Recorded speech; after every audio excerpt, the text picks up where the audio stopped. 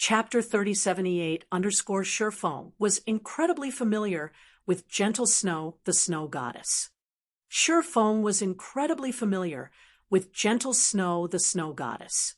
She was one of Zero Wing's vice guild leaders during his previous life. She was also one of Zero Wing's earliest members to reach Tier 6. She had even reached the Beyond Domain realm in terms of combat standards. In short, she was one of Zero Wing's strongest combatants. Originally, Shurfeng had thought of seeking out Gentle Snow in this timeline. However, Gentle Snow had long since disappeared from God's domain in this timeline. Nobody knew why she had disappeared from God's domain either. Gentle Snow was publicly recognized as an expert with the potential to reach Tier 6 and create all sorts of legendary feats in God's domain.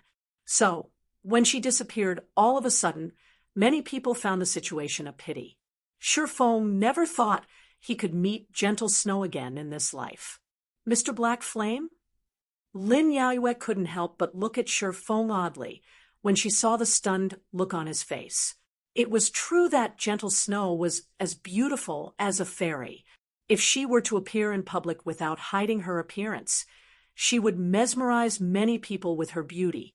This was true for both men and women. However, the charm of her beauty was only limited to ordinary people. Lin Yaoyue did not believe that a Tier 6 God-ranked expert like Shurfeng would be fascinated by Gentle Snow's beauty and temperament. There was simply no way that could happen. Lin Yaoyue was aware that Shurfeng had previously met with the Frost Flame goddess Cleansed Rue, and she was in no way inferior to Gentle Snow when it came to beauty and temperament. Yet, not only did Shurfeng not show any reaction to Cleansed Rue's beauty, but he had even caused 100 Flower Palace and Nature Hall to suffer a huge loss without hesitation. While this information was a secret to most people, Mysterious Moon just so happened to be one of the guilds that knew this secret. "Sorry for keeping you two waiting," Shurfeng said, quickly recovering from his surprise. Then he looked toward Gentle Snow and smiled as he explained, "I didn't expect you to bring the long-vanished snow goddess to me, Miss Lin. The various powers would probably be shocked if they learned of her return." When Lin Yaoyue heard Shurfeng's words, realization dawned on her. The snow goddess's disappearance from God's domain had always remained a mystery. If those who knew about Gentle Snow learned that she had suddenly reappeared, they would most likely be surprised. "You flatter me, Guild Leader Black Flame. I am merely someone who has been eliminated by time," Gentle Snow calmly said. "You, on the other hand, are someone who has truly shocked the various powers of God's domain." Previously, the 5 great super guilds were probably the only powers in God's domain capable of making world dominators admit defeat. Now, though one more had appeared, that's simply a decision world dominators reached after weighing its chances against the various superpowers, Shurfeng said, shaking his head. He was well aware that the current Zero Wing lacked the strength to make world dominators admit defeat. Subsequently, Shurfeng looked toward Lin Yaoyue and smiled, asking, "Since you came here, I believe you've decided to become an outer member of Zero Wing, right, Miss Lin?" "That's right. In addition, I wish to invite Big Sis Snow to become an outer member as well," Lin Yaoyue said, nodding. "Although Big Sis Snow hasn't played God's domain for many years already, I assure you that her combat standard has not deteriorated." In reality, Lin Yaoyue had been a little apprehensive in inviting Gentle Snow to join Zero Wing. Currently, Gentle Snow was only level 103 and geared in level 100 Dark Gold equipment. While she might be a Void Realm expert, it'd take her a lot of time and effort to catch up to the progress of the various superpowers experts with her lack of level and equipment. At the very least, Gentle Snow wouldn't be of any use to Zero Wing in the short term. Meanwhile, Zero Wing was currently overflowing with talents. As evidence, players seeking to join Zero Wing needed to be at the half-step refinement realm standard. Older players even needed to be at the refinement realm standard to have a chance at joining Zero Wing. Not to mention, Zero Wing could mass-produce the primordial mana equipment set. So long as a refinement realm expert donned that set, they would instantly gain strength, nearing the Tier 4 standard. This was a standard that even most peak experts had difficulty achieving in the current miniature ancient world. I know. I have a lot of faith in Miss Snow's strength, Shifeng said, chuckling when he saw the anxiety on Lin Yaoyue's face. Also, I've already said that I won't force you to do anything even if you join Zero Wing. Our relationship is only a business transaction. You'll help Zero Wing complete quests, while Zero Wing will provide you with the resources necessary for your growth. What kind of quests you complete, what kind of resources you obtain, and how far you can grow depends on you. Of course, if you are willing to become an official member of the Zero Wing Alliance, you'll receive assistance far beyond what is available to outer members. In exchange, though, you'll have to shoulder a few more restrictions. A few more restrictions? Lin Yaoyue was tempted by Shifeng's words. May I know what these restrictions are? Currently, Gentle Snow did not possess any background or backing. She had to rely on herself for everything in God's domain. Although Lin Yaoyue held an executive position in Mysterious Moon and was regarded as a priority target for nurturing, the resources she could access were still very limited. At most, she could get a few pieces of epic weapons and equipment for Gentle Snow. However, such items simply weren't enough to help Gentle Snow achieve rapid growth. However, if Gentle Snow could receive Zero Wing support, she might just be able to achieve a qualitative transformation. That way, she might get some relief from the problems plaguing her. Official members of the Zero Wing Alliance cannot refuse some of the more important quests and commissions. Of course, you will only be required to take on such quests and commissions 4 times a month. Moreover, these quests and commissions would typically award you with lucrative amounts of contribution points upon completion, Shifeng explained. Then, he shared a list of resources with Lin Yaoyue and Gentle Snow before saying, "Here is a list of items available for exchange in the Zero Wing Alliance. Official members will receive a 10% discount when exchanging for these items. Outer members will not receive such a benefit." When Lin Yaoyue and Gentle Snow finished browsing through the resource exchange list, they couldn't help but be shocked. Setting aside the saint-level mana technique, what the heck was this ancient god's blood? They had never heard of an item capable of upgrading a player's mana body before. Why did so many experts come to the miniature ancient world? The main reason was so that they could change their mana bodies. This novel is hosted by Hosted Novel. The mana body was a crucial factor that decided a player's future tier.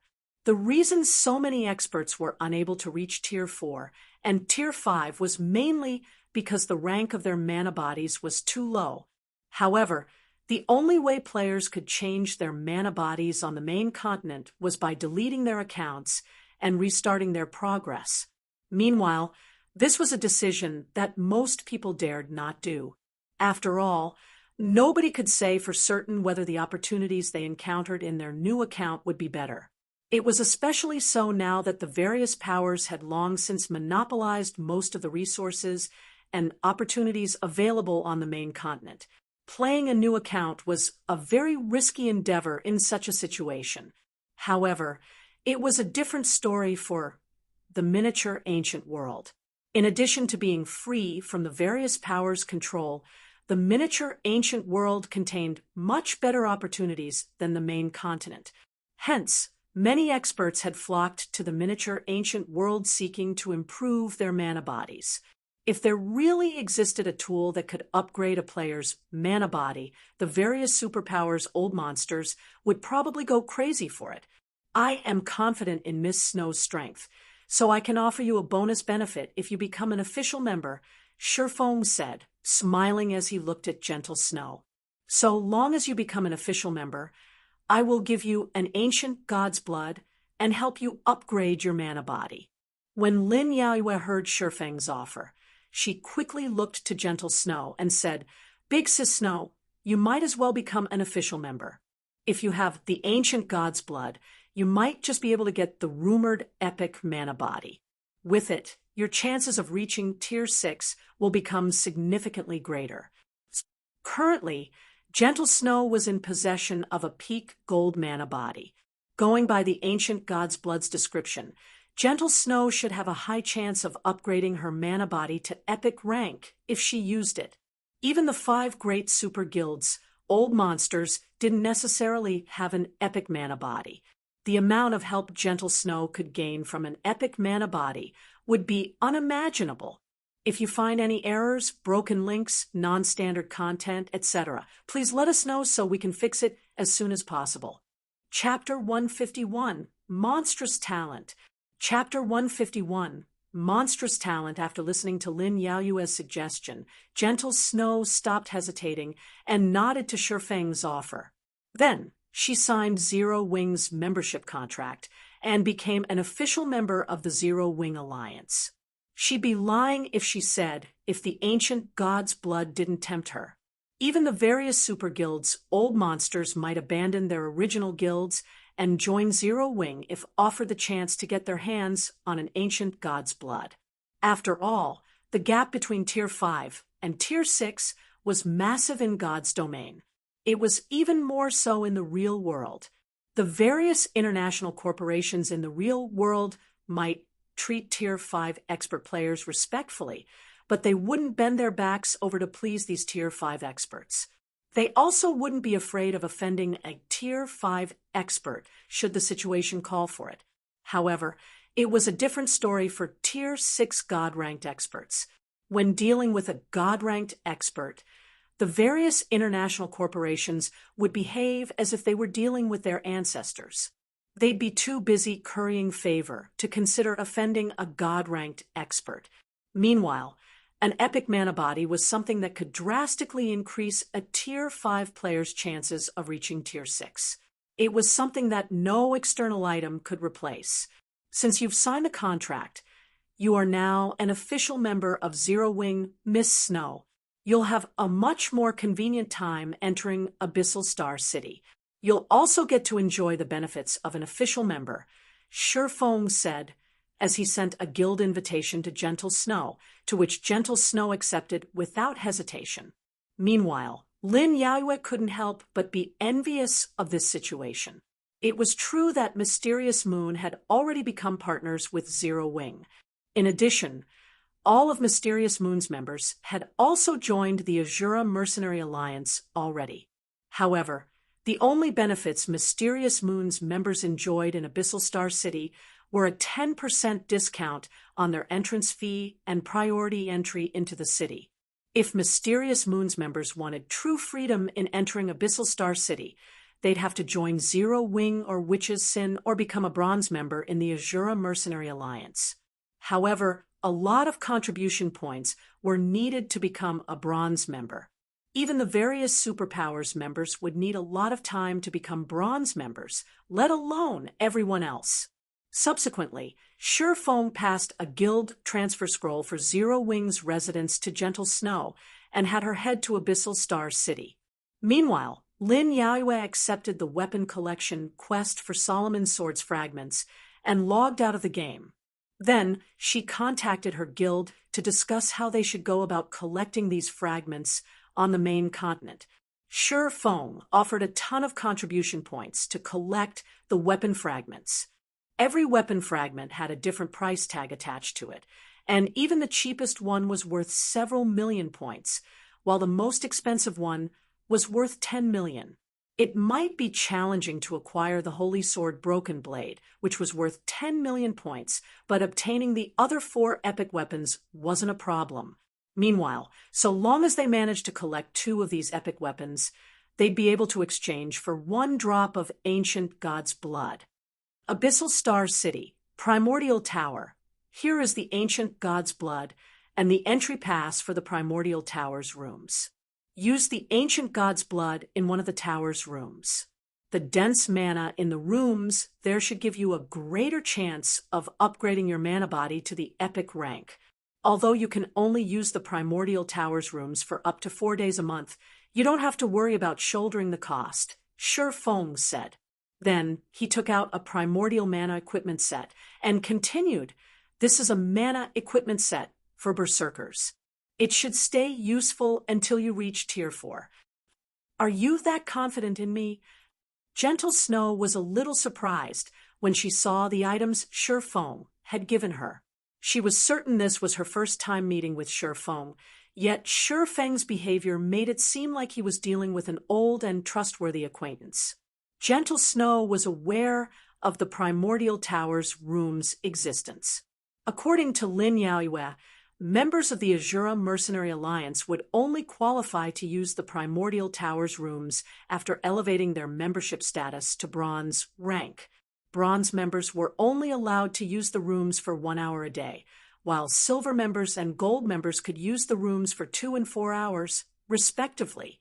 Yet, her entry pass granted her access to the rooms for 4 full days a month. Considering that there were 48 hours in one god's domain day, she could access the rooms for even longer than the Azura Mercenary Alliance's gold members. "It's not confidence," Shi Feng said, shaking his head. "I know you have such strength." The Zero Wing in his previous life had 5 great experts, and Gentle Snow was one of them. Every one of Zero Wing's 5 great experts had strength rivaling tier 6 gods back then. It was also for this reason that Zero Wing could become the #1 guild in their god's domain. "I have such strength." Gentle Snow felt confused and surprised when she heard Shi Feng's words.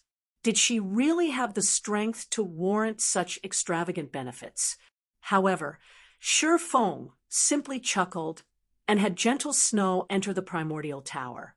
Meanwhile, after entering one of the miniature worlds in the primordial tower, Gentle Snow couldn't help but be shocked by the miniature world's environment. This place didn't just have dense mana. It was essentially a holy land for learning about the operating principles of mana. Even without trying, she could clearly perceive the operating principles of the mana flowing around her. "No wonder he's so confident in me." Gentle Snow didn't know whether to laugh or cry when she recalled Shi Feng's trust in her. Zero Wing's training resources had indeed surpassed her imagination. While standing in this miniature world, she felt that she was only 1 step away from fulfilling the conditions to reach tier 6. Correspondingly, if she still couldn't reach tier 6 with the help of such an environment, she'd probably have no hopes of doing so for the rest of her life. Gentle Snow quickly shook her head and stopped thinking. After raising the miniature world's mana density to the maximum, she promptly consumed the ancient god's blood and focused on upgrading her mana body. Around 10 minutes later, Gentle Snow's mana suddenly skyrocketed in intensity. As a result, the mana her body passively radiated also began taking on a misty form. A day later, the mana inside the miniature world seemingly found its ruler as it frantically gathered around Gentle Snow. Meanwhile, the concentration of mana also caused the temperature in Gentle Snow's vicinity to plummet. When Gentle Snow eventually stepped out of the miniature world, her presence dumbfounded Su Qianlu and Blackie, who had come to train in the primordial tower. A mana domain? If I remember correctly, isn't she a new member who just started training in the tower yesterday? Where did the guild leader find such an expert? Su Qianlu and Blackie were no longer ignorant about mana domains. So they quickly recognized that Gentle Snow's mana domain wasn't a pseudo-mana domain. Instead, it was a true mana domain that players could typically only gain at tier 4.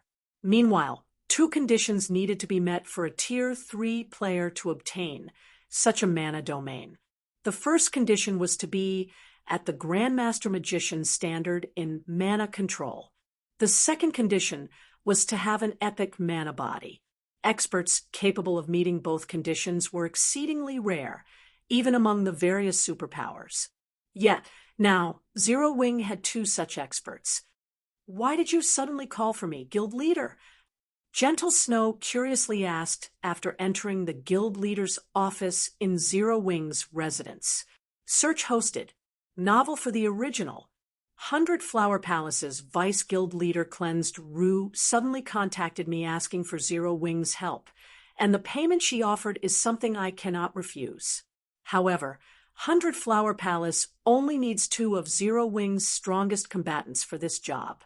Now that you are a part of Zero Wing, I plan to take you with me, Sure Fong explained as he set aside the documents in his hands. I will give you 5 million points for taking this quest. If you find any errors, broken links, non-standard content, etc., please let us know so we can fix it as soon as possible. Chapter 3080 _ 5 million points for one mission. 5 million points for one mission. Gentle Snow couldn't help but look at Sure Fong in shock. The Zero Wing Alliance's contribution points were incredibly valuable. This could be seen simply by looking at the ancient god's blood, which cost 10 million points per drop. Even if she demanded a main guild city for a drop of ancient god's blood, the various superpowers probably wouldn't hesitate to accept the trade. There was no way a superpower would refuse to accept a deal as wonderful as one main city for one expert with an epic mana body. Yet, now, Sure Fong was offering the equivalent of half a drop of ancient god's blood for just one mission. Unless Sure Fong was incredibly generous, it meant that the difficulty of this mission was incredibly high. With 100 Flower Palace's strength, there shouldn't be any dungeon that could trouble them in the current miniature ancient world.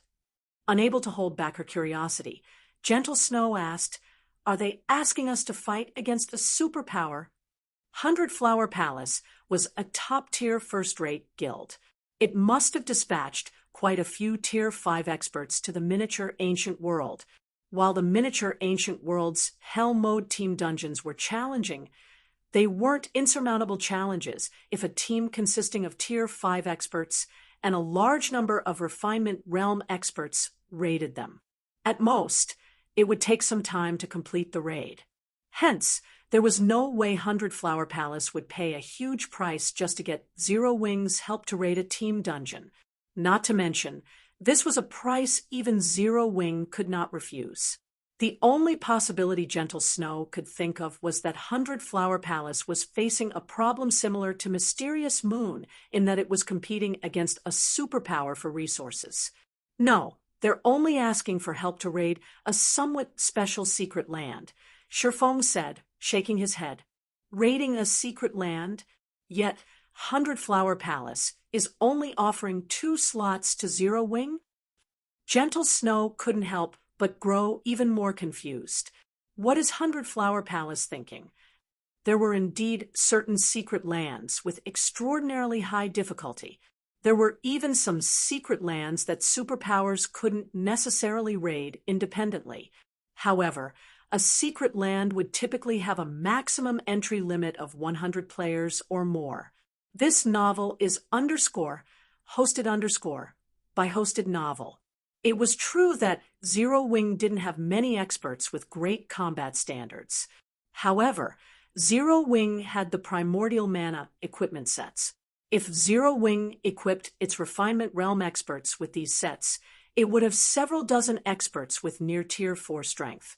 While 100 Flower Palace had many experts, those possessing near Tier 4 strength probably didn't amount to more than a handful.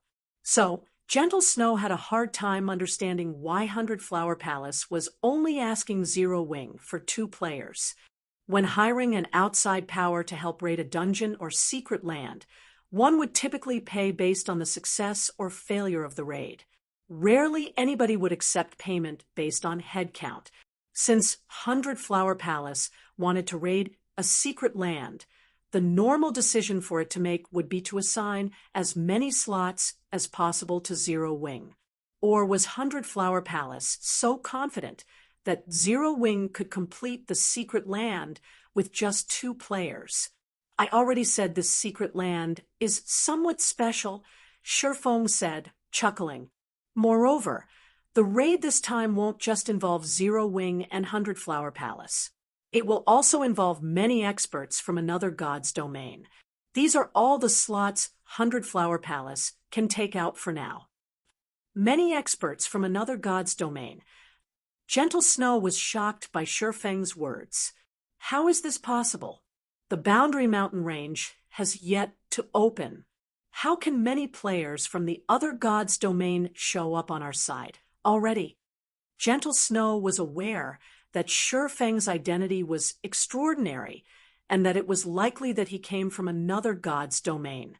However, the various gods' domains were strictly separated from each other. It might be possible for one player to appear in their god's domain, but it shouldn't be possible for many Outer World players to appear right now. No, it's not the other god's domain connected to the miniature ancient world, but a completely different one instead, Shifeng said, shaking his head. The Stratified Abyssal Realm. I doubt you've heard of this name before, but this is a special space that connects the endless abyss with the many worlds of God's domain. It is also one of the few places that allow players from the many worlds of God's domain to gather and interact with each other. The only problem is that it has a strict level limit, and players are prohibited from entering it once they exceed the level limit. 100 Flower Palace obtained a key that grants access to a special secret realm by chance, and that secret realm houses a pathway leading to the Stratified Abyssal Realm. However, that pathway is sealed behind multiple seals. Aside from having a level limit of 110, the pathway also has a strict entry limit that makes it nigh impossible to clear. Originally, 100 Flower Palace hadn't planned on challenging this pathway due to the impossible difficulty.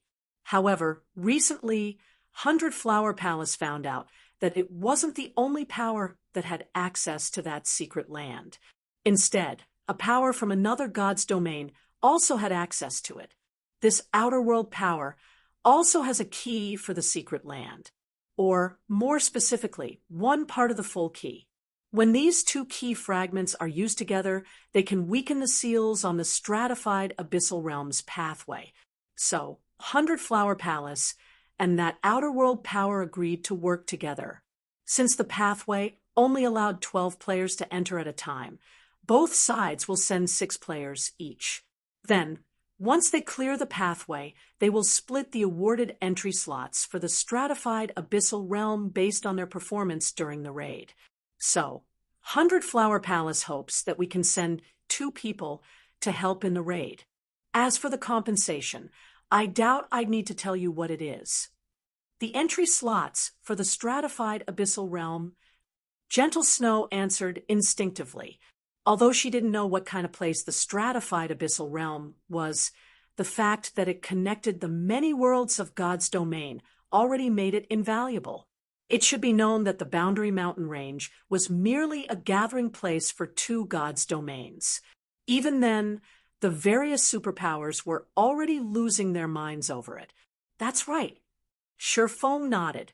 So long as we can help 100 Flower Palace outperform that other power, 100 Flower Palace is willing to give us half of its entry slots. Although the 2 powers had agreed to leave each other with a minimum number of entry slots, the guaranteed amount was only 10% of the total awarded slots. In other words, it was possible for one side to obtain up to 90% of the total awarded slots. When neither side knew about the other's background, no amount of preparation could be considered excessive. There was no saying whether the other side would seek help from other experts and powers, either. However, 100 Flower Palace dared not seek the help of the various superpowers. Or, more specifically, it dared not seek the help of a power capable of destroying it. Yet, at the same time, the power it sought help from also needed to have extremely powerful experts. This was a very conflicting set of criteria, and only a few powers could meet it. Meanwhile, Zero Wing happened to be one of these powers. Currently, the various superpowers peak experts had already reached level 105, which was also the recommended level to raid the pathway. So, Hundred Flower Palace naturally couldn't sit still any longer. After all, the other side didn't come from the miniature ancient world. There was a possible chance that the other side might find a group of level 110 players and forcibly break through the seals. If that happened, Hundred Flower Palace would end up with nothing. Hence, Cleansed Rue had sought out Sherfong to establish such a partnership.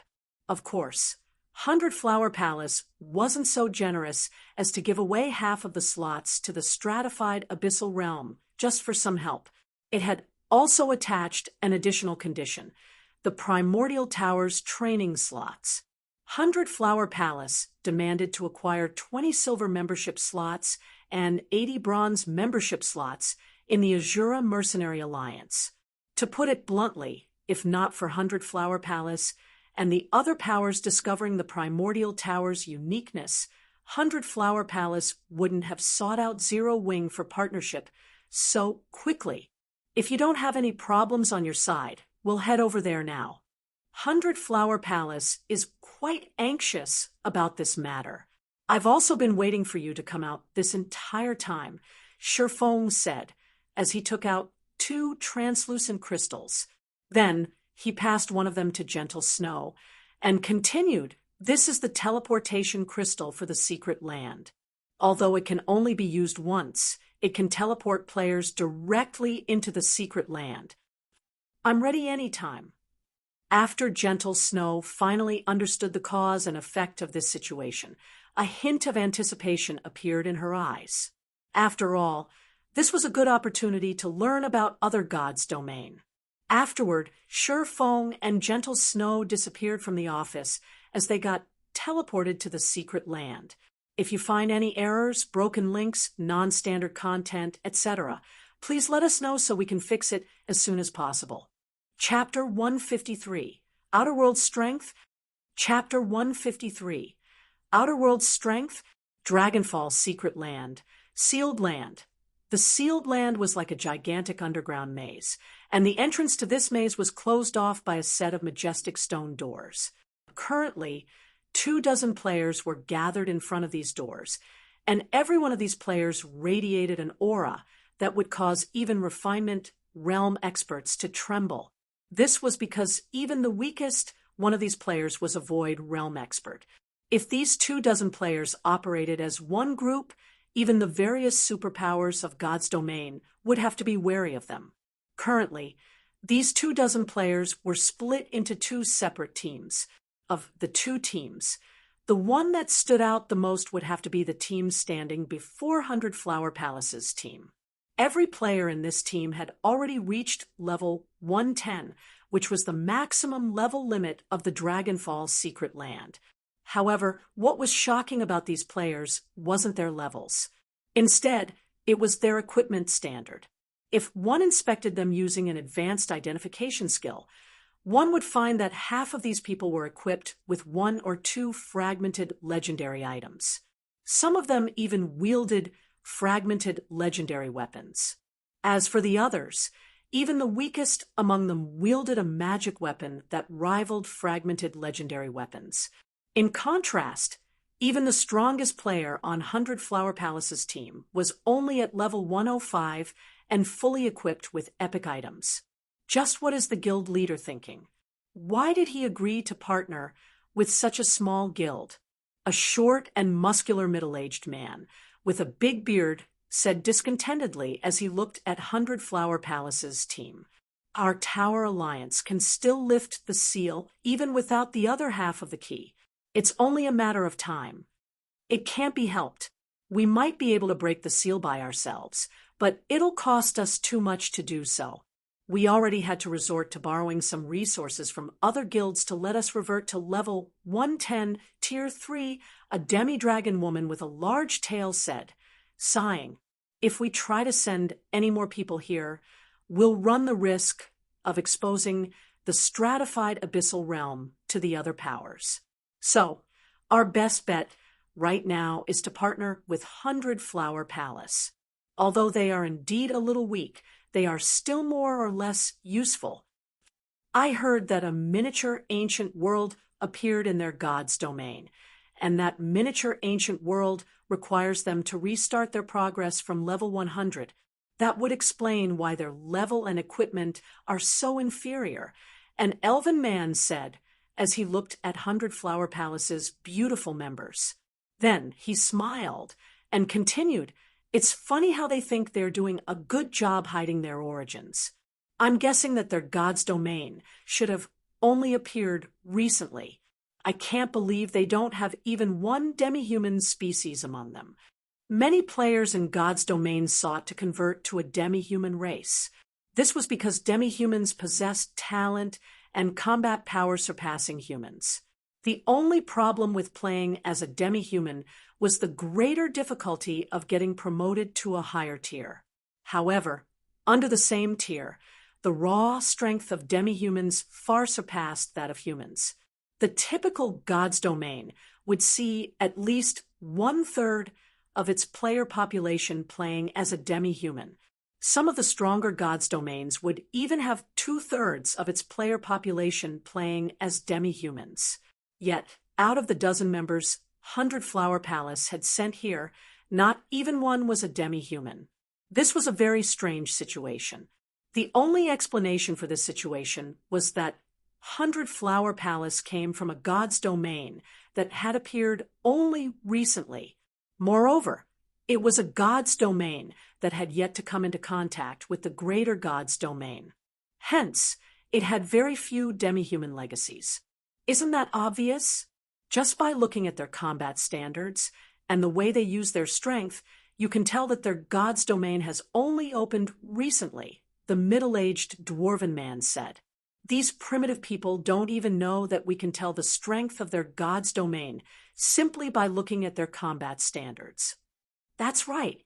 What's even funnier is that they are under the belief that they can perform well later in the sealed land, the demi-dragon woman said. They have no idea that even if we lowered our equipment standard to match theirs, they still wouldn't be able to contribute half as much as us. The difference in race was only one small difference between the various worlds of God's domain. What truly separated the various gods' domains was their ability to make use of their strength. Meanwhile, when it came to this aspect, 100 Flower Palace's members were no different than cavemen. They had no idea how to use the raw strength they had developed at all. It was akin to someone having a mountain of treasure, but having no idea how to use these treasures to enrich themselves. We've made a severe miscalculation this time. Crimson Heart, the first vice guild leader of 100 Flower Palace, said, a hint of helplessness appearing in her eyes when she looked at the Tower Alliance's members. Even with Black Flame's help, I doubt we can achieve a good performance inside the sealed land. Previously, Crimson Heart had more or less expected the Tower Alliance to be a powerful guild. However, after seeing the experts the Tower Alliance sent, she realized that she had severely underestimated the strength of Outer World players. Even though the experts of both sides had similar combat standards, Crimson Heart could tell that there was a stark difference in quality between their experts. It was especially true for the 6 players representing the Tower Alliance in the upcoming raid. In addition to all 6 being domain realm experts, Crimson Heart suspected that they were also Tier 6 God-ranked experts. The reason she thought so was because she had only ever felt such a feeling of powerlessness when standing before a Tier 6 God-ranked expert. Meanwhile, all 6 of the Tower Alliance's domain realm experts gave her such a feeling. If it were up to their god's domain, only the 5 great superguilds would have the courage to send 6 God-ranked experts into a secret land with a level limit of 110. Moreover, it'd require all 5 of them working together to form such a party. Cleansed Rue also nodded in agreement with Crimson Heart's words.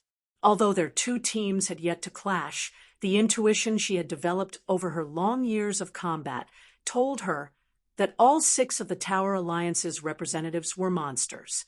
Even if their guild leader came along with them, it was unlikely that they could match the Tower Alliance's team's performance inside the sealed land.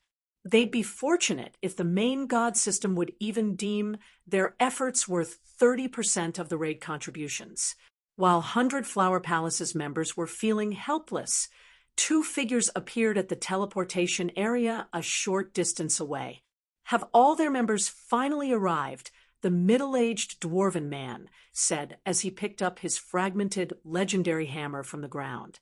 Then, when he took a closer look at the two new arrivals, a look of surprise appeared on his face as he said, "One of them is quite high-leveled, but what is up with the level 1031? Is she here to make up the numbers?"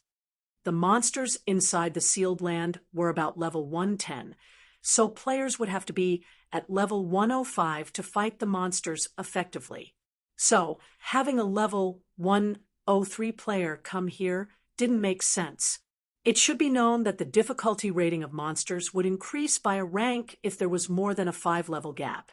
Rather than recruiting a level 103 expert with superior combat standards, it'd be much better to recruit a level 105 player with slightly inferior combat standards. After all, battles with monsters were different from battles with other players. While combat standards were important, damage output was also very important.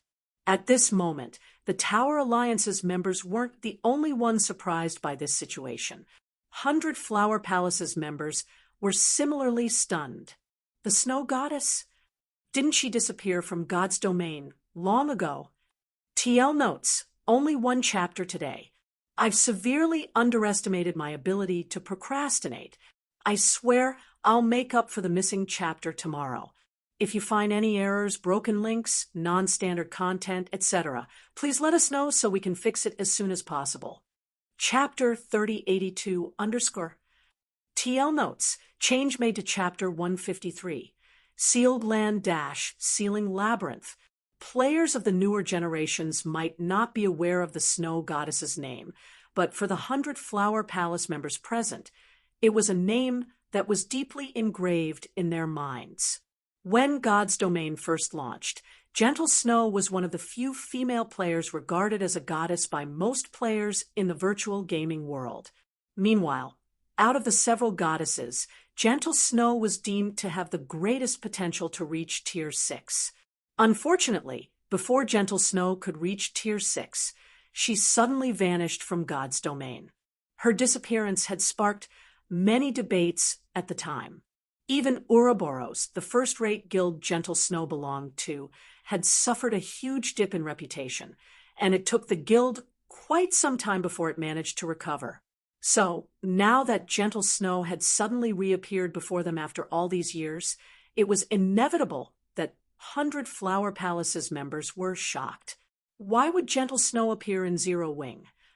Everyone thought she had died after all these years of silence. I never thought she would actually make her reappearance in Zero Wing. Could she be someone else who just looks like Gentle Snow? Unlikely. I saw Gentle Snow during God's Domain's launch. Although her appearance has changed a little, her presence is still the same as before. So, she should be Gentle Snow. 100 Flower Palace's members couldn't help but discuss Gentle Snow when they saw her approaching together with Sure Foam. Not only did a legendary individual from the past make a reappearance, but she had even become a member of Zero Wing. If news of this got out, it would definitely attract the attention of many powers. Currently, Zero Wing was already one of the most famous guilds in God's Domain. It was also publicly acknowledged that Zero Wing was close to rivaling the various superpowers when it came to resources and advantages in the miniature ancient world. Now that the Snow Goddess had also joined Zero Wing, it would undoubtedly increase the guild's overall strength. What a pity! After Crimson Heart scrutinized Gentle Snow for a moment, she let out a rueful sigh and said if she hadn't disappeared from God's Domain all those years ago, she would have long since become a Tier 6 God-ranked expert already. Based on her observations of Gentle Snow's movements, Crimson Heart could tell that Gentle Snow was only at the Void Realm standard. Gentle Snow's combat standard remained the same as when she disappeared from God's Domain. She might have the ability to perceive her surroundings clearly, but she lacked the ability of Domain realm experts to turn her surroundings into her weapon.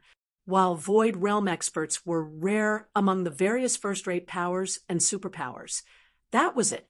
They were nowhere near as strong and useful as Domain Realm experts.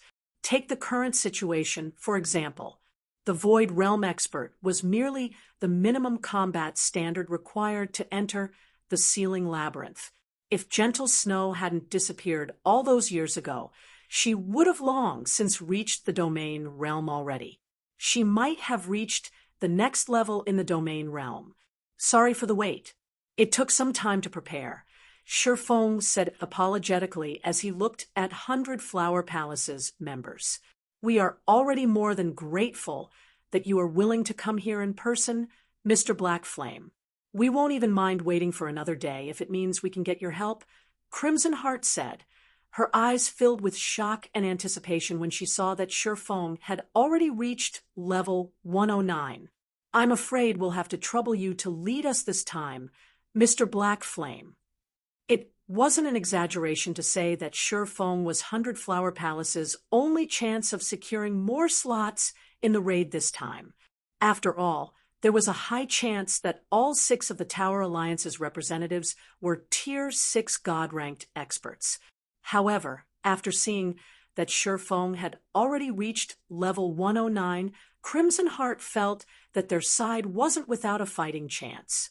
After all, there wasn't much of a level difference between him and the Tower Alliance's representatives. Not to mention, Shifeng was also a bona fide God-ranked expert with a true mana domain. No problem. However, I have to reiterate that all of the loot we get inside the Sealing Labyrinth belongs to Zero Wing. Half of the slots you get in the end will also belong to Zero Wing, Shifeng said. The maze sealing the stratified Abyssal Realms pathway was a huge treasure trove. Although the loot inside the maze wasn't as valuable as the entry slots to the stratified Abyssal Realm, it was still more than enough to cause any power to go crazy. This was because every Sealing Labyrinth had a chance of dropping lineage crystals. Lineage crystals were incredibly valuable treasures, although they had an incredibly low drop rate. So long as one dropped, even the various superpowers would fight to get it. This was because a lineage crystal could allow players to mutate their lineage, obtain a bona fide rare race, and gain talents outside the reach of most human players. With the lineage crystal, players wouldn't have to do a bunch of troublesome quests to convert their race. In addition, the lineage crystal also granted players the freedom to choose from several hundred races to convert into. Of course, the lineage crystal was only valuable to gods' domains that had yet to gain access to the greater god's domain. For those already linked to the greater god's domain, the lineage crystal was a relatively common item. Some of the older gods' domains even had 1/3 of their player population converted into a rare race already. However, now that their god's domain had yet to gain access to the greater god's domain, the lineage crystal could become a capital for Zero Wing to grow stronger. Since we are relying on Zero Wing for the raid this time, 100 Flower Palace will not ask for any of the loot, Crimson Heart said, nodding.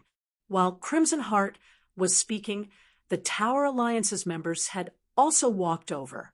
I see you are quite confident, Vice Guild Leader Crimson. You are already discussing how you'll split the loot before we even start raiding the labyrinth, the middle-aged dwarven man from the Tower Alliance, named Bloodhammer, said contemptuously as he looked at Crimson Heart. Then, impatiently, he asked, So, can we open the Sealing Labyrinth now? Opening the Sealing Labyrinth required a special key. Although it was possible to open it with just half of the key, the labyrinth's raid difficulty would be doubled. Find the original at Hosted Novel. Yes, everyone on our side is here already, Crimson Heart said, although she felt a little angered by Bloodhammer's snide remark. She didn't show it on her face. After all, the Tower Alliance indeed possessed the strength to ridicule 100 Flower Palace. Subsequently, Crimson Heart and Bloodhammer each took out a key and injected mana into their respective keys. Immediately, the two keys radiated a dazzling glow, and the tightly shut stone doors slowly opened up a gap that allowed for several people to enter. After the gigantic doors opened, a dark and ancient aura flowed out from the gap, the aura causing everyone present to shudder involuntarily. "What dense power of darkness!" the demi-dragon woman exclaimed, as expected of a place that connects the stratified abyssal realm. If a dark race were to live inside this place, they'd have a significantly easier time breaking through to higher tiers. "All right, let's head inside.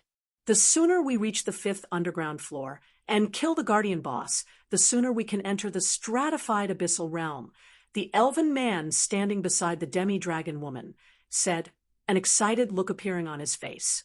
He wasn't a normal elf, but a dark elf instead. So, the denser the power of darkness in an area, the more beneficial it would be to him in his development. The strength he could exhibit would also increase significantly. Hearing the elven man's words, the Tower Alliance's 5 other representatives nodded and charged straight into the labyrinth, showing no care for 100 Flower Palace's representatives whatsoever. Rather than operate as a team of 12, they operated as a party of 6 instead. Meanwhile, when Shifeng saw Rain Song looking at him anxiously, he chuckled and said, "All right, let's head inside as well." The 4 players 100 Flower Palace had sent to participate in the raid possessed extraordinary strength. Their class distribution was also excellent. Rain Song was a level 105 Guardian Knight. Crimson Heart was a spear-wielding level 105 Berserker. Cleansed Rue was a level 105 Elementalist. And Still Moon was a level 105 Cleric. Rain Song and Still Moon were Void Realm experts, while Crimson Heart and Cleansed Rue were Domain Realm experts. Even with the addition of a swordsman and berserker like Shifeng and Gentle Snow, the party would still have a good class distribution. If you find any errors, broken links, non-standard content, etc., please let us know so we can fix it as soon as possible. Chapter 3083_Ceiling Labyrinth, 1st Underground Floor. Ceiling Labyrinth, 1st Underground Floor. As soon as Shifeng's party entered the dimly lit labyrinth, they immediately felt a suppressive power causing their bodies to feel heavier. However, this power didn't achieve this effect by strengthening the gravity acting on them. Instead, it influenced their minds into thinking that their bodies had grown heavier. Meanwhile, under this suppressive effect, they'd be fortunate if they could exhibit even half of their usual combat power.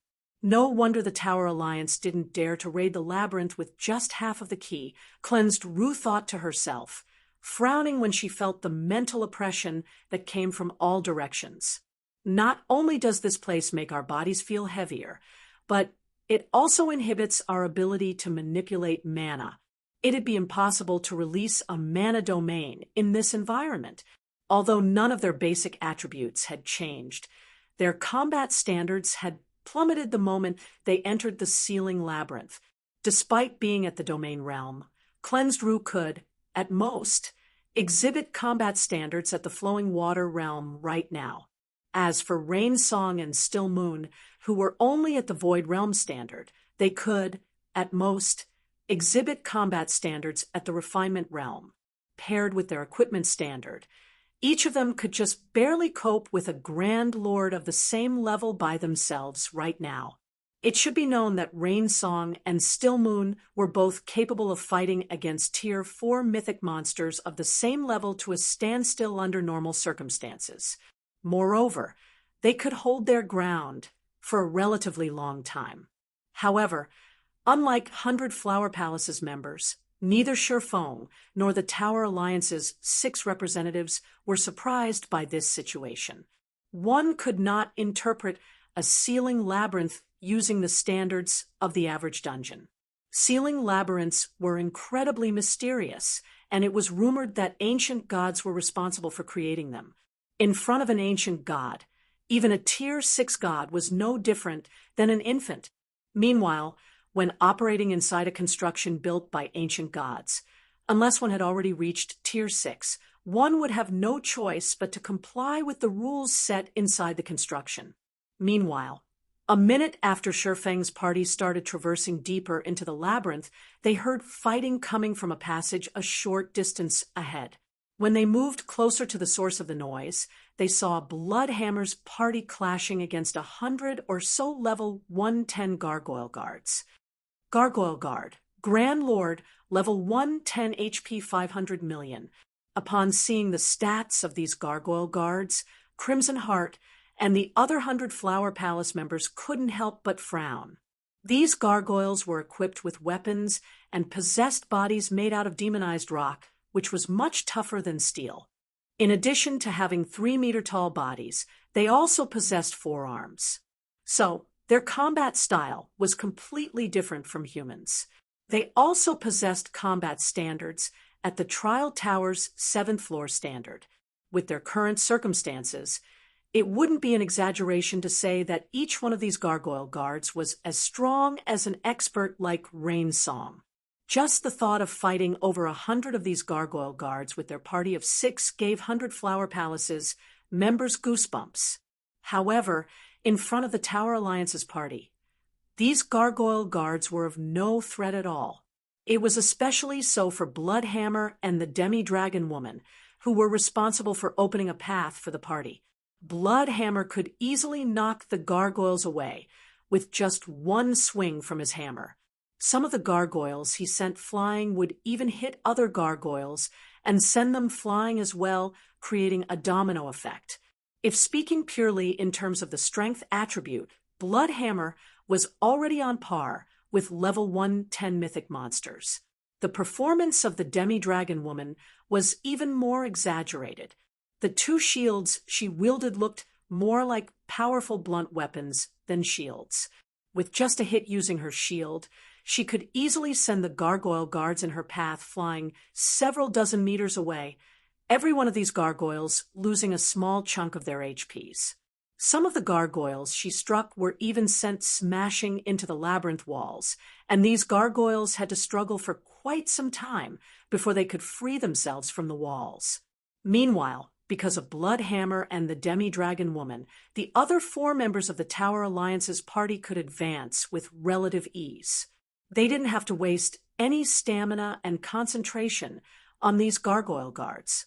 Before a minute had even gone by, the Tower Alliance's party had already advanced a significant distance. Before entering deeper into the labyrinth, though, Bloodhammer had turned to look at Shifeng's party, a trace of gloating and disdain in his eyes.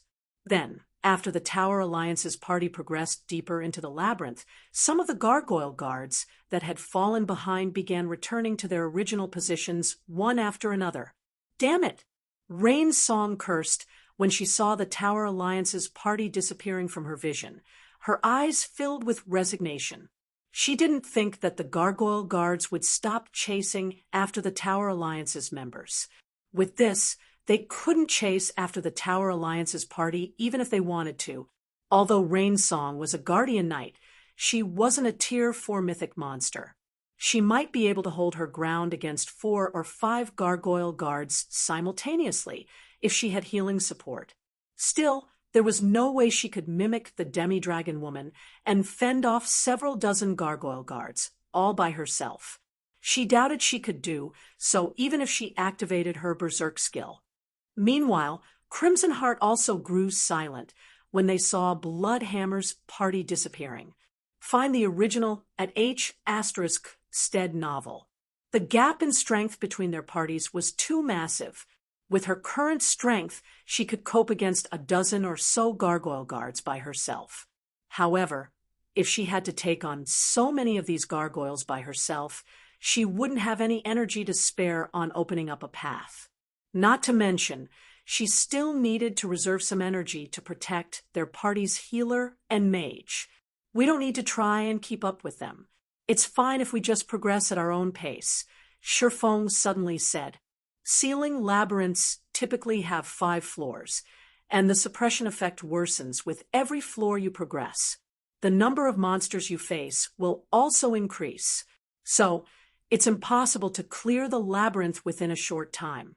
What we should do now is to familiarize ourselves with the combat style of these gargoyle guards. Otherwise, It'll only get more and more difficult for us to progress later. Ceiling Labyrinth were constructions built by ancient gods. While it was true that these ceiling labyrinths functioned as seals for pathways leading to the stratified abyssal realm, they also served as trials and legacies. However, few people would actually notice these functions. Everyone was so focused on getting to the stratified abyssal realm that they failed to realize that the ceiling labyrinth itself was also one big treasure trove. Guild Leader Black Flame. Every one of these gargoyle guards has 500 million HP. Moreover, they'll swarm us as soon as we approach them. Out of everyone in our party, I'm afraid you are the only one who can survive fighting against so many of them, Rain Song said with a bitter smile. Rain Song had personally witnessed Shifeng in action, so she knew that he could exhibit strength at the Tier 4 standard. With such strength, the gargoyle guards would be no different than common monsters to Shifeng. However, it was a different story for everyone else in the party. They didn't possess Tier 4 strength, nor were they Tier 6 god-ranked experts. If over 100 gargoyle guards swarmed them, even if Shifeng managed to show amazing performance and pin down several dozen gargoyle guards by himself, it would still be useless. After all, the rest of them would still need to cope with a dozen or so gargoyle guards each. Even assuming they managed to stay alive, they would still have to figure out a way to kill the gargoyle guards. However, with the gargoyle guards having 500 million HP each, their party would probably die from exhaustion before they could kill even one gargoyle guard. If all you're worried about is getting surrounded, that's a simple problem, Gentle Snow said as she looked at 100 Flower Palace's members. I'll restrain their movements for you. Combined with your skills, they'll probably have a hard time forming a proper encirclement around you. You'll restrain them? Cleansed Rue couldn't help but look at Gentle Snow in confusion. The ceiling labyrinth prohibited the use of magic scrolls and tools. It was also this limitation that gave 100 Flower Palace and the Tower Alliance a headache. My mana domain happens to be proficient at this aspect, Gentle Snow frankly stated. After saying so, Gentle Snow walked ahead of the party. Then, as she moved closer and closer to the gargoyle guards, everyone could feel the surrounding mana growing cold and stagnating. A mana domain. How is this possible? Cleansed Rue was filled with disbelief as she looked at Gentle Snow. How can she still form a mana domain while being subjected to the mental oppression here? If you find any errors, broken links, non-standard content, etc., please let us know so we can fix it as soon as possible. Chapter 3084_. As soon as Gentle Snow extended her mana domain, the 100 or so gargoyle guards guarding the passage immediately had their mobility and reaction speed slowed dramatically, their bodies behaving as if submerged inside a swamp. Their combat standards had also fallen to the Trial Tower's 5th floor standard. Even a first-rate expert could easily toy with the gargoyle guards in their current state. As soon as Gentle Snow extended her mana domain, the 100 or so gargoyle guards guarding the passage immediately had their mobility and reaction speed slowed dramatically, their bodies behaving as if submerged inside a swamp. Their combat standards had also fallen to the Trial Tower's 5th floor standard. Even a first-rate expert could easily toy with the gargoyle guards in their current state. Space freezing. Crimson Heart was greatly shocked when she saw Gentle Snow's mana domain. Is she really a berserker? Even Cleansed Rue, who used to be a Tier 5 divine mage, could not release her mana domain in an environment with such powerful mental oppression. Yet, not only did Gentle Snow manage to use her mana domain, but she had also managed to execute space freezing with it.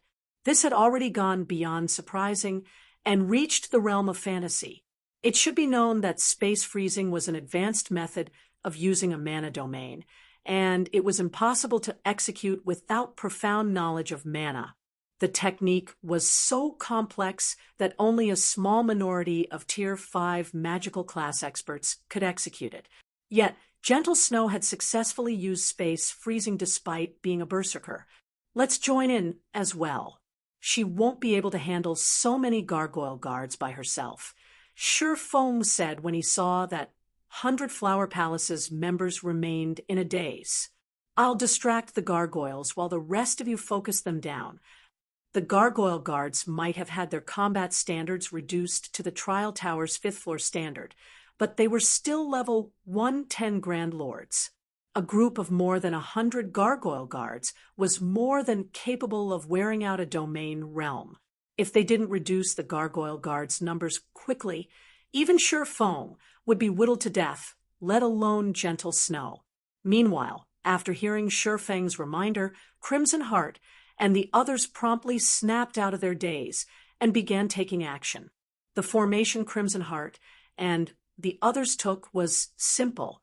Crimson Heart and Cleansed Rue would focus on dealing damage. Still Moon would focus on healing, and Rain Song would focus on guarding gentle snow. Maintaining a mana domain while in combat was very taxing for players. There was also the ever-present mental oppression in the labyrinth. If gentle snow were to fight and keep her mana domain functioning normally in this situation, her concentration would deplete rapidly. So, to reduce gentle snow's burden, the best solution would be to have her avoid combat. For a time, Sure Feng could be seen distracting over 90% of the gargoyle guards, while the rest tried to target gentle snow. However, due to the gargoyles' weakened combat standards and slugging movements, none of them could get past Rain Song.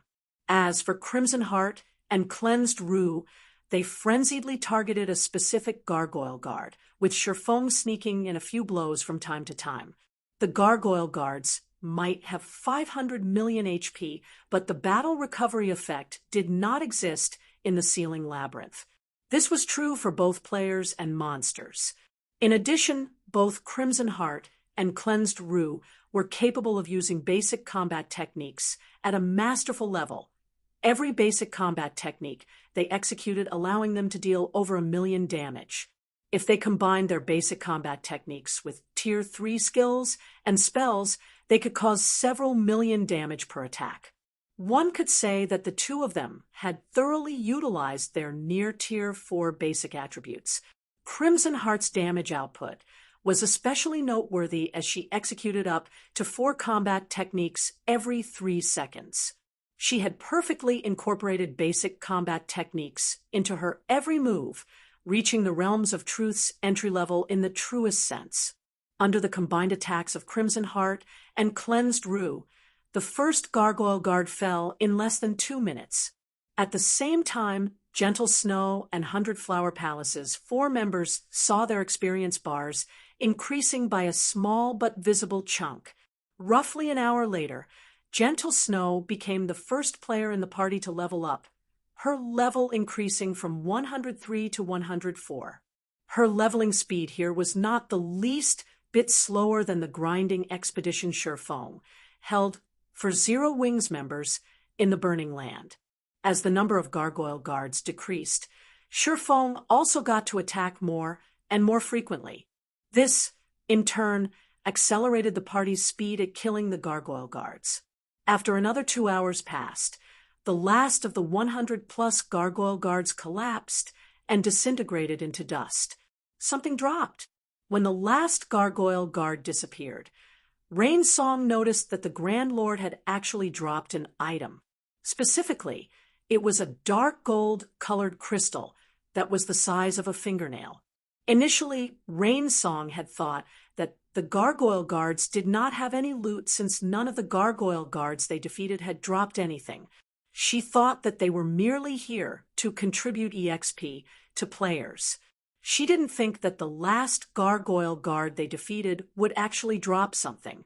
Meanwhile, when Sure Feng saw the dark gold crystal, a hint of excitement suddenly flashed in his calm eyes.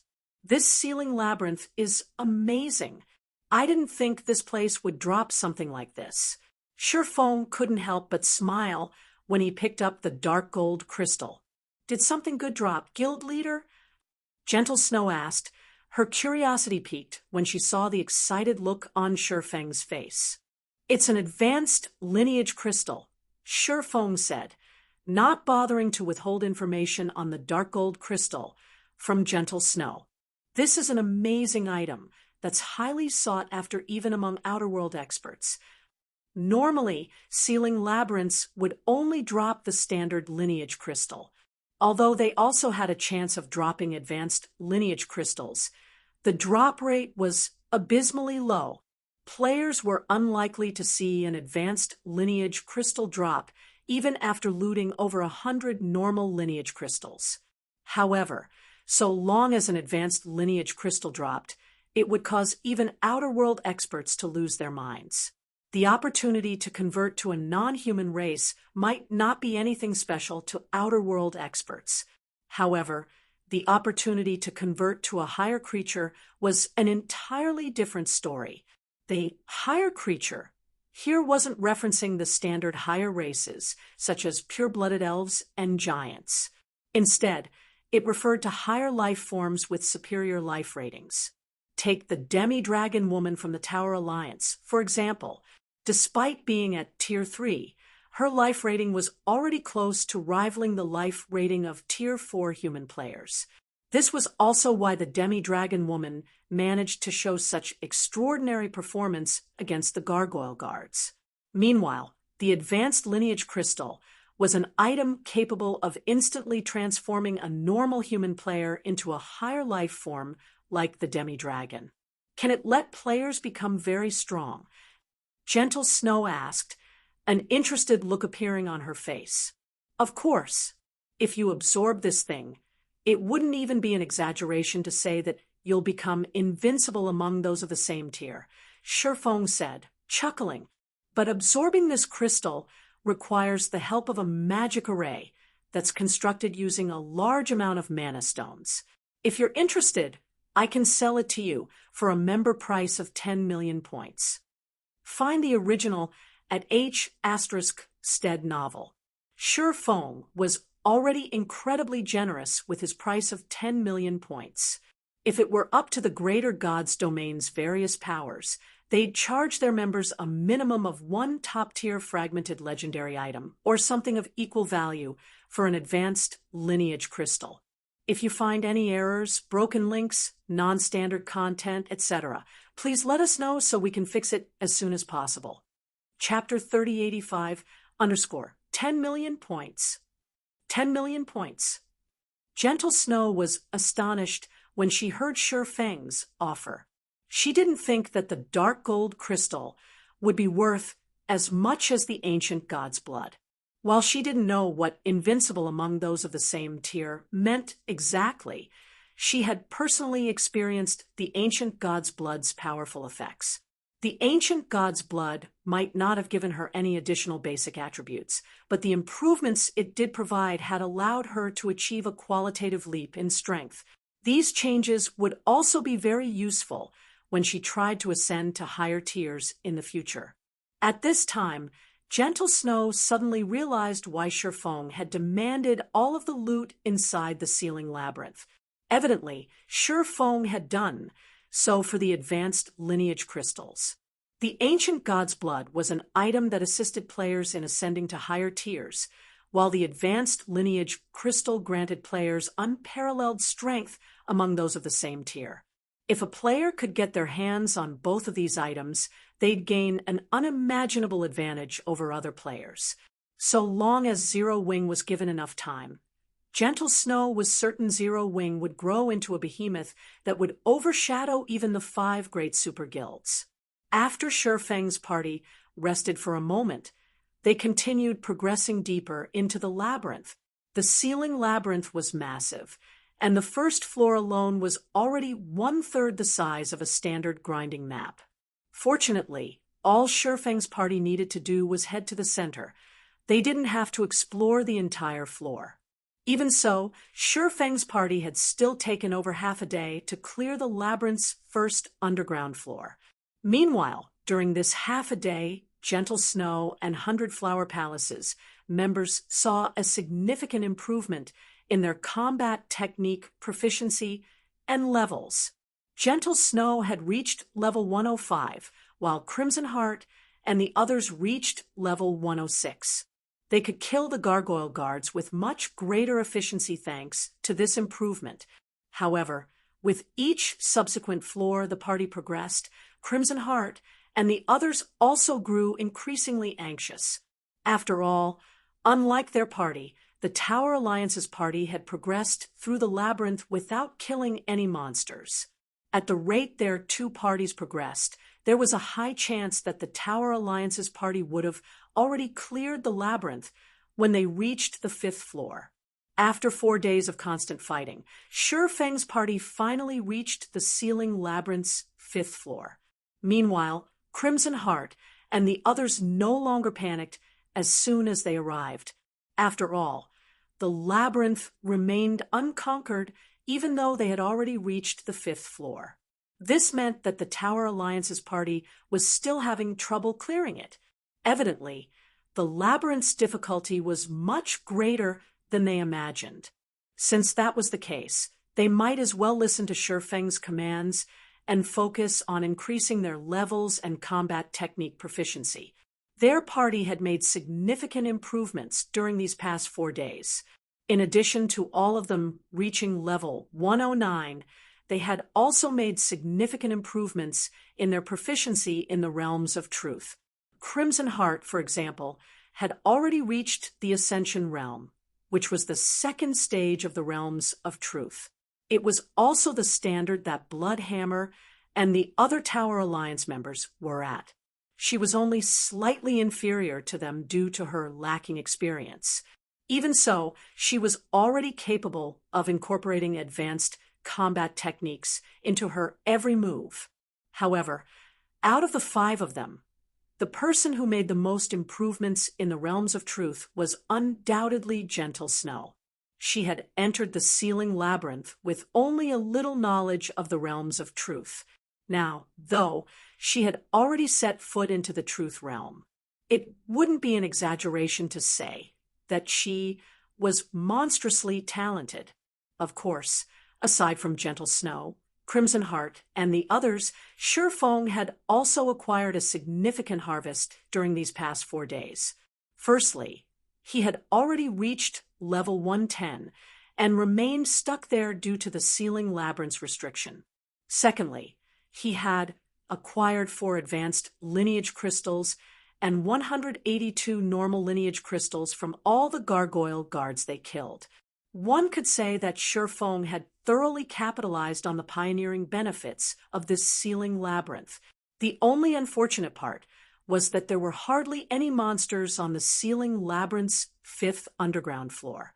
They would come across a group of 200+ level 112 gargoyle guards from time to time. At this point, a group of this size could no longer threaten Shifeng's party of 6. After wandering on the 5th underground floor for around 6 hours, Shifeng's party arrived at the heart of the 5th floor. It was also the location where the Gate of Crossing was located. The Gate of Crossing was a 50-meter-tall spatial fissure shrouded in darkness. Currently, though, the fissure was thoroughly sealed by golden runes. Meanwhile, a short distance away from the spatial fissure, the Tower Alliance's party could be seen fighting against a 30-meter-tall, pitch-black metal giant. A Titan, Rainsong, was dumbfounded when she saw the metal giant. If dragons were known as the symbol of destruction in God's domain, then Titans would be considered the symbol of strength. Similar to the dragon race, the Titan race was one of the apex races in God's domain, and they were known to be invincible among those of the same tier. They were also the worst nightmare for players. Titans were monsters that resembled NPCs the most. In addition to being extremely intelligent, they also wielded super ancient spells that NPCs of the same tier couldn't wield. If players in God's domain were given a choice, they'd rather face a dragon of the same tier than a Titan. No, that's not a Titan, Crimson Heart said, as she observed the Tower Alliance's fight with the metal giant. The metal giant is clearly a Tier 4 mythic monster. Even if the Tower Alliance's members are monsters in their own right, there is no way they stand a chance against a Tier 4 Titan. That's right. That giant isn't a Titan, Shurfong said, nodding in agreement with Crimson Heart as he observed the metal giant fight. It should be a dead titan that has been turned into a puppet. However, while its combat standard might not come close to a living titan, its basic attributes should be no different than an actual Tier 4 titan. It should also lack the ability to use super ancient spells. Dark Titan, Mythic, level 1, 12 HP, 15 billion. If a Tier 4 titan appeared in a sealing labyrinth that only allowed up to level 110 players to enter, the ancient god that created the Dragonfall secret land had definitely created the secret land with ill intentions. The ancient god definitely did not intend for players to clear the secret land.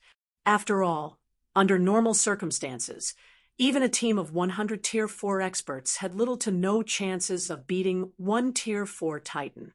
Challenging a Tier 4 titan at Tier 3 was simply an absurd notion. Ancient gods were probably the only existences capable of accomplishing such a feat at the same time as Shurfeng's party arrived at the labyrinth's heart, Bloodhammer, and the others also noticed their arrival. How did they get here? A hint of surprise appeared in the demi-dragon woman's eyes when she glanced at Shurfeng's party. They hadn't killed a single gargoyle guard on their way here, and they had done so with the express purpose of hindering Shurfeng's party's progression. After all, Shurfeng's party did not possess the strength to go up against the gargoyle guards. Meanwhile, if Shurfeng's party couldn't reach the Guardian boss, the Tower Alliance would be able to monopolize 90% of the entry slots for the stratified Abyssal Realm. Yet, now, Shurfeng's party had appeared at the Guardian boss's location. Moreover, all 6 of them looked alive and healthy. It seems we've underestimated them a little, Bloodhammer said as he glanced at Crimson Heart and the others. Then, in a contemptuous tone, he continued, but it doesn't matter even if they managed to reach this place. There's no way they can deal with this Dark Titan. The only thing they can do is watch us fight it. Even in the Tower Alliance's party, the only person capable of tanking the Dark Titan was Maria, the demi-dragon woman. The Dark Titan's basic attributes were simply too much for most Tier 3 players to handle. In terms of basic attributes, it was definitely on par with superior mythic monsters of the same level. Only Maria, who wielded fragmented legendary shields and possessed strength surpassing the average Tier 4 player, could receive the Dark Titan's attacks and survive. Support us at @hostednovel_ if any other Tier 3 metric tons were to try and tank the Dark Titan's attacks. They would die in one move. Ignore them. We need to break away from the fight quickly, Maria said, her voice sounding a little hurried. We've only shaved away 20% of the boss's HP, yet we've already expended over half of our stamina and concentration. We need to think of a better solution to raid this boss. Upon hearing Maria's words, Bloodhammer and the others couldn't help but look at the Dark Titan in frustration. The Dark Titan simply had too much HP. Their party had already reached the Guardian boss on their second day inside the sealing labyrinth. Afterward, they had constantly been coming up with strategies to raid the Dark Titan. However, even until now, their most successful attempt only saw them shaving off 30% of the Dark Titan's HP. Moreover, they had nearly exhausted themselves and gotten team-wiped on that attempt. Subsequently, Bloodhammer and the others quickly withdrew from the Dark Titan's sphere of activity. Then, once the Dark Titan had stopped chasing them, they sat down and started resting. There was no foreign energy inside the sealing labyrinth, so they didn't have to concern themselves with their bodies being corroded. Moreover, stamina and concentration recovery rates were seemingly boosted here. So long as they remained outside of combat and ate some food, they could quickly recover to their peak conditions.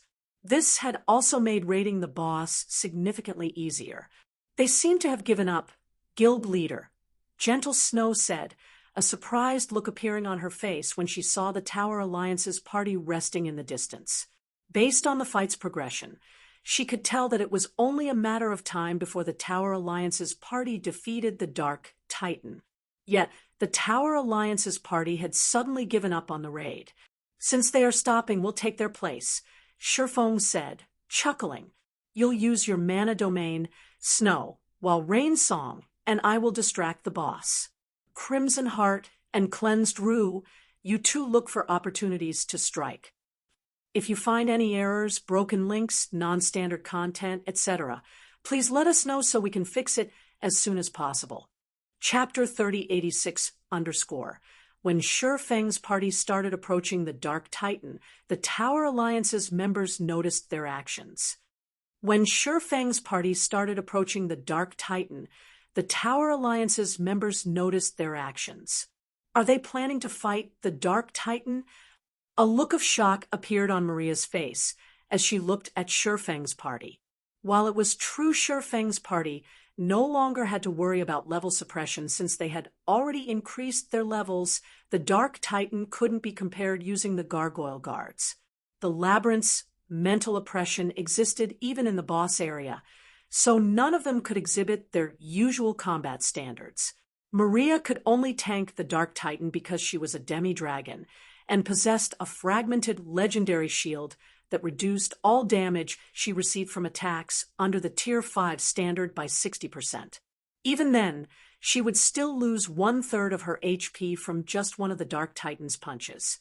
Meanwhile, from what Maria could tell, Rain Song, the only MT in Shifeng's party, was only geared in epic weapons and equipment.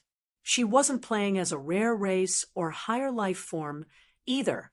With such circumstances, Rain Song would probably disappear from just one punch. They might be thinking that since we can safely retreat from the Dark Titan, they can probably give it a try as well, Bloodhammer said, laughing when he saw Crimson Heart and the others charging at the Dark Titan. "This is good. It'll save us the trouble of worrying about their interference when we are fighting the boss. Once they get team wiped here, it'll take them a few more days before they can come back here." Previously, Bloodhammer had been worried that Shifeng's party would try to sneak in some attacks and increase their contributions while their party was keeping the Dark Titan busy. Meanwhile, this was not an outcome the Tower Alliance wished to see.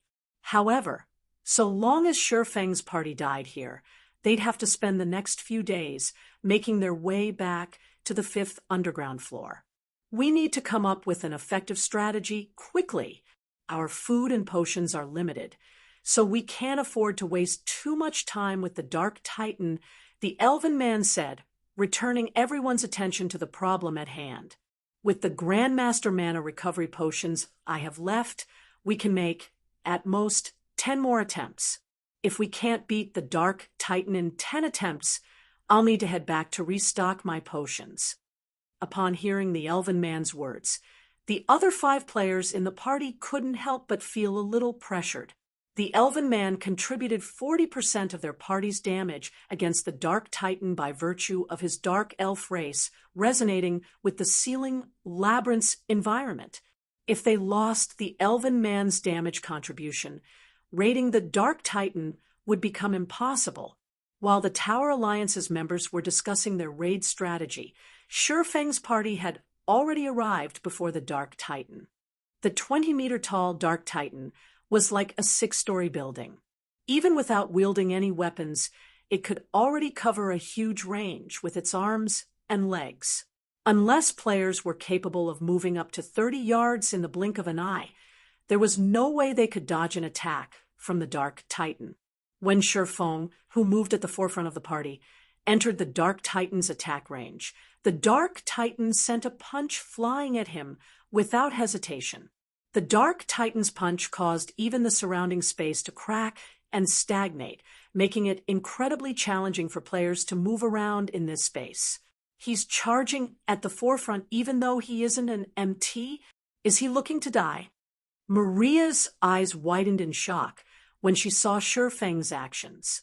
Shifeng was a swordsman, yet rather than trying to assist in dealing damage from the side, he was the first to charge into battle. Seeing this situation, Maria couldn't help but suspect that Shifeng had wrongly chosen his class. However, just as the Dark Titan's fist was about to reach Shifeng, a ripple of energy suddenly spread across the battlefield and enveloped the Dark Titan, causing the Dark Titan's movements to slow down significantly. Find the original at Hosted Novel. Space Freezing. When the Elven man saw the Dark Titan's movements showing visible signs of slowing down, he promptly noticed the cause. Then he turned to look at Gentle Snow, shock and confusion on his face as he muttered, "How can she use a mana domain while under such powerful mental oppression?" The Elven man was also an expert capable of casting a mana domain at Tier 3. However, when subjected to the labyrinth's mental oppression, he felt as if needles were constantly pricking his brain. Under such a situation, he couldn't even calmly manipulate his mana, let alone form a mana domain. Before the Elven man could get over his shock, something even more shocking took place on the battlefield. Even after Gentle Snow had inhibited the Dark Titan's movements with her mana domain, Shifeng showed no intentions of dodging the Dark Titan's attack. Instead, he created a spatial tear as he swung the Winter of Eternal Night at the Dark Titan's fist. Sword's transmigration. Boom! A loud explosion resonated throughout the spacious hall as fist and sword collided. The shockwaves of the impact also caused cracks to appear in the surrounding space. He blocked it. Maria's eyes were filled with disbelief when she saw Shifeng holding his ground against the Dark Titan's attack. Although the floor under him had cracked and shattered, he had only lost 1/5 of his HP from the attack. He was even more of an MT than an MT like herself. Meanwhile, as soon as Shifeng's HP dropped, Still Moon, the cleric, promptly cast a healing spell and healed his HP back to full. As expected of a Titan, it truly does have astounding strength. The power of its punches is definitely at the Tier 4 peak standard already, Shifeng thought. Then, when he saw the Dark Titan swinging its other fist at him, he promptly switched to wielding his sword with both hands above his head. First sword, Light Shadow. Suddenly, the phantom of a gigantic great sword appeared above Shifeng. Then, this great sword descended and smashed into the Dark Titan's fist. Boom! The sound of the explosion was much more resonant this time. The impact had even caused a storm to brew within the underground hall. Even Maria and the others, who sat over 1,000 yards away, could feel the impact's shockwaves. Meanwhile, unlike the previous exchange, not only did Shifeng not take any damage this time, but he had also managed to rebuff the Dark Titan's fist, the mythic monster's entire arm thrown backward. The Dark Titan had even lost its footing for a moment, being forced to take half a step back before it managed to stabilize its body. Minus 1,131,654. A damage value exceeding over 1 million appeared above the Dark Titan's head. Although this couldn't be considered a significant amount of damage, the eyes of the Tower Alliance's members nearly fell out of their sockets when they saw this outcome. Impossible. He managed to repulse the Dark Titan's attack. How strong is that attack of his? The Dark Titan's attacks are at the Tier 4 peak standard on average. Seeing as he managed to not only repulse the Dark Titan's attack, but also damage it, his attack must be very close to the Tier 5 standard already. Tier 5. Wasn't there God's domain supposed to be one that only appeared recently? The Tower Alliance's members couldn't help but be shocked and confused as they looked at Shifeng. Logically, even a Tier 3 player wielding a fragmented legendary weapon couldn't exhibit power nearing the Tier 5 standard. The only possibility a Tier 3 player could execute such a feat was if they wielded a legendary weapon. However, that clearly wasn't possible. Gray's word, you're a swordsman as well. Can you tell what floor he is on? Maria asked as she looked at the Halfdy Munkin, who wielded a gray greatsword, sitting next to her. If you find any errors, broken links, non-standard content, etc., please let us know so we can fix it as soon as possible. Chapter 159, Fourth Floor Expert. Chapter 159, Fourth Floor Expert. I can't say for certain. The Halfdymunkin named Grey Word answered. Grey Word was a tall and robust man, with dark gray skin covered in pitch-black runes. After quietly watching Shurfeng's battle for a moment, he hesitantly said, "But according to my experience as a swordsman, anyone capable of executing a saint-level mana technique to such a level of perfection should be a fourth-floor expert." A fourth-floor expert. Bloodhammer couldn't help but turn to look at Grey Word in disbelief when he heard the Halfdymunkin's words. Their god's domain shouldn't have access to the greater god's domain, yet, so how can an expert of such caliber appear there already? Before a god's domain gained access to the greater god's domain, it would typically categorize its experts based on the realms of refinement. However, in the greater god's domain, there was only one publicly acknowledged categorization for strength, the World Tower. The World Tower was similar to the Trial Tower available in every god's domain, and all players in the greater god's domain ranked their strengths based on their performance in the World Tower. However, compared to the Trial Tower, the World Tower's difficulty was significantly greater.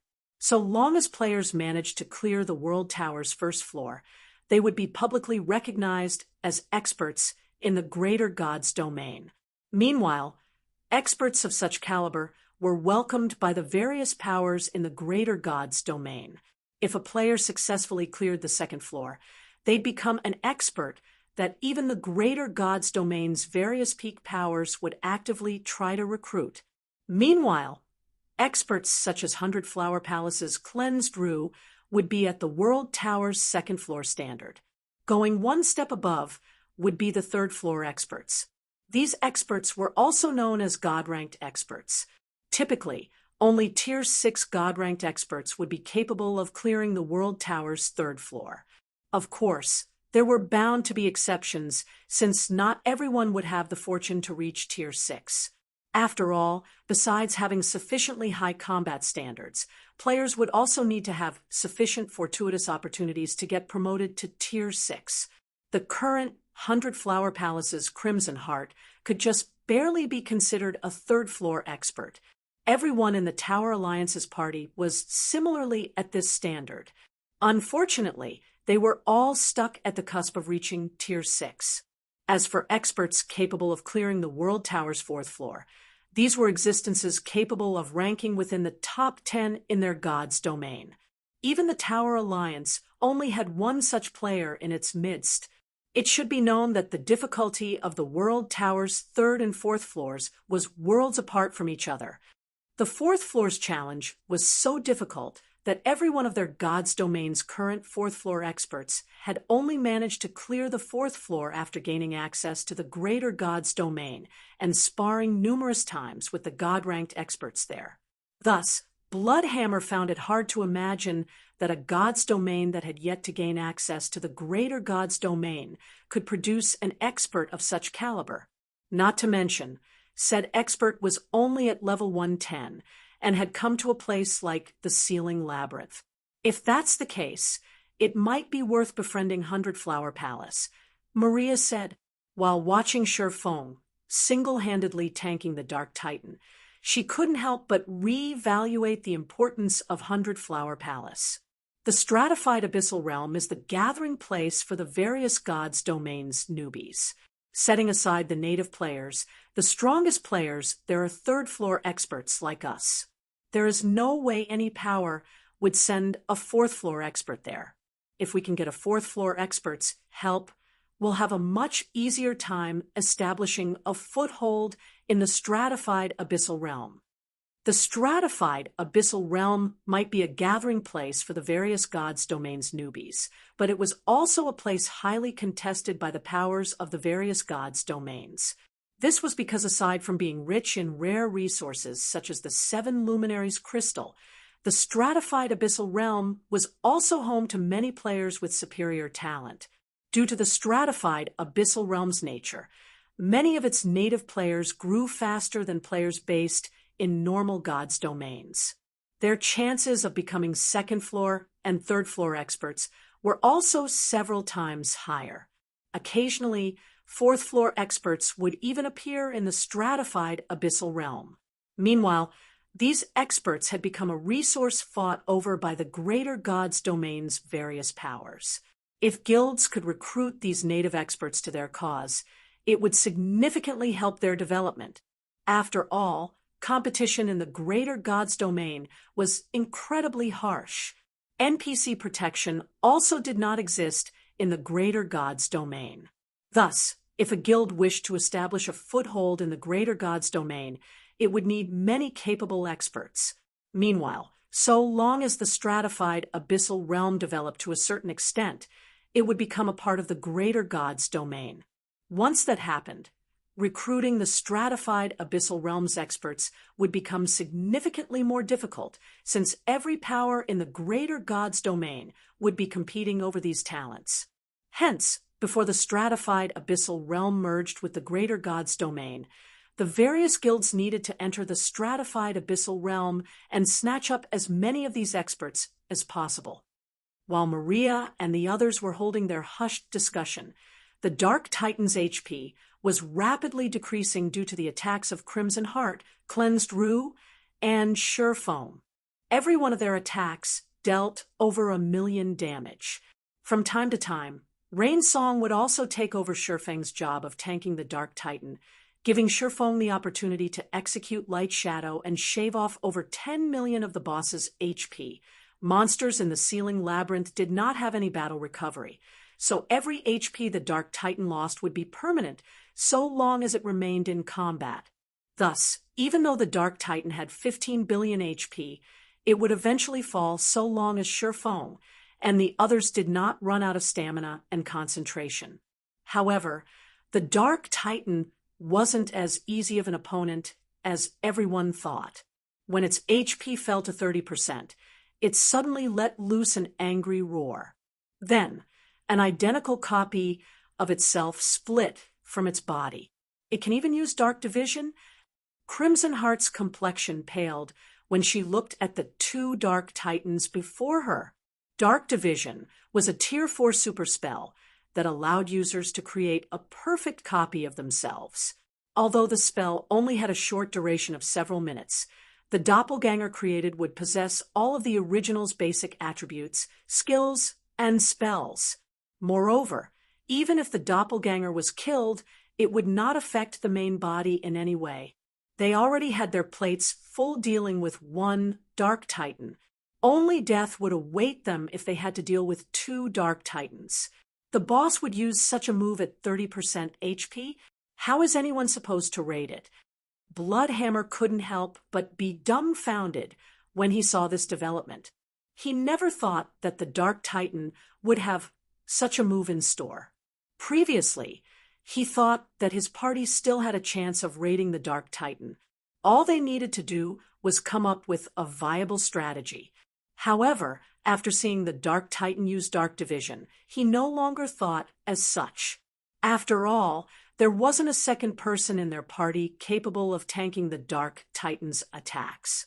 But this is a chance for us, Maria suddenly said, her eyes glowing with excitement as she looked at the two Dark Titans. Currently, neither of their parties could go up against the Dark Titan on their own. They could only get past this guardian boss if their parties work together. Indeed, they'll have no choice but to cooperate with us now, Bloodhammer said, smiling.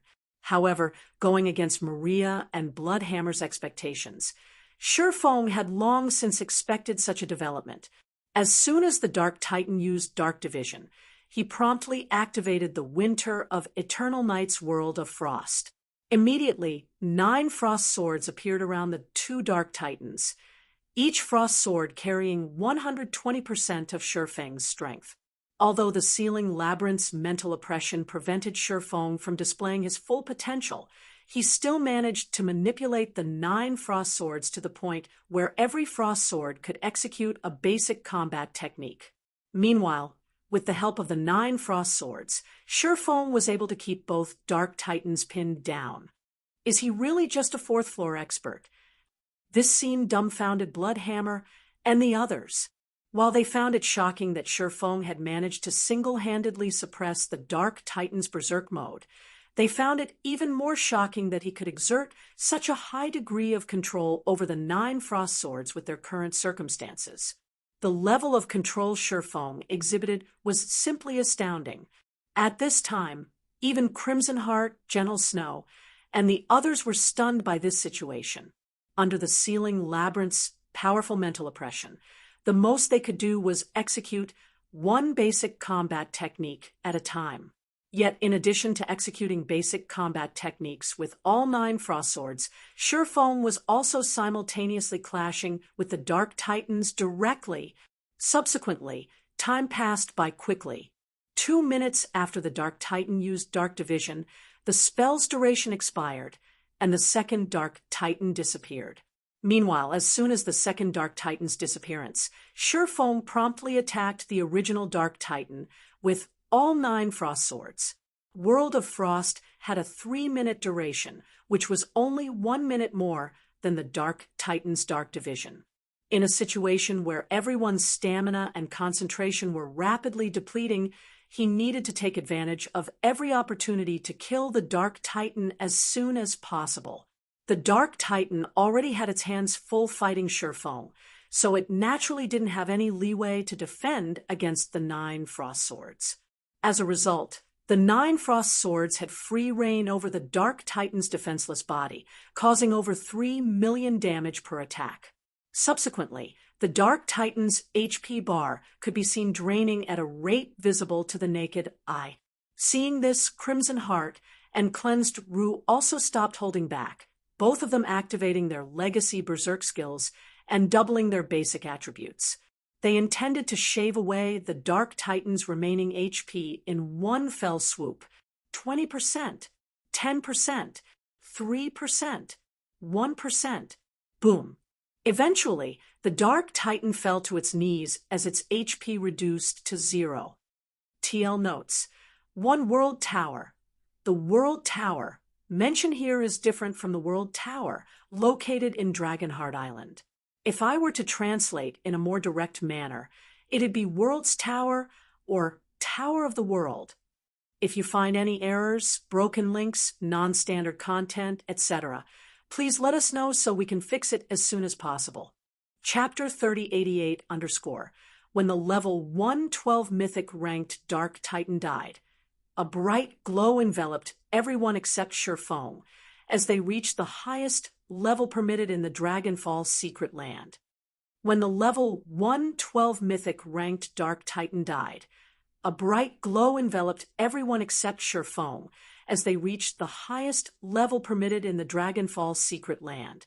Immediately afterward, a system announcement rang in the ears of both Shurfeng's party members and the Tower Alliance's party members. Regional system announcement. Sealing Labyrinth unlocked. The pathway to the stratified abyssal realm will be unlocked in 10 minutes. Regional system announcement. Sealing Labyrinth unlocked. The Sealing Labyrinth will be converted into a standard region in 2 natural days, and the entry limit into the region will be removed. Upon hearing the system announcements, Crimson Heart and the other 100 Flower Palace members couldn't help but grow ecstatic. We did it! Big Sis Rue. Rain's song cheered, while shaking Cleansed Rue by the shoulders. Our party will get to monopolize 90% of the entry slots now. The Dark Titan might not have battle recovery, but raiding it was still a great challenge. Had the raid continued for 10 more minutes, most of them would have collapsed from stamina and concentration exhaustion. Fortunately, the Dark Titan's HP ran out before they collapsed from exhaustion. You made a huge contribution to the guild this time, Rue. If not for you, we would have lost out on this huge opportunity, Crimson Heart said as she looked at Cleansed Rue. If not for Cleansed Rue strongly recommending 100 Flower Palace choose Zero Wing as its partner and agreeing to Shurfeng's seemingly absurd demands, 100 Flower Palace would have most likely ended up with only 10% of the stratified Abyssal Realms entry slots. However, rather than feeling joyful about being praised, Cleansed Rue wore a complicated look on her face as she looked at Shurfeng. The first time Cleansed Rue met Shurfeng was in front of the primordial demon court. At the time, Shurfeng had caused her and 100 Flower Palace to suffer a huge loss. Yet now, Shurfeng had helped 100 Flower Palace secure 90% of the stratified Abyssal Realms entry slots. She even felt an indescribable sense of reliability when she looked at Shurfeng's back right now. Meanwhile, some distance away from Shurfeng's party, the Tower Alliance's party of 6 wore indescribably ugly looks on their faces. Originally, they had entered the ceiling labyrinth thinking that they would be securing 90% of the stratified Abyssal Realms entry slots. They had never thought that 100 Flower Palace would be the one to monopolize 90% of the slots instead. Although they had thought of forcing their way into the raid halfway through to rake in some contributions, they eventually decided against doing so. This was because there was no benefit in doing so. It wouldn't change the outcome in any way. 100 Flower Palace could simply stop attacking the boss and switch to annihilating them instead. After all, the agreement the Tower Alliance signed with 100 Flower Palace did not state that they could not attack each other. They merely agreed to open the ceiling labyrinth together and split the entry slots for the stratified Abyssal Realm. While the 2 guilds members were busy celebrating and sobbing, Shurfeng, who stood before the Dark Titan's corpse, wore a dumbfounded look on his face. I really cannot understand what 100 Flower Palace is thinking.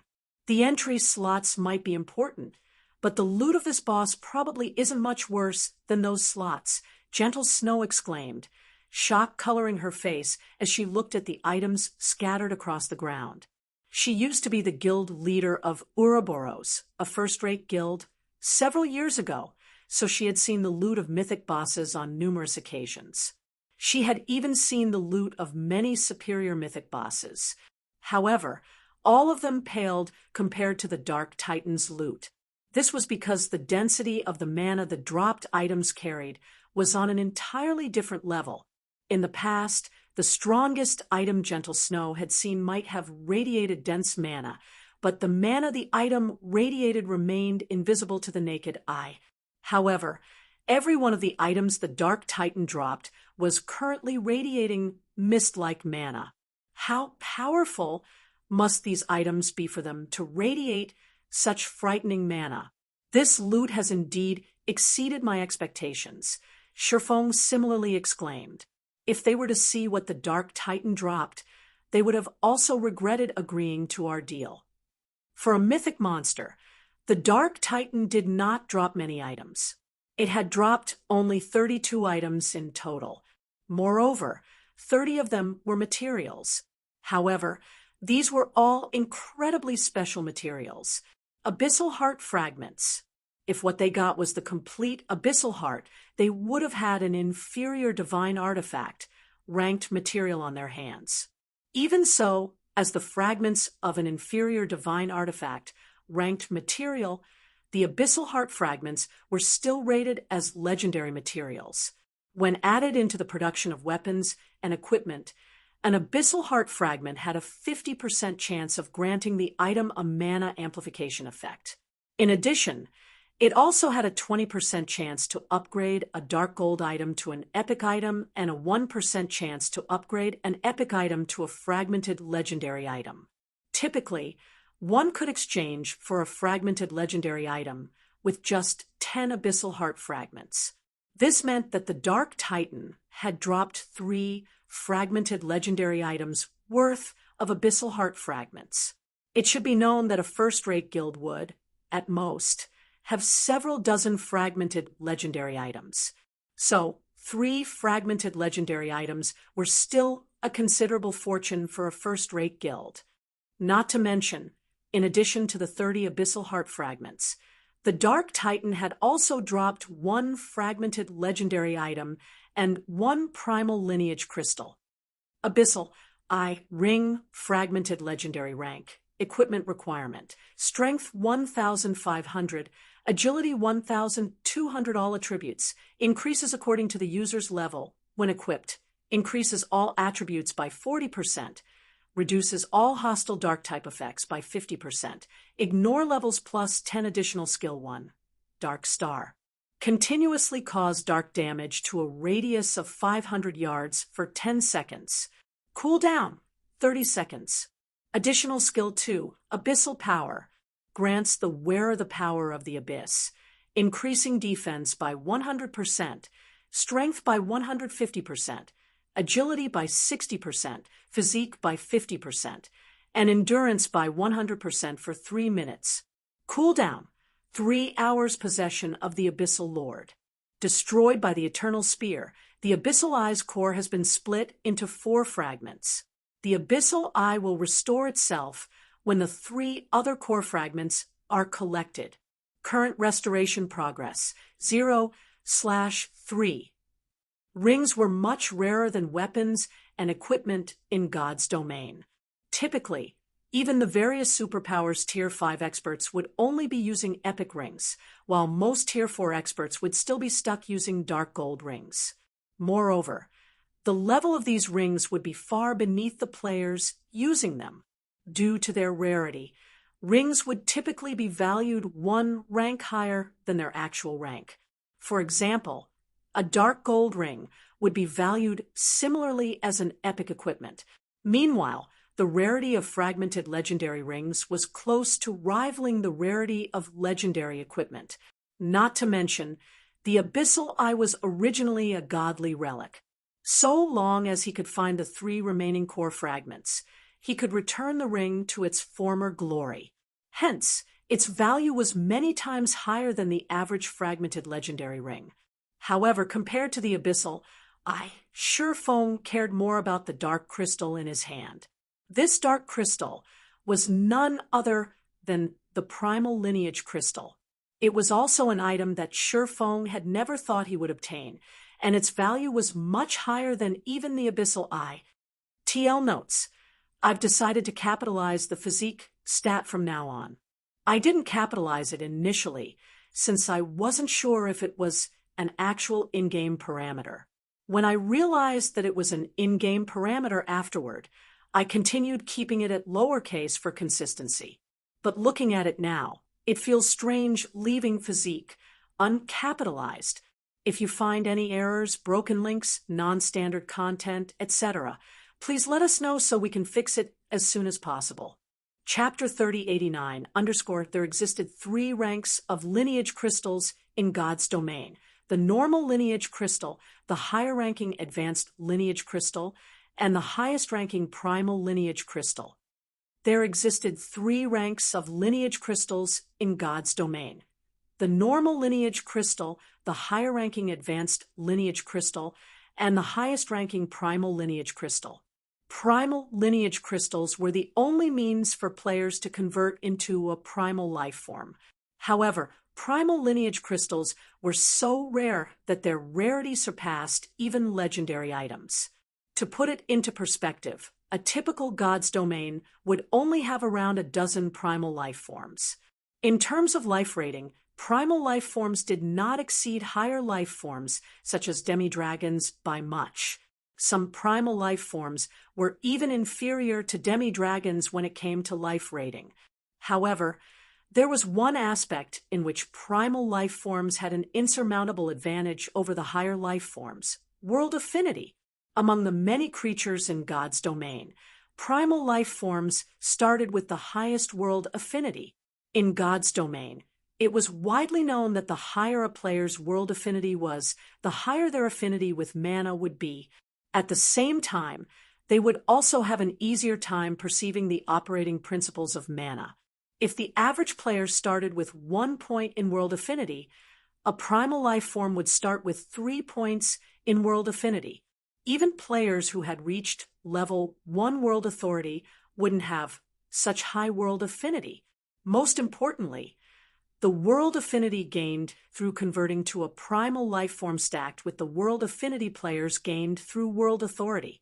Moreover, the world affinity gained this way wouldn't disappear even if players left the gods' domain they came from.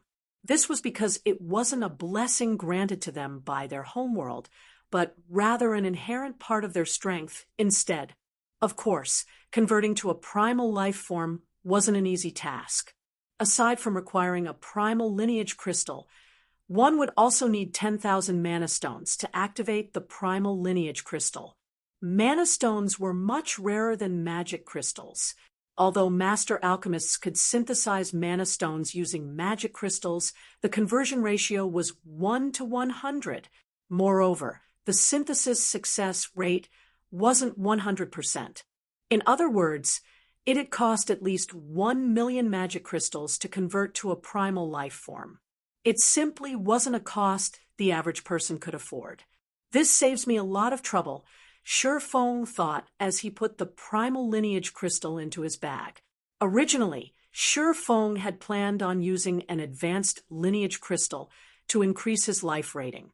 Then, he would head to the main continent and pick up an inferior legendary quest to increase his world authority in preparation for his Tier 5 promotion.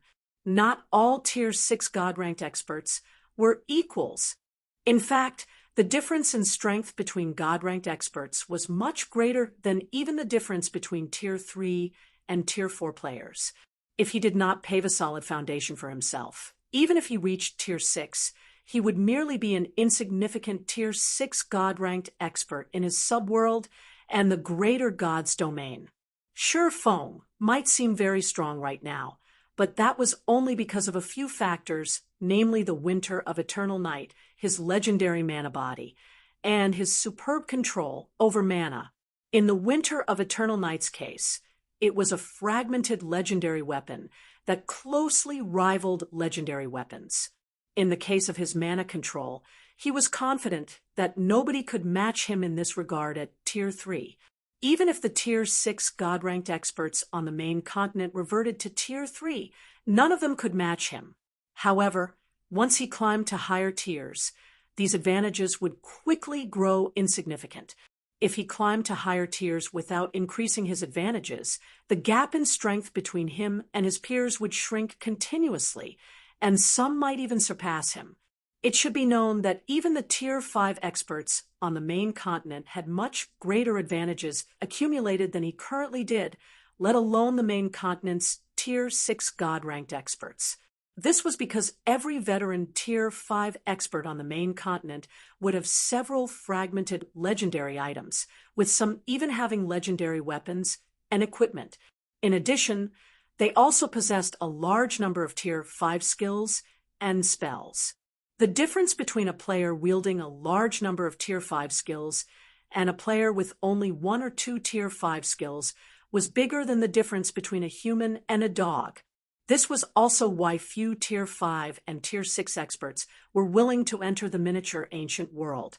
Entering the miniature ancient world would mean losing all the advantages they had accumulated over the years.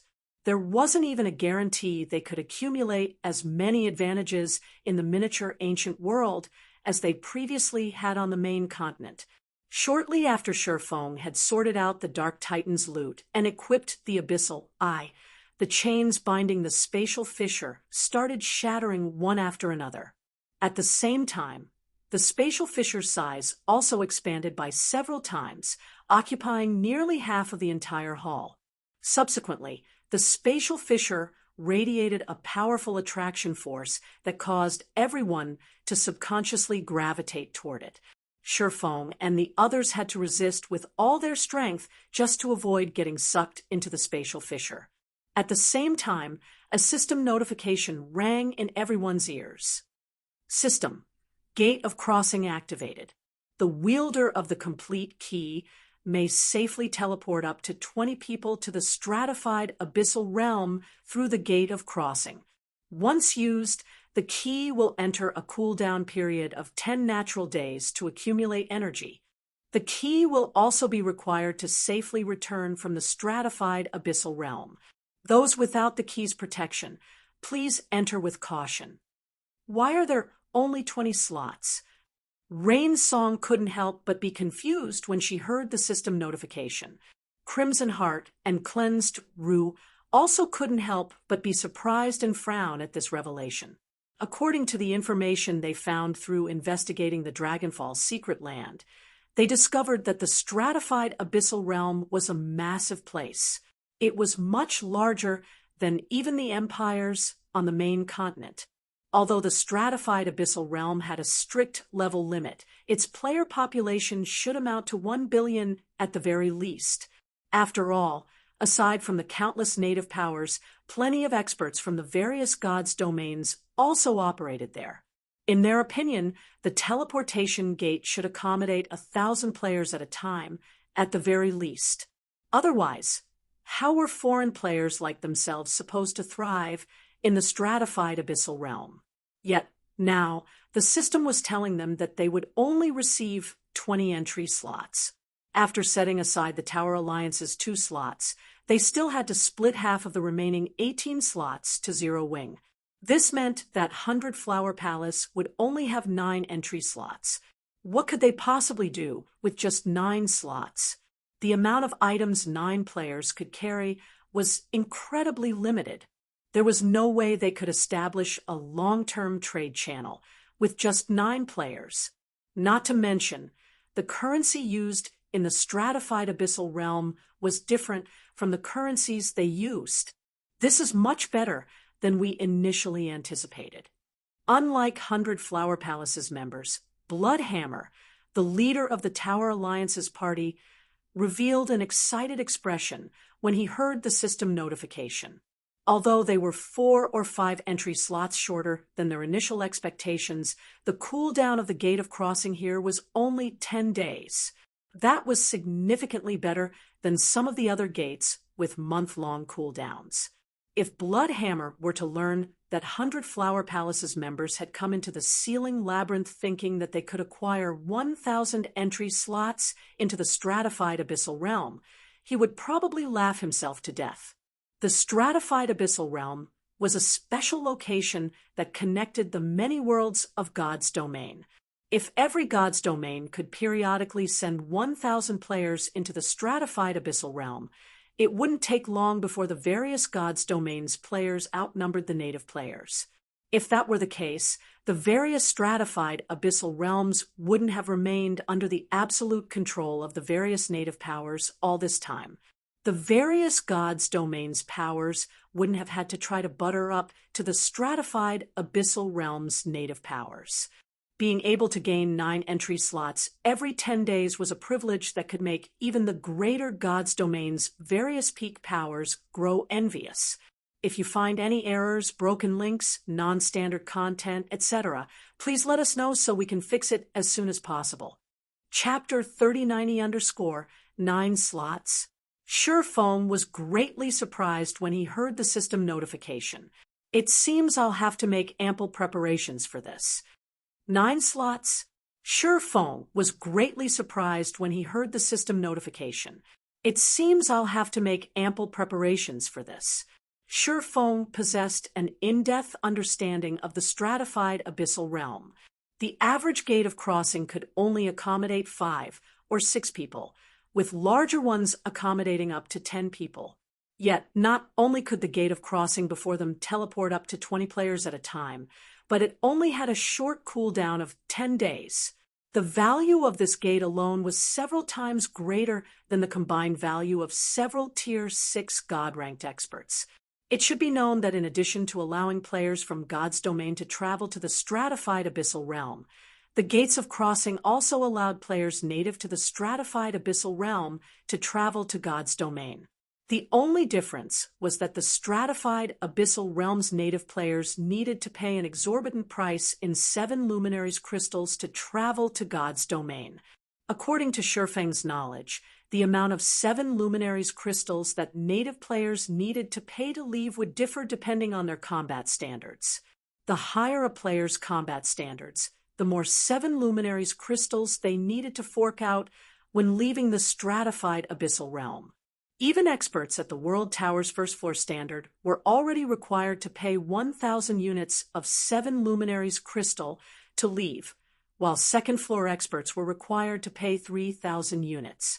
However, 1,000 units of 7 luminaries crystal was a sum that a second-rate guild would need 2 months to collect, although first-rate guilds and superpowers could collect a lot more 7 luminaries crystals. It simply wasn't worthwhile to do so. Players who reached the World Tower's first floor might be recognized as experts in the Greater Gods domain, but they weren't exceptionally rare or powerful experts. They wouldn't even be considered top-ranking experts in the various first-rate guilds. As for second-floor experts, while they were indeed powerful combatants, the cost to teleport a second-floor expert out of the stratified abyssal realm was 3,000 units of 7 luminaries crystal. Even a first-rate guild could only afford to teleport one such expert out of the stratified abyssal realm once every 2 months.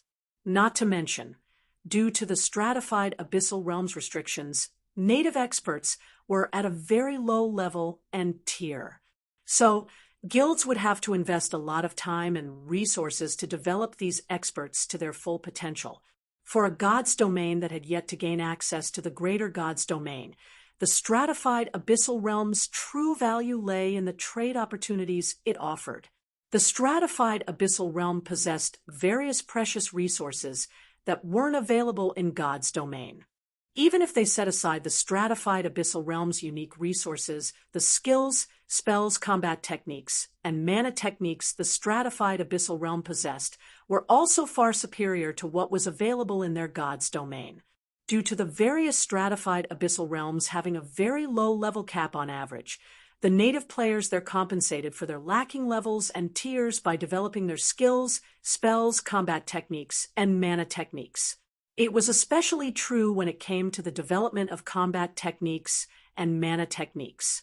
The various stratified abyssal realms had far surpassed the many worlds of God's domain and reached an entirely different level. Moreover, different stratified abyssal realms would have different civilization cultures and development paths. Because of this, the variety of combat techniques and mana techniques the various stratified abyssal realms possessed was so large that it could astonish even the greater God's domain's hegemonic powers. If an isolated God's domain could gain access to these combat techniques and mana techniques, these techniques would greatly help its development. Meanwhile, 9 entry slots were already more than enough for Shurfeng to do many things in the stratified abyssal realm. Afterward, Shurfeng, Crimson Heart, and Bloodhammer agreed to meet before the Gate of Crossing 2 days later.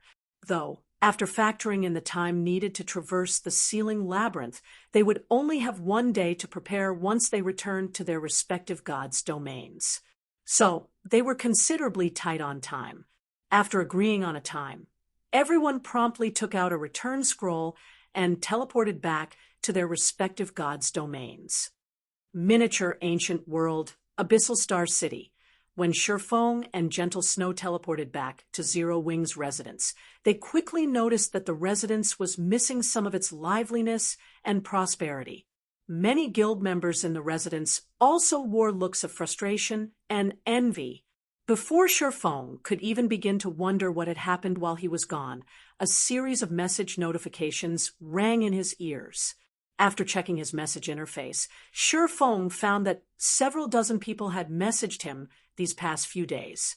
Among these people, Su Qianlu and Blackie had sent him the most messages, each of them sending several dozen messages. Did something happen?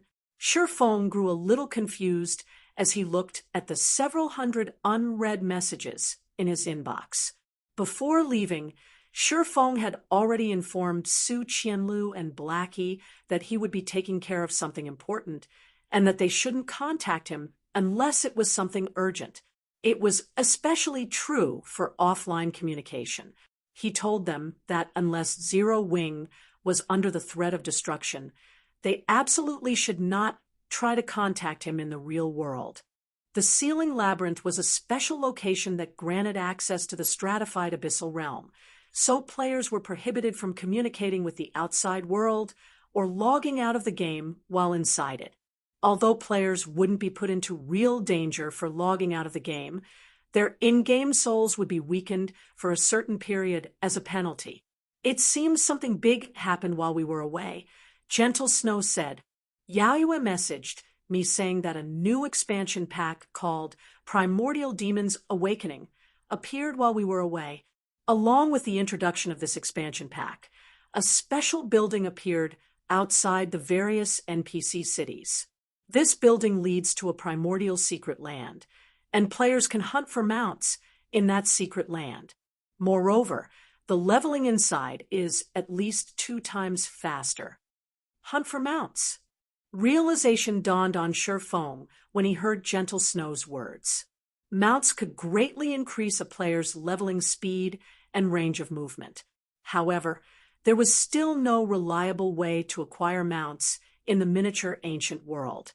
Even Sherfong had only obtained his mount in the primordial demon court by chance. Now that a reliable means of acquiring mounts had appeared, it wasn't strange to see players causing a huge commotion over it. However, this was a huge problem for Zero Wing. After all, Zero Wing's operations were based in Abyssal Star City. It didn't have a base of operations in any NPC city, so there was no way Zero Wing could compete against the various powers. But entering this primordial secret land isn't an easy task. Players will have to raid team dungeons to acquire the secret land's teleportation tokens, and each team dungeon will only drop around a dozen tokens. Moreover, even after entering the secret land, players are only allowed to stay there for a limited time, Gentle Snow explained. So, the various powers are frantically searching for and raiding team dungeons right now. Many powers have started a fight over team dungeons, and even Mysterious Moon has already suffered over 10,000 casualties. There's a dramatic difference in leveling speed between players with and without mounts. Team dungeons also appear randomly in the various maps, so not even the various superpowers can monopolize them. Even small guilds will try to compete for some team dungeons in this situation. So long as they get into the team dungeon, there'd be nothing other powers can do about it. So it's normal for Mysterious Moon to suffer such losses, Sherfong said. He wasn't surprised that Mysterious Moon had suffered so many casualties. Mounts were a key factor that could decide a guild's future. No guild would be willing to give up on the opportunity to acquire a large number of mounts. While Sherfong and Gentle Snow were conversing, Su Qianlu suddenly approached them in a hurry. You're finally back, guild leader, Su Qianlu said as she looked at Sherfong, who had just walked out of the residence's teleportation hall. Something big has happened while you were away. Had you taken even a day longer to reply, Blackie, and I would have had to contact you by force. Did something happen to Zero Wing? Sherfong asked in confusion. The current Zero Wing was prospering greatly in the miniature ancient world. Although the new expansion pack had thrown a monkey wrench into Zero Wing's development plans, it wasn't so bad that the guild would face destruction. It's not Zero Wing, Su Qianlu said, shaking her head. But it isn't completely unrelated to Zero Wing either. Specifically, something major has taken place over at the Azura Mercenary Alliance. Chief Administrator Hidden Soul and many other peak experts intend to withdraw from Azura. TL notes. For those wondering, peak powers and hegemonic powers are 2 new terms the author has introduced. Hegemonic powers are above peak powers.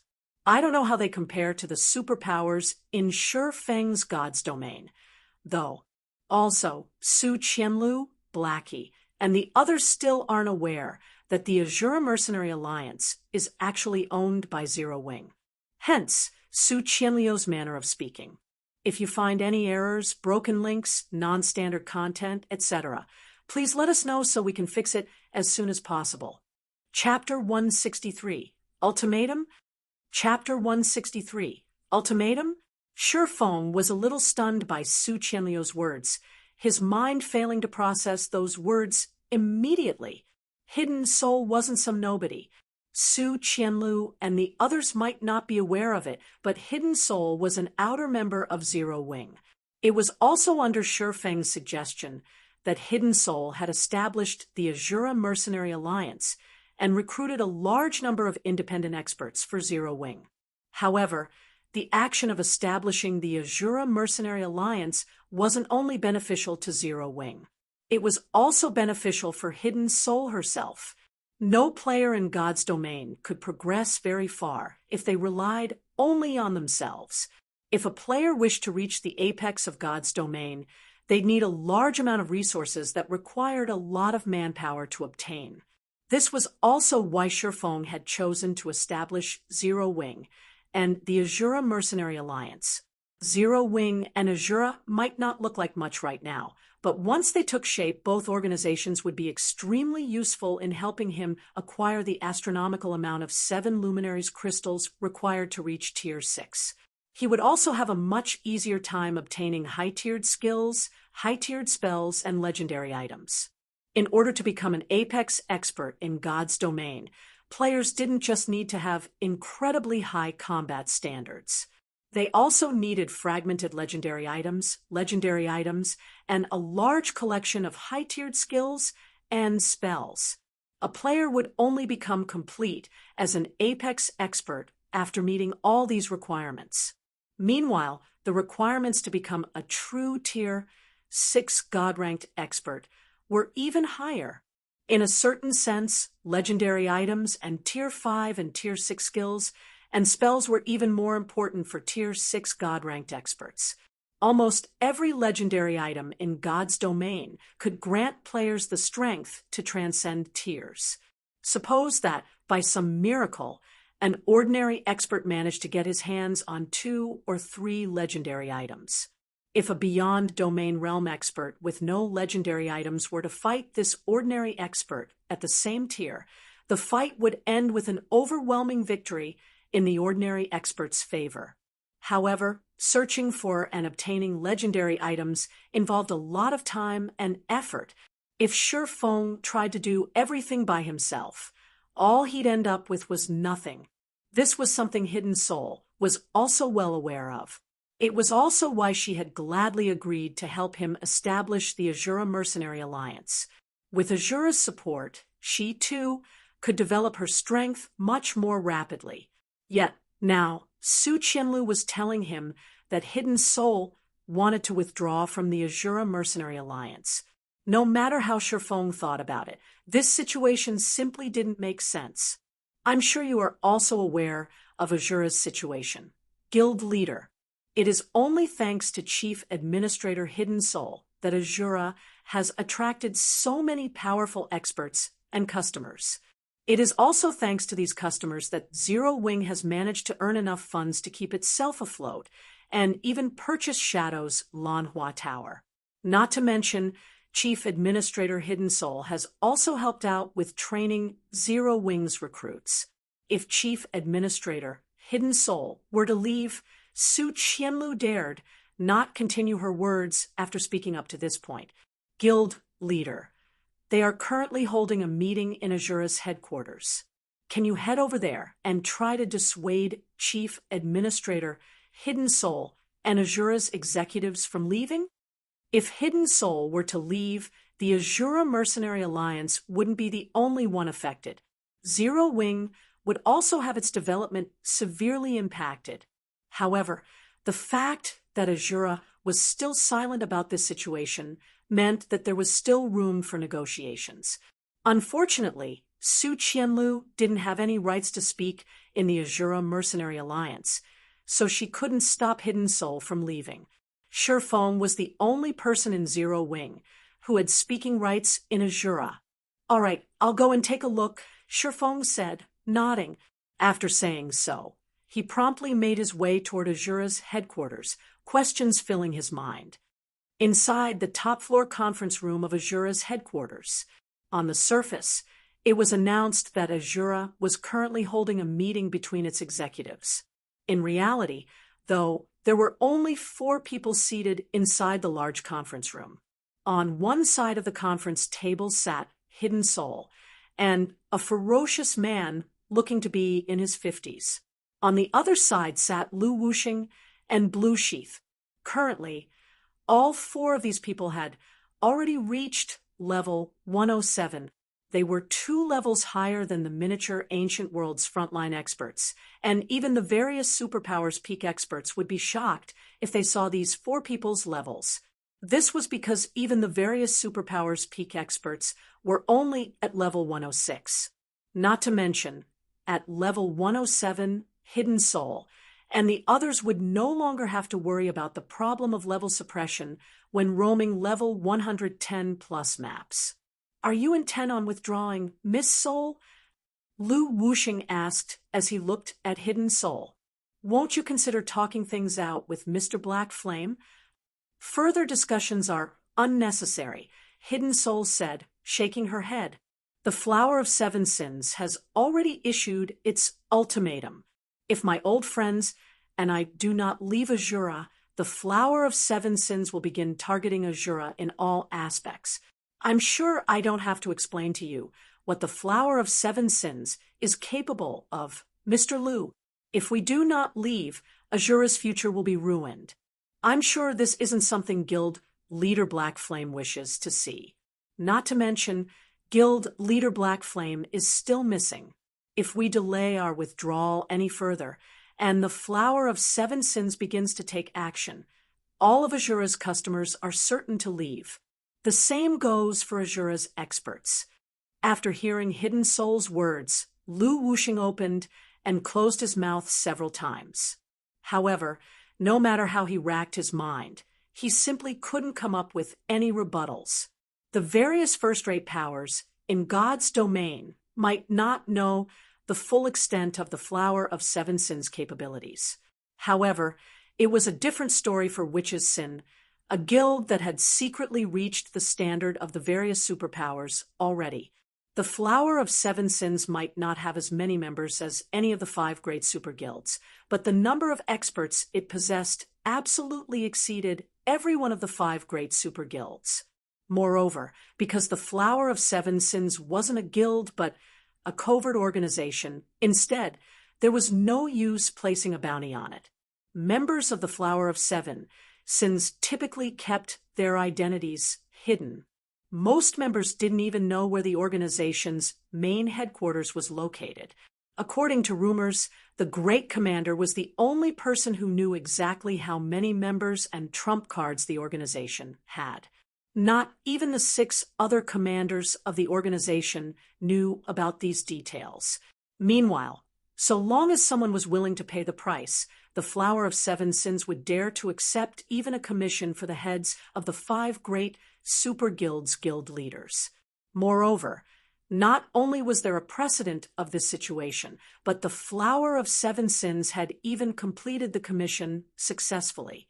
Although Lu Wuxing didn't know why the Flower of Seven Sins had decided to target Hidden Soul, an ex-commander of the organization, it was a fact that the assassination organization had issued a warning to the Azura Mercenary Alliance. However, judging by the fact that only the 4 of them had received this notice, he could also tell that the Flower of Seven Sins didn't wish to offend Azura too much. The organization only wished for Azura to keep its hands out of Hidden Soul's problem. However, there wasn't anything Azura could do about this situation, either. Others might not be aware of Azura's current situation, but Lu Wuxing was. If Azura tried to go against the Flower of Seven Sins, it'd be no different than trying to crack a rock with an egg. Black Flame, the person behind the Azura Mercenary Alliance, might come from an incredibly strong power, but how much strength could this extraordinary power employ in this god's domain? It should be known that the Flower of Seven Sins was one of the strongest powers in this god's domain. Getting targeted by the Flower of Seven Sins would be an absolute nightmare for Azura. Interesting. So it's a warning from the Flower of Seven Sins? While Lu Wuxing was racking his mind for a solution, the doors to the conference room suddenly opened. Then a chuckle that Lu Wuxing and Hidden Soul were familiar with came through the doors. If you find any errors, broken links, non-standard content, etc., please let us know so we can fix it as soon as possible. Chapter 3092 _ Guild Leader Black Flame. Guild Leader Black Flame. Lu Wuxing and Hidden Soul were both surprised by Shi Feng's sudden appearance. However, the two wore different expressions when they saw Shi Feng, the former looking pleasantly surprised and the latter looking ashamed.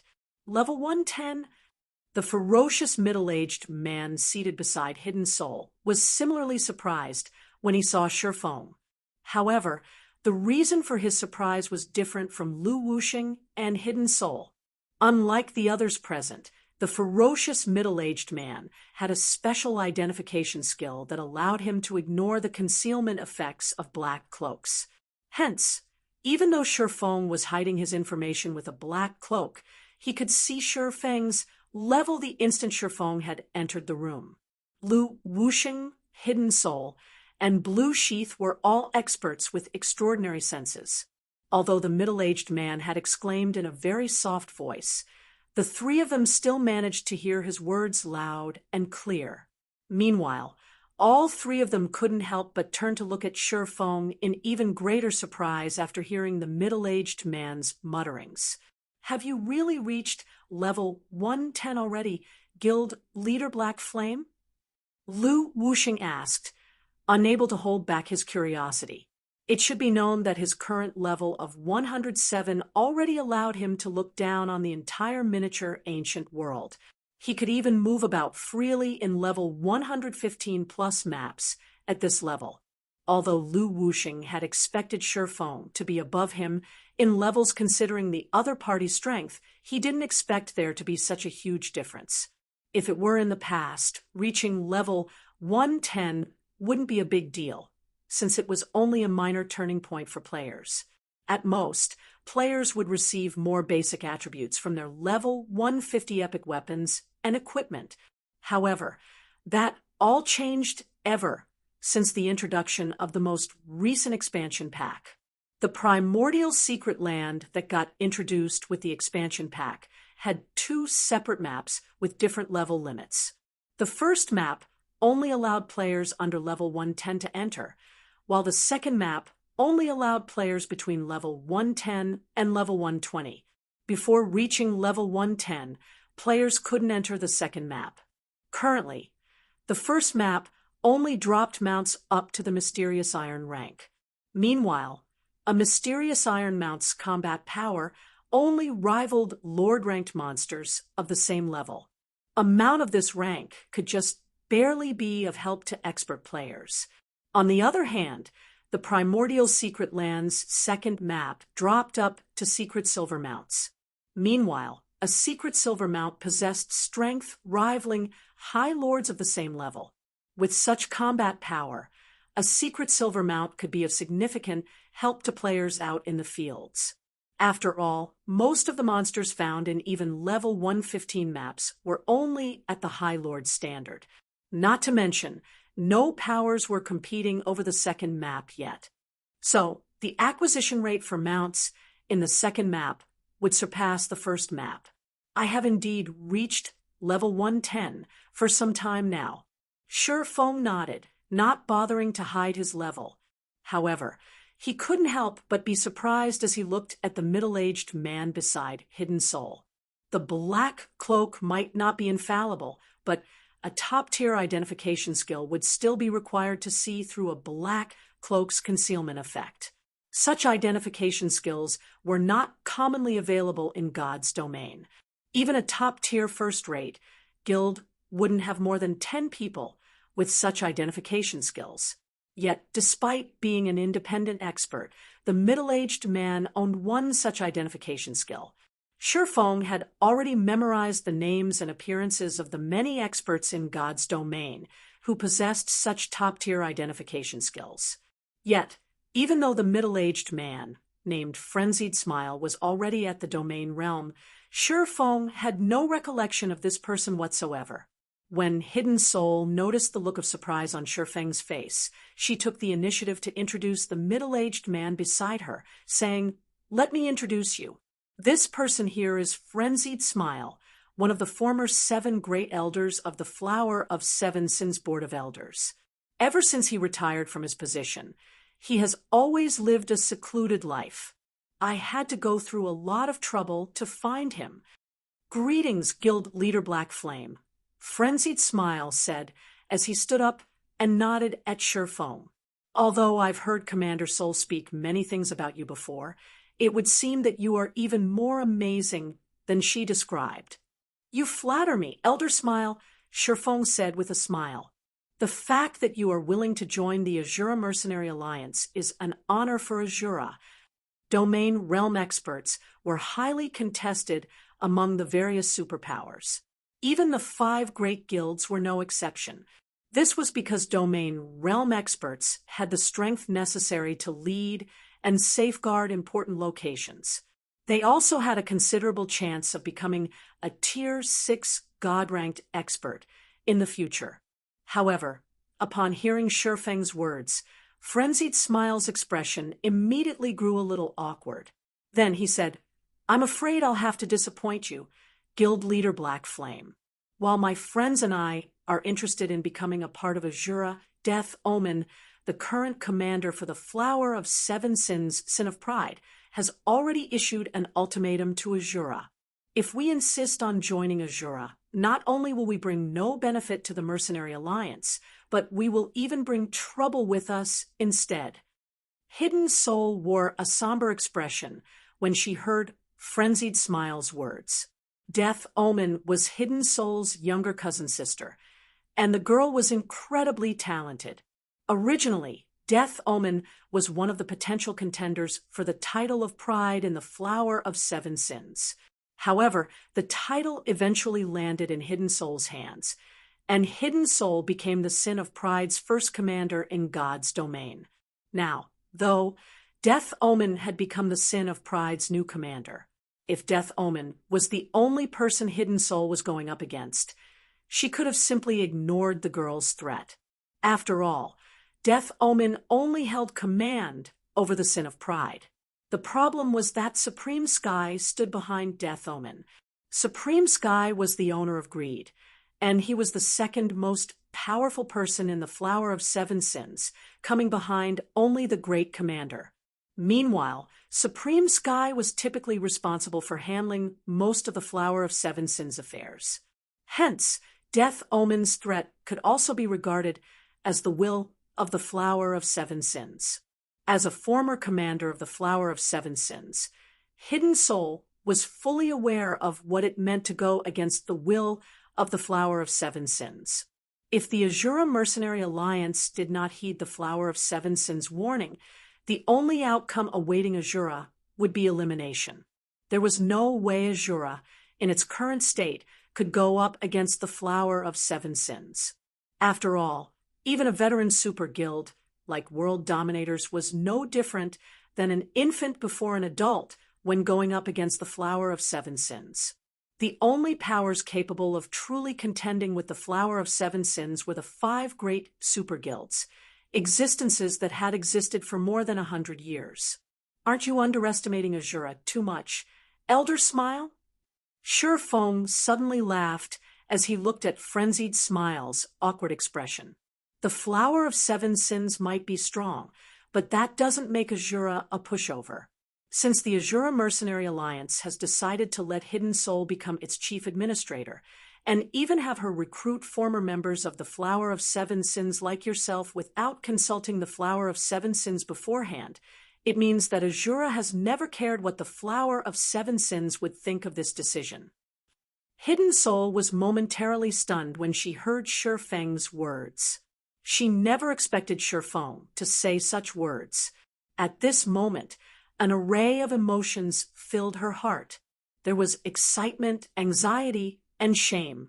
It should be known that even the various superpowers would grow fearful when hearing the name of the Flower of Seven Sins, let alone receiving a warning from the assassin organization. After all, there were precedents of the Flower of Seven Sins destroying entire superpowers in God's domain. At this moment, Hidden Soul wasn't the only person stunned by Shurfeng's words. Lu Wuxing was similarly dumbfounded. Was this the prelude to an all-out war between the Azura Mercenary Alliance and the Flower of Seven Sins? Are your words true, Guild Leader Black Flame? Frenzied Smile asked as he looked at Sure Fong with a serious expression. I'm not sure if you know this, but the Flower of Seven Sins has enough strength and wealth to destroy even the superpowers in God's domain.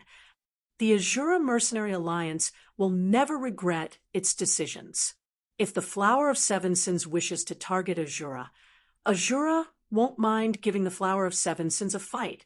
Sure Fong said affirmatively. Good, as expected of a power commander soul has settled on. Frenzied Smile laughed. Since the Azura Mercenary Alliance is willing to go to such an extent for retired folks like us, we won't back down. Either we are willing to fight with the Mercenary Alliance. Elder Smile. Hidden Soul couldn't help but feel exasperated when she heard Frenzied Smile's words. Frenzied Smile had evidently included her in his declaration.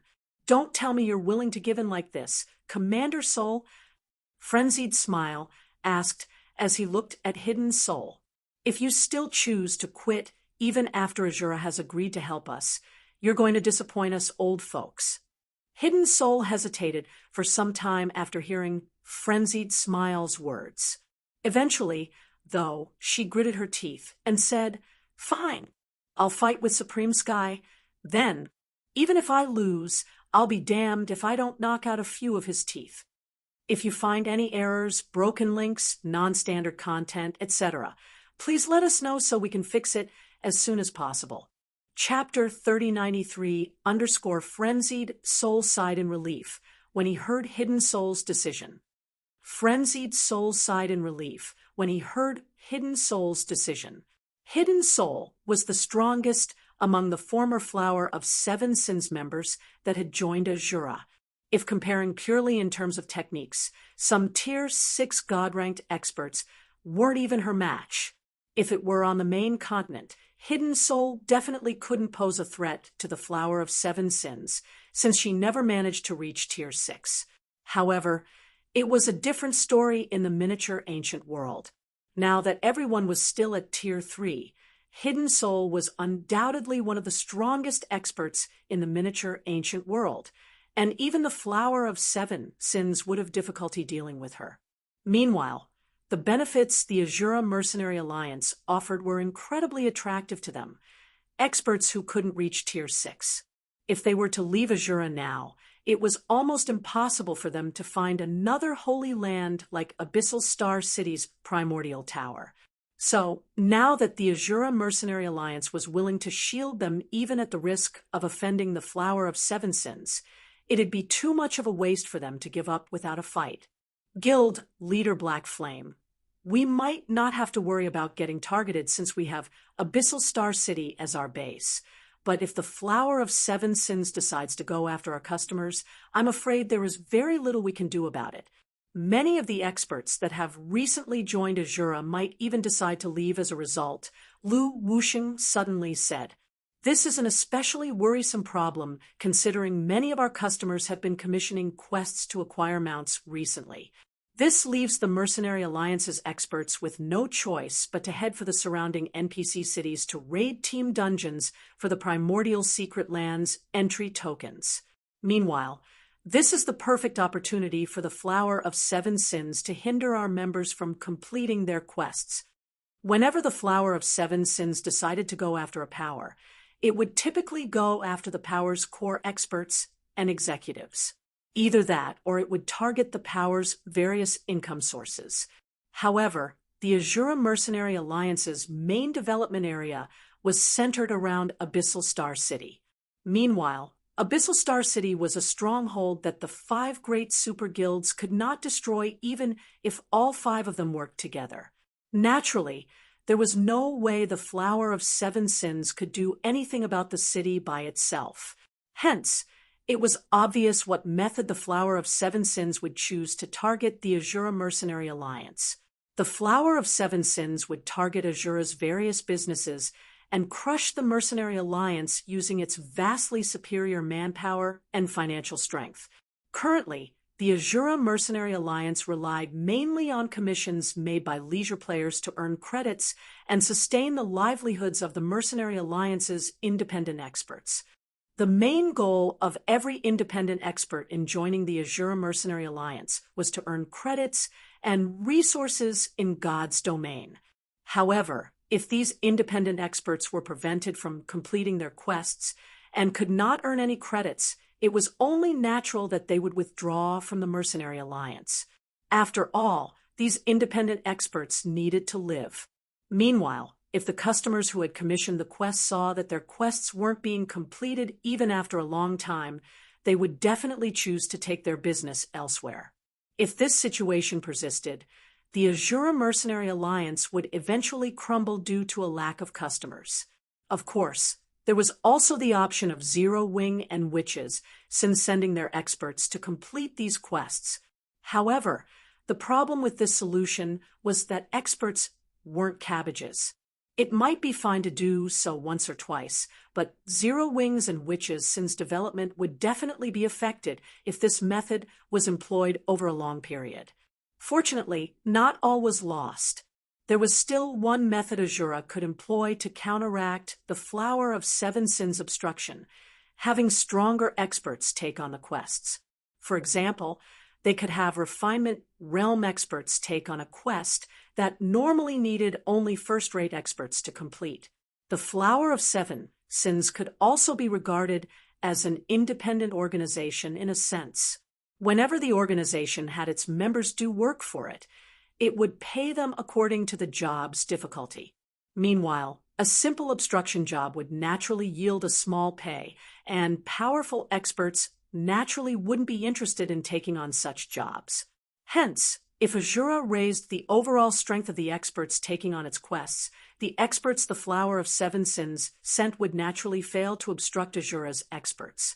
However, if the Azura Mercenary Alliance chose to take this route, it would have to spend money and resources to subsidize the customers' quests. Only by doing so would stronger independent experts be interested in taking on these quests. After all, the Primordial Tower's environment wasn't attractive to most independent experts.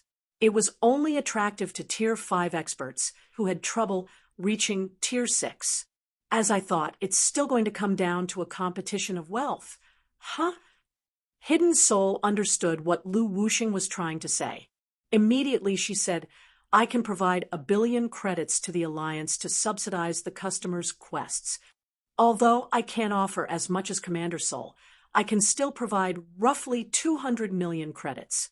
If I get the others to contribute some, it shouldn't be difficult for us to get another 1 billion. Frenzied Smile said. Witch's Sin can provide 5 billion credits, but I'm afraid that even this amount of credits wouldn't last us very long. Lu Wuxing said, shaking his head. Currently, our customers are only offering 100,000 credits per basic mount, which is equivalent to 1,000 gold. However, it takes at least a 100-man expert team to procure a common mount. Assuming they manage to complete the quest in a day, each player on the team will only receive 1,000 credits. A daily salary of 1,000 credits will only tempt first-rate experts. If we want to get the independent Refinement Realm experts interested, we'll need to bump the daily salary up to 3,000 credits. In other words, we'll have to subsidize 200,000 credits per common mount. I'm afraid it's going to be even worse for higher-ranking mounts. We'll have to subsidize around 1 million credits for each bronze mount and 3 million credits for each mysterious iron mount.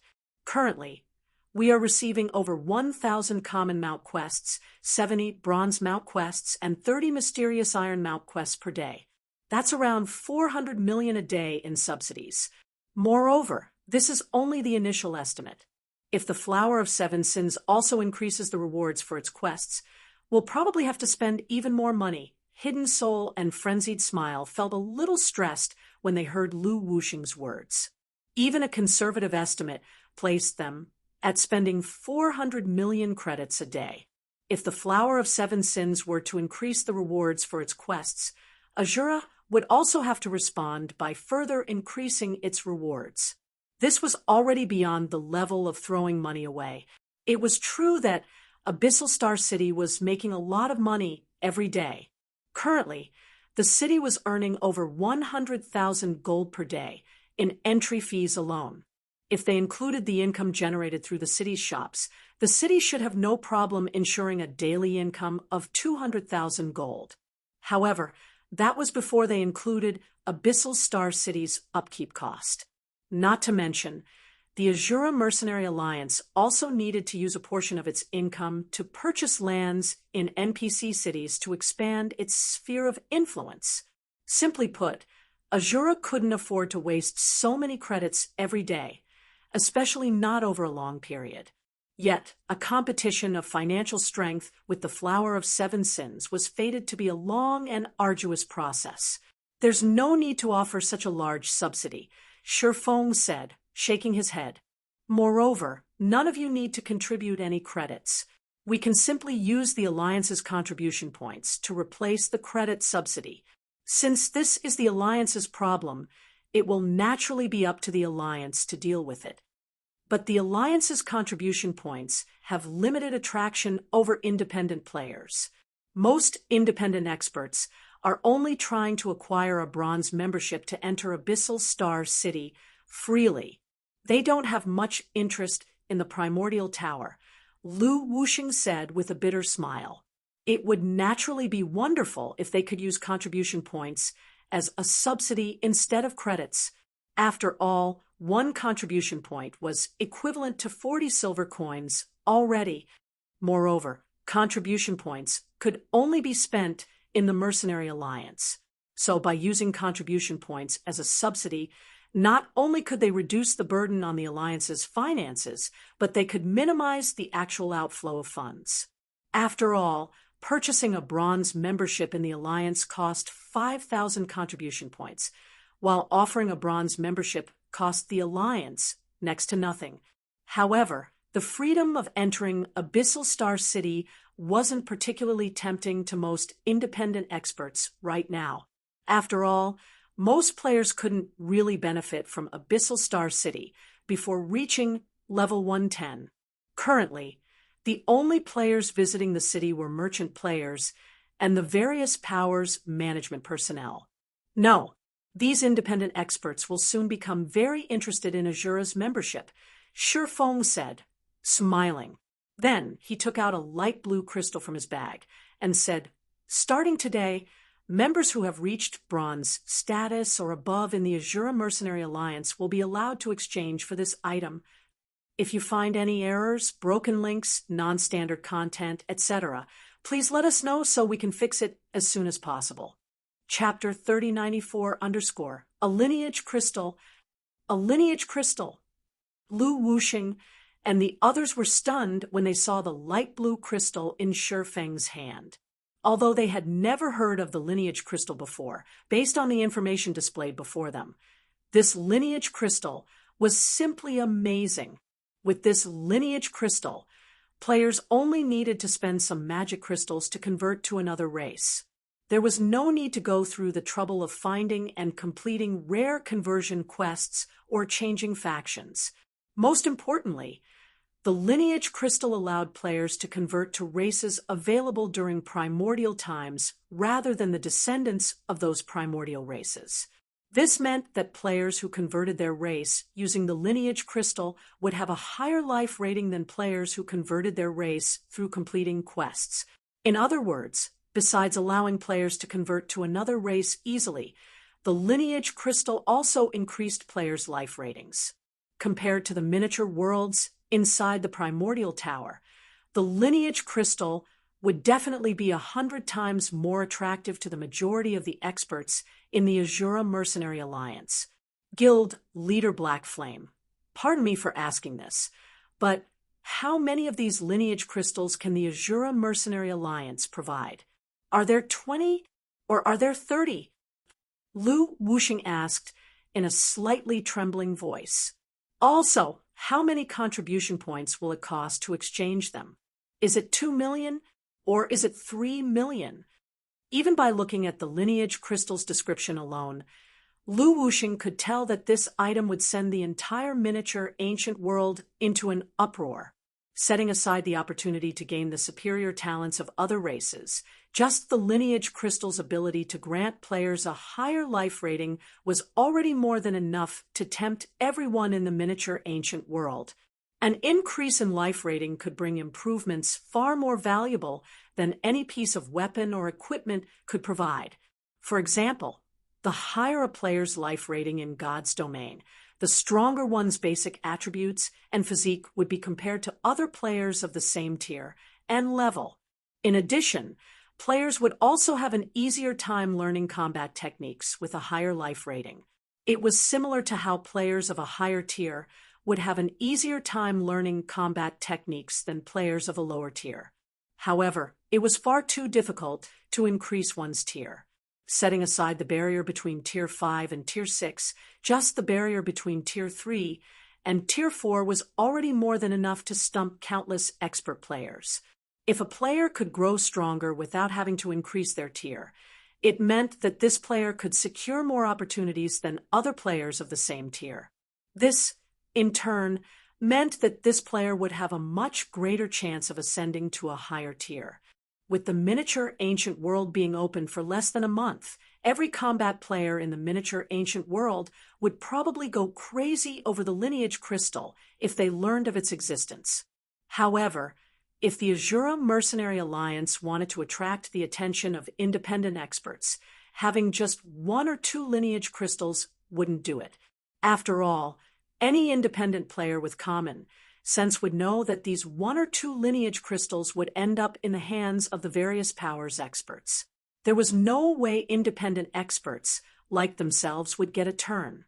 However, if Azura offered 20 or 30 lineage crystals up for exchange, even independent players would have a chance at exchanging for a lineage crystal. Meanwhile, so long as a chance existed, the many independent players in the miniature ancient world would definitely try to earn the Azura Mercenary Alliance's contribution points, as if their lives depended on it. Of course, that was under the precondition that the lineage crystal wasn't priced too absurdly. While the lineage crystals might be more valuable than even fragmented legendary items, even fragmented legendary items were only valued at around 500,000 gold. Although these fragmented legendary items were typically of the most inferior quality and only sold in special locations such as the auction houses of dark NPC cities, they were fragmented legendary items nonetheless. They could still provide players with a significant boost to combat power. Even if fragmented legendary items were more valuable in the miniature ancient world, the most bottom-tier fragmented legendary item could sell for was around 1 million gold. So, offering the lineage crystals for 2 million contribution points each was just about right. Any higher, and they would no longer be within reach of most independent players. After hearing Lu Wuxing's questions, Hidden Soul and Frenzied Smile also turned to look at Shifeng curiously. They, too, wondered how many lineage crystals Shifeng could take out, and how he planned on pricing them. Inwardly, though, both Hidden Soul and Frenzied Smile were resolved to purchase a lineage crystal for themselves even if it cost 5 million contribution points. 200 crystals. Shifeng said with a faint smile. Moreover, it won't cost too much to exchange for them. Anyone who is a bronze member of the Azura Mercenary Alliance can exchange the lineage crystal for just 1 million contribution points. Silver and gold members will even get 10% and 20% discounts. Of course, each member is only limited to 1 lineage crystal. 200, and at such a low price. Lu Wuxing felt his head growing faint when he heard Shifeng's words. Could you be joking, Guild Leader Black Flame? Although lineage crystals didn't provide as significant of an improvement to combat power as fragmented legendary items, the ability to reduce the difficulty of learning combat techniques, skills, and spells made the lineage crystals just as valuable as fragmented legendary items. Yet, Shifeng was offering the lineage crystals for only 1 million contribution points. Moreover, this price could even be discounted with higher-ranking memberships. The various independent players would go crazy if they learned about this. After all, it went without saying that the various powers would also try to get their hands on the lineage crystals. Meanwhile, so long as an independent player managed to get their hands on a lineage crystal, they could immediately resell it for a huge sum of money. Setting aside the various superpowers, even the various first-rate guilds would probably be willing to pay 1 million gold for a lineage crystal. Moreover, a supply of 200 lineage crystals was more than enough to give independent players a good chance at getting their hands on some. There was no need to worry that the various powers would empty Azura's shelves in the blink of an eye. It should also let Azura attract the attention of the various independent players for a long time. When Sherfone saw the dubious gazes everyone was giving him, he took out 200 lineage crystals from his bag and put them on the conference table. Then he said, "I already told you not to underestimate Azura so much. The flower of 7 sins might be strong, but that doesn't make Azura weak. The lineage crystals might be valuable, but that was only for now. Once players began entering the Boundary Mountain range, they would realize that the lineage crystals weren't all that valuable after all. At most, its value rivaled a top-tier epic weapon. The moment Sherfone had gotten his hands on the lineage crystals, he had already decided to use them to increase the Azura Mercenary Alliance's fame. Otherwise, once Tier 4 experts started appearing among the various superpowers, there was no way Azura could withstand an assault from them, with only the small number of independent experts they managed to attract thus far. There really are 200 crystals. Am I dreaming? Lu Wuxing and Hidden Soul widened their eyes in shock when they saw the small pile of crystals on the table. These were 200 fragmented legendary items they were talking about. They could already imagine how much of a sensation these lineage crystals would cause once their existence was publicized. Do you believe in Azura's strength now? Sherfone asked, smiling as he looked at Hidden Soul. If there are no further problems, send a refusal notice to the Flower of 7 Sins. Tell them that they still do not have the qualifications to tell the Azura Mercenary Alliance how to do things. Also, inform all Alliance members about the Lineage Crystals exchange. _support us at H+SteadNovel_. Okay? I'll get it done right away, Hidden Soul said, a rare smile appearing on her face. If you find any errors, broken links, non-standard content, etc., please let us know so we can fix it as soon as possible. Chapter 3095 _Miniature Ancient World, Southern Zone, Red Obsidian City. Miniature Ancient World, Southern Zone, Red Obsidian City. As one of the 12 holy cities in the Miniature Ancient World's 4 major zones, Red Obsidian City was only 1 sea away from the Boundary Mountain Range. It was the largest seaside city in the Miniature Ancient World's Sea of Red Tears. Due to Red Obsidian City being one of the few seaside cities that could conduct maritime trade with the Boundary Mountain Range, it became a highly contested location for the various powers.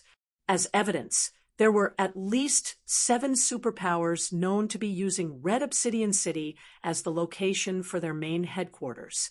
There were also over 20 first-rate powers ignoring the threat of these superpowers and establishing their base of operations in Red Obsidian City. In less than a month since the Miniature Ancient World opened, Red Obsidian City's player population had already exceeded 80 million. When it came to player population, it was a megacity that could rank within the top 5 out of the several hundred cities in the Miniature Ancient World. However, what the various powers of Red Obsidian City weren't aware of was that there was actually a transcendental power secretly operating within the gray areas of the city. Meanwhile, this power was none other than the Flower of 7 Sins. Inside a VIP room in Red Tears Bar, the best bar available in Red Obsidian City. At this time, a masked young man clad in silvery gray clothing walked into the VIP room. The young man had a relatively average stature, measuring 7 meters only, after entering the room, the young man looked at the woman quietly sitting by the window and said, "A message came in from the Azura Mercenary Alliance, Big Sis Omen." The woman in question wore a crimson one-piece dress, and she possessed an ethereal beauty that made her look like a beautiful doll carved by a masterful artisan. However, if one observed this woman closely, one would realize that the woman's appearance wasn't the only astonishing thing about her. In addition to her looks, her level of 107 was more than enough to take the breath of any ordinary expert. Moreover, her crimson dress wasn't simply a cosmetic item. Instead, it was a bona fide fragmented legendary item. "What message?" the woman named Death Omen lazily asked as she glanced at the masked man. "The message's sender is Big Sis Soul. She has turned down our suggestion on Azura's behalf. Moreover, Big Sis Soul has asked you to pass on a message to Commander Sky, saying that she will reclaim the position she lost." The masked man said with a chuckle. "What a fool," Death Omen said with contempt on her face. "It is precisely because she refused to submit to Lord Sky that she has fallen to her current state. Had she chosen to go under Lord Sky's wing as I did, she would have long since reached Tier 6 by now and matched me in strength. It is also because of Lord Sky's kindness that she got away with only getting dismissed. Yet, as soon as she found herself an outer world backer, she thinks she can go against Lord Sky. What should we do now? Should we take action against Azura?" the masked man asked. "A mere outer world power dares interfere in the Flower of Seven Sins affairs. Do they honestly think a measly guild like world dominators can represent all of the powers in our God's domain? Since they refuse to obey, there's no need for them to continue existing in the miniature ancient world." Death Omen said, a flash of cold light appearing in her eyes. "Pass down my words. From today onward, everyone who takes on the quest to obstruct the Azura Mercenary Alliance will not only receive rewards equivalent to Azura's quests, but they will also receive an additional 100% bonus paid in contribution points." A 100% bonus? Isn't that a little too much? The masked man exclaimed. "Azura is mainly offering mount quests right now, and even a common mount is worth 100,000 credits. However, it will take, at most, 20 half-step refinement realm experts to handle a team that is taking on such a quest. Just receiving an equivalent reward is already more than enough for them to make a significant profit. There's no need for us to subsidize an additional 100,000 credits. Essentially, they'd have to pay 200,000 credits just to obstruct one of Azura's quests. Although they could offset half of that price using contribution points, these contribution points would eventually be used to exchange for the Flower of Seven Sins resources. So, they'd still be paying out of their own pockets at the end of the day. The ones below will only be motivated to move if we offer more money. A reward of just 100,000 credits can only tempt a limited number of experts. Not to mention, there are plenty of half-step refinement realm experts and first-rate powers helping the Azura Mercenary Alliance. So, it's best to have the refinement realm experts on our side make a move, Death Omen calmly said. Also, inform the executioners to move as well. I want you to destroy all of Azura's businesses as soon as possible. Then, we'll see how much more confidence Hidden Soul has in going against Lord Sky. Other powers in God's domain were afraid of going against the Azura Mercenary Alliance because they operated in the light, which made them for easy targets. However, the Flower of Seven Sins operated in the dark. There was no way Azura could target the Flower of Seven Sins if nobody even knew the whereabouts of the Flower of Seven Sins members and base of operations. If the executioners move as well, that will make things simple, the masked man said, excitement appearing in his eyes. This was the biggest operation the Flower of Seven Sins had carried out since he had entered the miniature ancient world. The executioners were a group of assassins the flower of seven sins had nurtured internally, and even the weakest among them was a refinement realm expert. Meanwhile, the executioners currently present in the miniature ancient world numbered 3,000. If 3,000 refinement realm experts took covert actions as a group, even the various superpowers would suffer severe losses, let alone an outer world power. While the Flower of Seven Sins was making its move, a huge announcement was made in the Azura Mercenary Alliance's main headquarters. Lineage crystals were officially available for exchange now. Are you kidding me? Can we really exchange for such an item? Support us at hosted novel 1 million points. Isn't the exchange price way too high? You think 1 million points is a lot. If you have 1 million points or a lineage crystal, I'd be willing to buy it off your hands for 500,000 gold. How about it? 1 million contribution points will only get you 400,000 gold. You'd be making an easy 100,000 gold just by reselling the lineage crystal to me. That's basically enough money for a large villa. I'll pay 600,000 gold. I can give you even more if you're willing to accept credits. I'll even pay the full sum on the spot. Anyone interested? You want to buy something that's as valuable as a fragmented legendary item for just 600,000 gold. Did you forget to wake up today?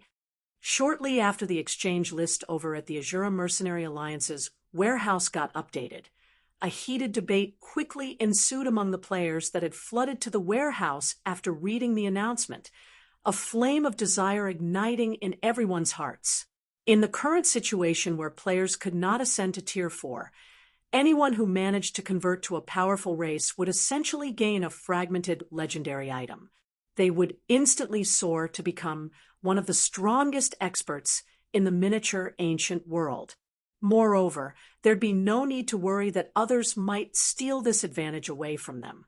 Not to mention, the benefits of having a stronger race could remain useful even after players reached Tier 4 and Tier 5. So, how could anyone resist the temptation of the lineage crystal? This won't do. I need to tell the commander about this quickly. Have our brothers get ready to move right away. The Alliance might run out of quests if we waste any more time. Something big has happened. Guild leader, the Azura Mercenary Alliance has lost its mind.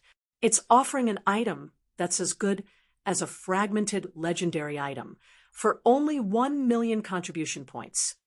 While the crowd in front of the warehouse talked about the lineage crystal, many of those present also started contacting their companions, subordinates, and superiors. For a time, everyone in the Azura Mercenary Alliance went into a frenzy. Meanwhile, shortly after the Azura Mercenary Alliance pulled this stunt, news of the lineage crystal also reached the ears of the various powers. If you find any errors, broken links, non-standard content, etc., please let us know so we can fix it as soon as possible. Chapter 3096_100 Flow City, Soulfire Adventurer Team's Gathering Point. 100 Flow City, Soulfire Adventurer Team's Gathering Point. Stop hesitating. Captain, many powers have already gathered at Azura's headquarters to register.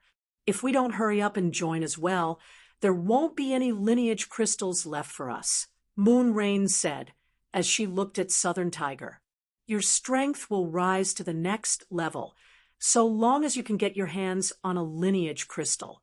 We'll also have a much easier time exploring the Boundary Mountain Range in the future. We might even be able to get ahead of other powers and pioneer a path into the Boundary Mountain Range. Many powers in the miniature ancient world had decided to take a wait-and-see approach when the Azura Mercenary Alliance started recruiting members. After all, while Abyssal Star City was located very close to the Boundary Mountain Range, mainstream players were nowhere near reaching level 115. Moreover, joining Azura would mean losing the ability to go against the Mercenary Alliance. In addition, members would also be responsible for protecting the Mercenary Alliance. In a situation where the 5 great super guilds were targeting the Abyssal Star Primordial City, most people felt that the Azura Mercenary Alliance could, at most, survive until the various superpowers experts reached level 120 and got promoted to Tier 4. Not to mention, the various superpowers might have long since established guild towns and cities near the Boundary Mountain range, even before mainstream players reached level 115. In that case, there'd be no benefit in joining the Azura Mercenary Alliance. Most importantly, players could still enter Abyssal Star City even without joining the Azura Mercenary Alliance. At most, they'd have to stand in line for some time. However, things were different now. The lineage crystal that the Azura Mercenary Alliance had introduced into its exchange system recently was an item that rivaled fragmented legendary items in terms of usefulness. The various powers and independent expert teams might be able to ignore the benefit of having a slightly faster leveling speed. However, there was no way they could ignore something as valuable and useful as a fragmented legendary item. After all, the lineage crystal was something that could help establish a powerful team, and having a powerful team meant being able to acquire more and better weapons and equipment.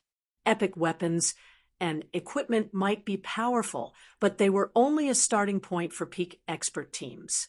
What these teams aimed to acquire were fragmented legendary items, and they'd have to raid incredibly challenging team dungeons and secret lands to do so. Meanwhile, items such as the lineage crystal would be crucial in helping them accomplish this goal. However, the problem was that only members of the Azura Mercenary Alliance could exchange the lineage crystal, or, more specifically, members who had reached the bronze rank or above. "I'm not hesitating," Southern Tiger said with a bitter smile. "I already sent someone to apply to join Azura as soon as I received news of the lineage crystal. However, there are just too many people applying to join, and the guy I sent says that there are several tens of thousands of people waiting in line before him. There are actually so many people waiting in line." Moonrain was a little stunned when she heard Southern Tiger's words. After all, it hadn't been more than 15 minutes since news of the lineage crystal came out. Yet, there were already several tens of thousands of players waiting in line to join Azura over at the Mercenary Alliance's registration point in 100 Flow City. The speed of everyone's reactions was even more exaggerated than when they were competing for team dungeons out in the fields. "With so many people waiting in line, it'll take us at least a day before we can pick up a quest," Southern Tiger said, sighing. "The only thing we can do now is to try and collect some contribution points from Azura's members or find a trustworthy member of Azura and have them pick up a quest and turn it in on our behalf. But it won't be easy to find such a person.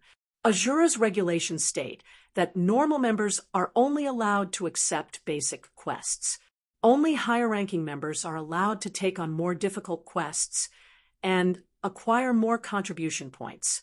Although quests for common mounts are available in large numbers right now, members of Azura will first have to complete 15 basic quests before they can accept a common mount quest. As for bronze and mysterious iron mount quests, only bronze members can accept those. Currently, there are only a very small number of players with bronze membership in Azura, and every one of them is a target of competition for the various guilds and adventurer teams. Although I've tried asking around, none of the people I know have a bronze membership in Azura. Someone with bronze membership. Moonrain suddenly thought of someone when she heard Southern Tiger's words. "Captain, do you still remember that advanced legacy we gave away some time ago?" "You mean the one we gave to that girl from Zero Wing?" Southern Tiger said, similarly recalling Wu Lingling.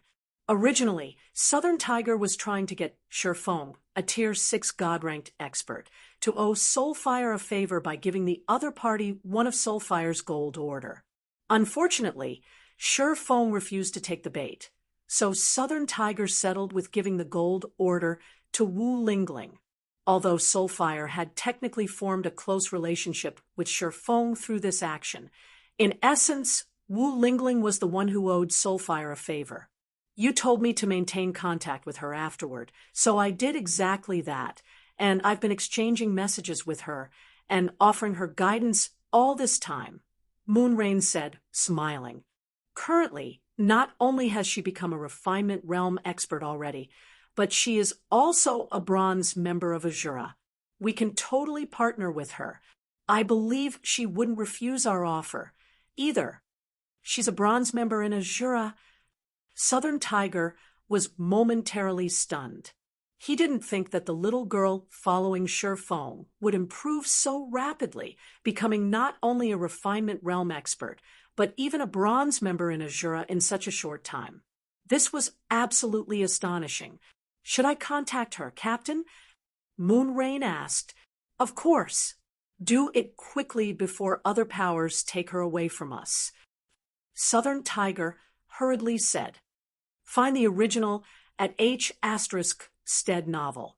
While Azura's member count was skyrocketing, a masked man who had just arrived in Hundred Flow City with a team of 3,000 refinement realm experts couldn't help but be stunned by the sight before him.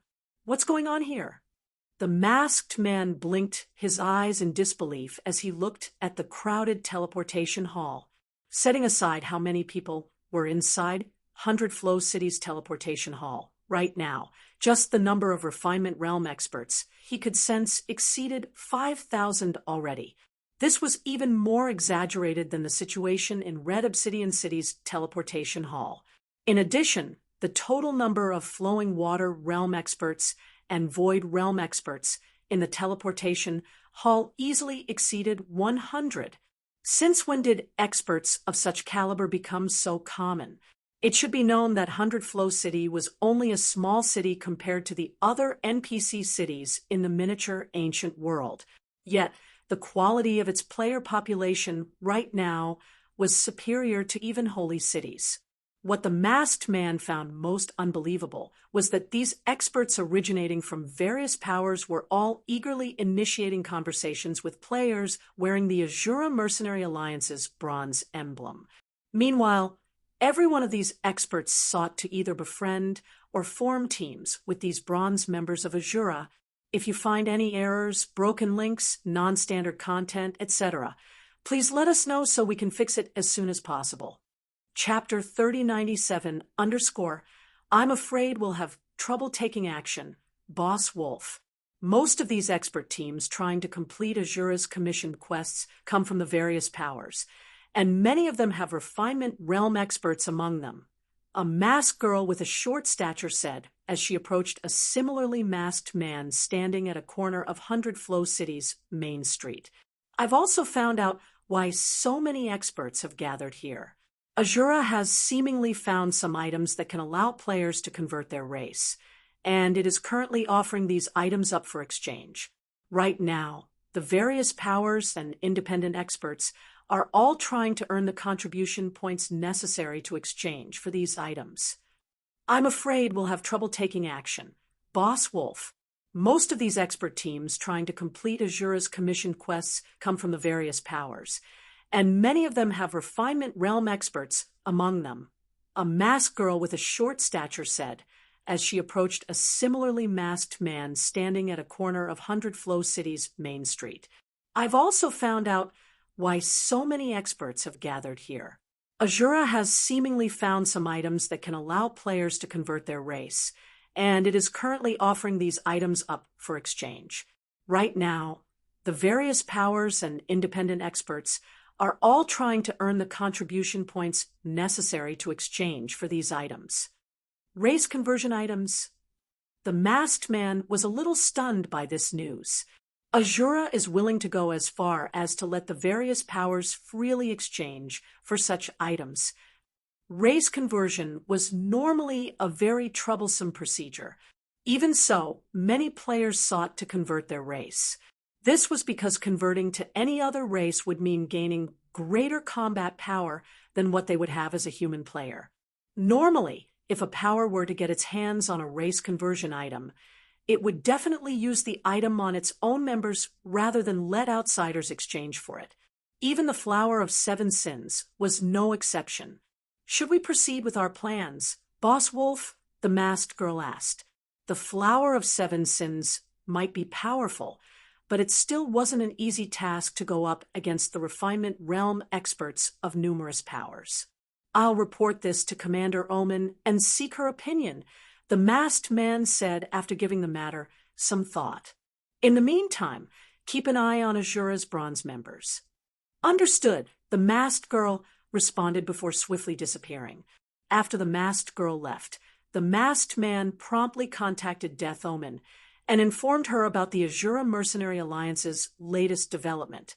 It seems Azura has already prepared a countermeasure for us, Big Sis Omen. I'm afraid we'll have to suffer much greater losses than anticipated if we choose to continue with our plan, the masked man said in a low voice. It seems Hidden Soul has found a good backer, Death Omen said, sneering. However, this Azura Mercenary Alliance simply doesn't know what kind of existence it has chosen to provoke. Does that mean we will proceed with the plan? Big Sis Omen? The masked man asked, a hint of excitement appearing in his eyes. Of course. Moreover, we're going to make a big fanfare of it, and let everyone know that it is the flower of seven sins' work. Death Omen said with a somewhat frenzied smile. We'll have to let Hidden Soul know how laughable her backer is. I'll start making the preparations right away, the masked man said excitedly. I'll let the various powers understand that it's not in their best interests to accept Azura's quests. Go ahead. Make sure to let Hidden Soul know that all of her efforts are futile and that she will only be harming whichever power she relies on. Death Omen said, nodding before hanging up the call. 2 hours after Death Omen ended her call with her subordinate, an event that shook the various powers occurred in the miniature ancient world. After several years of silence, the Flower of Seven Sins had finally started to take action again. The Flower of Seven Sins had dispatched several thousand refinement realm experts, or above this time, to disrupt those who had taken on the Azura Mercenary Alliance's quests. Not only did these experts annihilate the expert teams of Zero Wing and Witchesin, but they had also decimated over 100 expert teams belonging to the various powers. Everyone knew this was the Flower of Seven Sins doing because of the convict flower left behind on all of the battlefields. The convict flower was a plant the Flower of Seven Sins nurtured. Members of the organization could only collect the convict flower when they were out doing a quest on the organization's behalf. Meanwhile, after completing their quest, members of the organization were required to leave the convict flower behind to prove they were responsible for completing the quest. However, the Flower of Seven Sins members typically wouldn't leave a convict flower behind when dealing with normal quests. Typically, they would only do so when taking on high-profile quests. It had already been several years since anyone had seen the convict flower appear. The last time the convict flower appeared was when the Flower of Seven Sins had assassinated a super guild's great elder. Meanwhile, the person responsible for carrying out the assassination was Death Omen, the current bearer of the title of Pride. Death Omen had instantly risen to fame after completing that assassination, and there was nothing the super guild in question could do to retaliate against her. After all, Death Omen had already reached Tier 6 back then. Not to mention, the Flower of Seven Sins was an incredibly mysterious organization. Hence, the Super Guild had no choice but to swallow the loss. Now, the convict flower had bloomed once again. It was also obvious who the convict flower had bloomed for. Indeed, it was for the Azura Mercenary Alliance. Madness. This is madness. Who the heck is targeting the Azura Mercenary Alliance? Whoever it is, they must have paid an astronomical price to get the Flower of Seven Sins to make such a huge move. Could it be world dominators? I doubt world dominators can afford such a price. I heard that the Flower of Seven Sins had dispatched over 6,000 refinement realm experts for the operation this time. That's probably more than half of the refinement realm experts the Flower of Seven Sins has sent to the miniature ancient world. how much would it take to get the Flower of Seven Sins to mobilize so many people? I'm thinking that Azura should have long since known that the Flower of Seven Sins would target it. That would explain why Azura would suddenly offer something as tempting as the lineage crystal up for exchange. Indeed, that's the only way Azura can resist the Flower of Seven Sins. However, after this initial attack conducted by the Flower of Seven Sins, the various powers and independent experts will probably start to weigh their options, since continuing to take on Azura's quests would mean going against the Flower of Seven Sins. The Flower of Seven Sins has never failed a job before. I guess Azura's good days are coming to an end. Even if the Mercenary Alliance doesn't face destruction, it will have no choice but to hide in Abyssal Star City. For a time, the miniature ancient world's various powers and independent players fervently discussed the matter of the Flower of Seven Sins targeting the Azura Mercenary Alliance. The scale of the Flower of Seven Sins operation this time ranked among the top out of all the operations it had carried out in the past. After all, the Flower of Seven Sins had mobilized over 6,000 refinement realm experts against the Azura Mercenary Alliance. Some of the weaker super guilds might not even have this many refinement realm experts in the miniature ancient world. In other words, the Flower of Seven Sins had mobilized a super guild's worth of refinement realm experts against the Azura Mercenary Alliance. The Azura Mercenary Alliance might have the Abyssal Star Primordial City serving as its foundation, but even an existence as powerful as Azura would probably be helpless against so many refinement realm experts. Abyssal Star City, Azura Mercenary Alliance's headquarters. Currently, for people sat inside the spacious conference room of the headquarters building. They were Hidden Soul, Lu Wuxing, Frenzied Smile, and Shifeng. Apart from Shifeng, the others in the room all wore gloomy expressions. "Everyone, report your situations," Shifeng suddenly said. "According to Azura's statistics, we have suffered over 20,000 casualties thus far. Of them, over 5,000 are refinement realm experts," Hidden Soul said, gritting her teeth.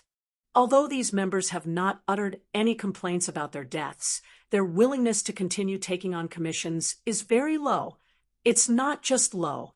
Nobody is even willing to apply to join Azura right now. On the other hand, the number of people applying to withdraw from the Alliance has increased significantly, Lu Wuxing said, shaking his head. The scale of the Flower of Seven Sins operation this time is simply too large. The difference in strength between both sides is also obvious.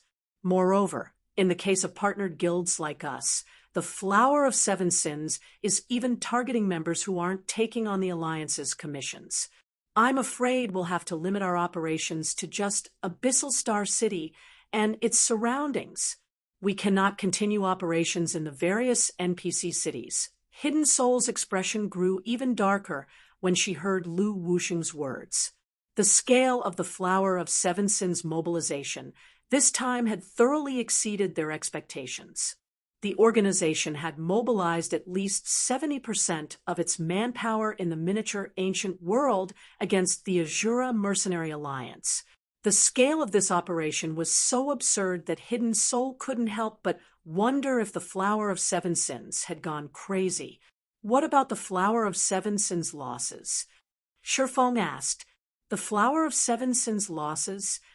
Frenzied Smile revealed a bitter smile when he heard Shifeng's question. The Flower of Seven Sins has made ample preparations this time. According to my insider information, they've suffered only a little over 1,000 casualties. Compared to the Azura Mercenary Alliance's losses, the Flower of Seven Sins' losses was nothing. Only 1,000. It seems the Flower of Seven Sins has made quite a profit this time, Shifeng calmly stated. Since the Flower of Seven Sins is willing to splurge to such an extent, we'll play along with it. Send a notice to everyone in the Alliance. From now on, we will be awarding 10,000 contribution points to all common mount commissions. Rewards for bronze and mysterious Iron Mount commissions will similarly be increased by 5 times. Let's see which one of us will last longer. So long as the reward was sufficient, there would always be brave people willing to take the risk.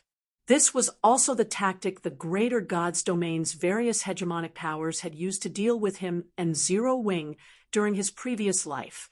Both he and Zero Wing had suffered a lot because of this tactic. Now, Shifeng didn't mind letting the Flower of Seven Sins have a taste of this tactic as well. 5 times. Hidden Soul couldn't help but look at Shifeng as if he had gone crazy.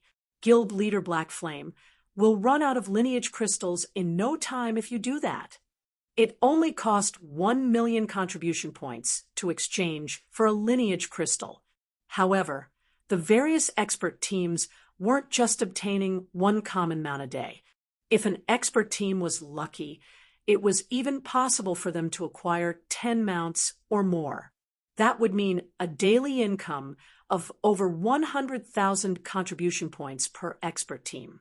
If an expert team got lucky and acquired 2 or 3 bronze mounts, which would be worth 50,000 contribution points, after the reward increase on top of the common mounts, it would earn 200,000 to 300,000 contribution points per day.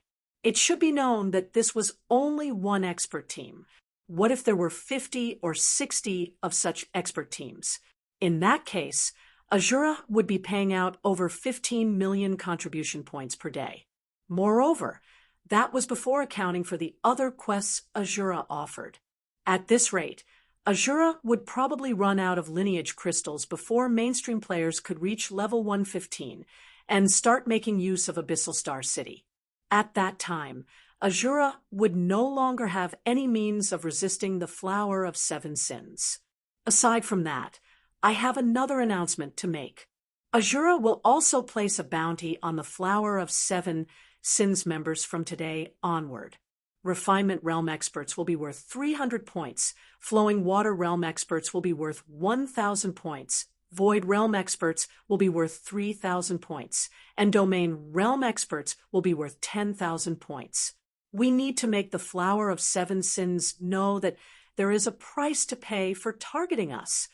If you find any errors, broken links, non-standard content, etc., please let us know so we can fix it as soon as possible. Chapter 3098_silence enveloped the conference room after Shifeng finished speaking. Silence enveloped the conference room after Shifeng finished speaking. Of the 3 other people in the room, Hidden Soul and Frenzied Smile looked at Shifeng in shock and surprise, while Lu Wuxing looked at Shifeng with unprecedented joy. Guild leader Black Flame, if you really go through with this, the Azura Mercenary Alliance will be forming a never-ending grudge with the Flower of Seven Sins. Frenzied Smile reminded Shifeng in a low voice. It was true that the Flower of Seven Sins targeting the Azura Mercenary Alliance's quest takers had affected the Mercenary Alliance's reputation and development to a significant extent. However, this was merely the Flower of Seven Sins warning and putting on a show of force for the Azura Mercenary Alliance. If Azura was willing to give up on Hidden Soul and the other former members of the Flower of Seven Sins, the Flower of Seven Sins would most likely stop its actions against Azura. After all, sending such a large number of experts against Azura was a significant expenditure even for the Flower of Seven Sins. Once the Flower of Seven Sins achieved its goal, there'd be no point continuing this expensive farce. However, if Azura publicly placed a bounty on the Flower of Seven Sins, it would signal the start of an all-out war between Azura and the Flower of Seven Sins. Apart from the 5 great super guilds, no other power had ever dared to openly place a bounty on the Flower of Seven Sins thus far. Setting aside the futility of putting a bounty on such a secretive organization, putting a bounty on the Flower of Seven Sins was essentially an act of provocation. Meanwhile, no sane person would want to provoke a transcendental power like the Flower of Seven Sins. If Azura truly dared to place a bounty on the Flower of Seven Sins, it wouldn't matter even if Hidden Soul left the Mercenary Alliance later. The Flower of Seven Sins still wouldn't spare the Mercenary Alliance. What of it? Shifeng's voice suddenly turned cold. The grudge between us has already been formed the moment the Flower of Seven Sins decided to act against us. Shifeng had never harbored any good feelings toward assassination organizations like the Flower of Seven Sins. He would have turned a blind eye to the Flower of Seven Sins' existence had it stayed out of his business. However, now that the Flower of Seven Sins was openly challenging him, he wouldn't mind giving it a fight. So what if the Flower of Seven Sins was a transcendental power? It was only powerful in this subworld. He had clashed against many powers that were dozens of times stronger than the Flower of Seven Sins in the past. Compared to those powers, the Flower of Seven Sins was nothing. The current Zero Wing might be incredibly weak, and the Azura Mercenary Alliance he had established was just starting to take shape, but that didn't mean he would just allow the Flower of Seven Sins to push him around. Not to mention, he had already gained access to the stratified abyssal realm. If they were competing solely in terms of resources, the Azura Mercenary Alliance was in no way inferior to the Flower of Seven Sins. Hidden Soul felt touched and guilty when she heard Shifeng's words.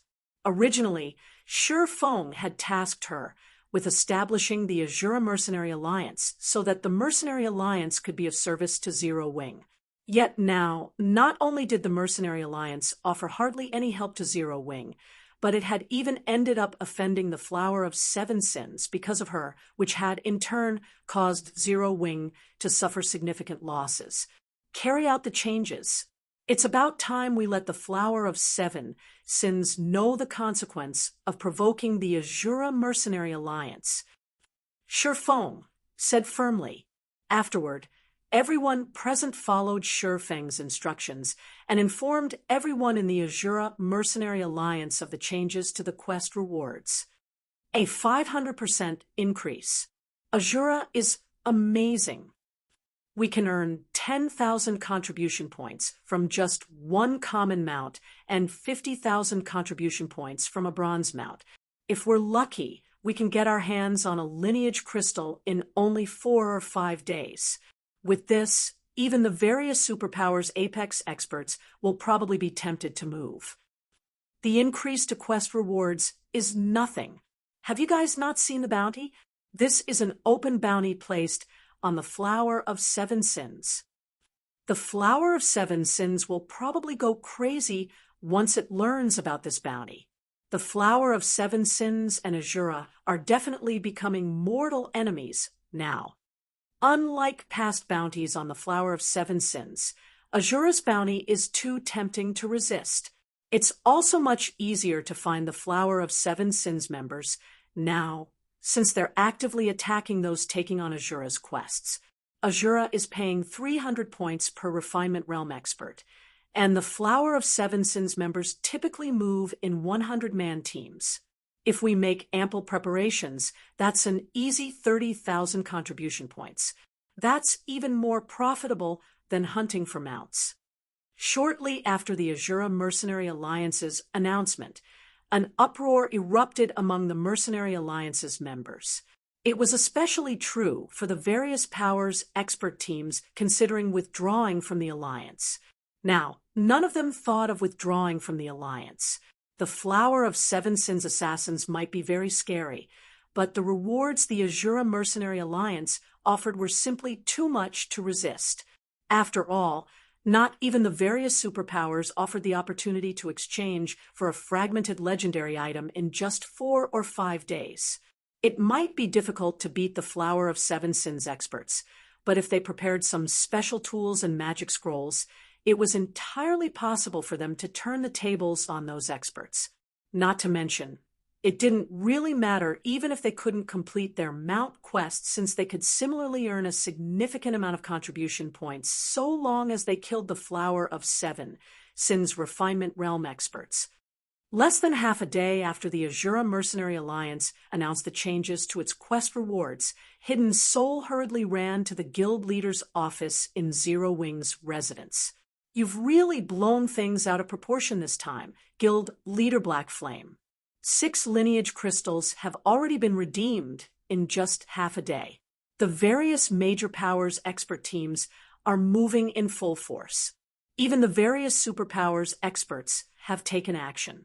At this rate, we will have to give away at least a dozen lineage crystal a day, and we'll probably run out of lineage crystals in half a month, Hidden Soul said, not knowing whether to laugh or cry about this situation. The Flower of 7 Sins is mostly just sitting aside and observing the situation right now. By the looks of it, they plan to only go all out once we run out of lineage crystals. Hidden Soul had to admit that the rewards Sherfong offered were indeed effective in getting the various powers to move for Azura. In just half a day, the Flower of 7 Sins plan to target Azura had become a joke. According to the insider information she received, the Flower of 7 Sins had even lost over 2,000 Refinement Realm experts.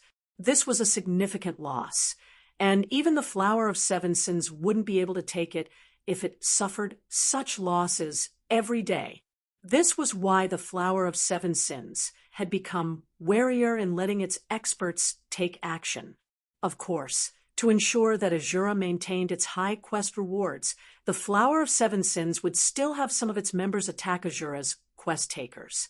The Flower of 7 Sins had even increased the rewards of its assassination quests to tempt some of its stronger members to take action.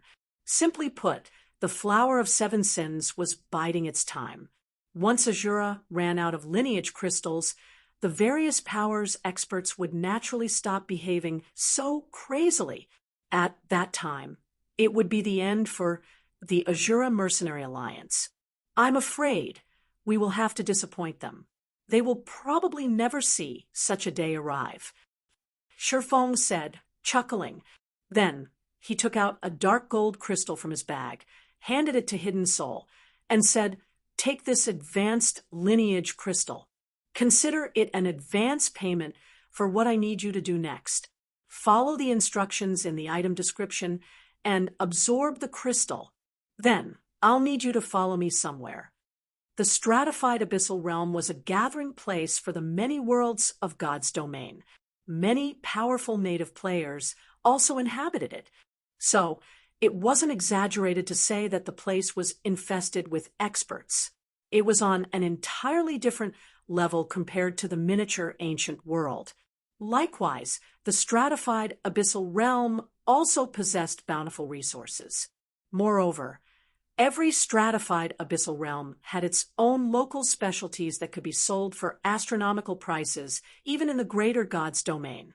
So long as he could form a stable trade route with the stratified abyssal realm, Zero Wing would have no trouble asserting dominance over the various powers in the Boundary Mountain range. At that time, even the 5 great super guilds would have a much bigger headache dealing with Zero Wing. However, if Sherfong wanted to establish a foothold in the stratified abyssal realm, he couldn't do it by himself. He also needed third-floor experts like Hidden Soul. This novel is hosted by H0stead N0V3L. However, not just any third-floor expert would do. After all, this was the stratified abyssal realm they were talking about.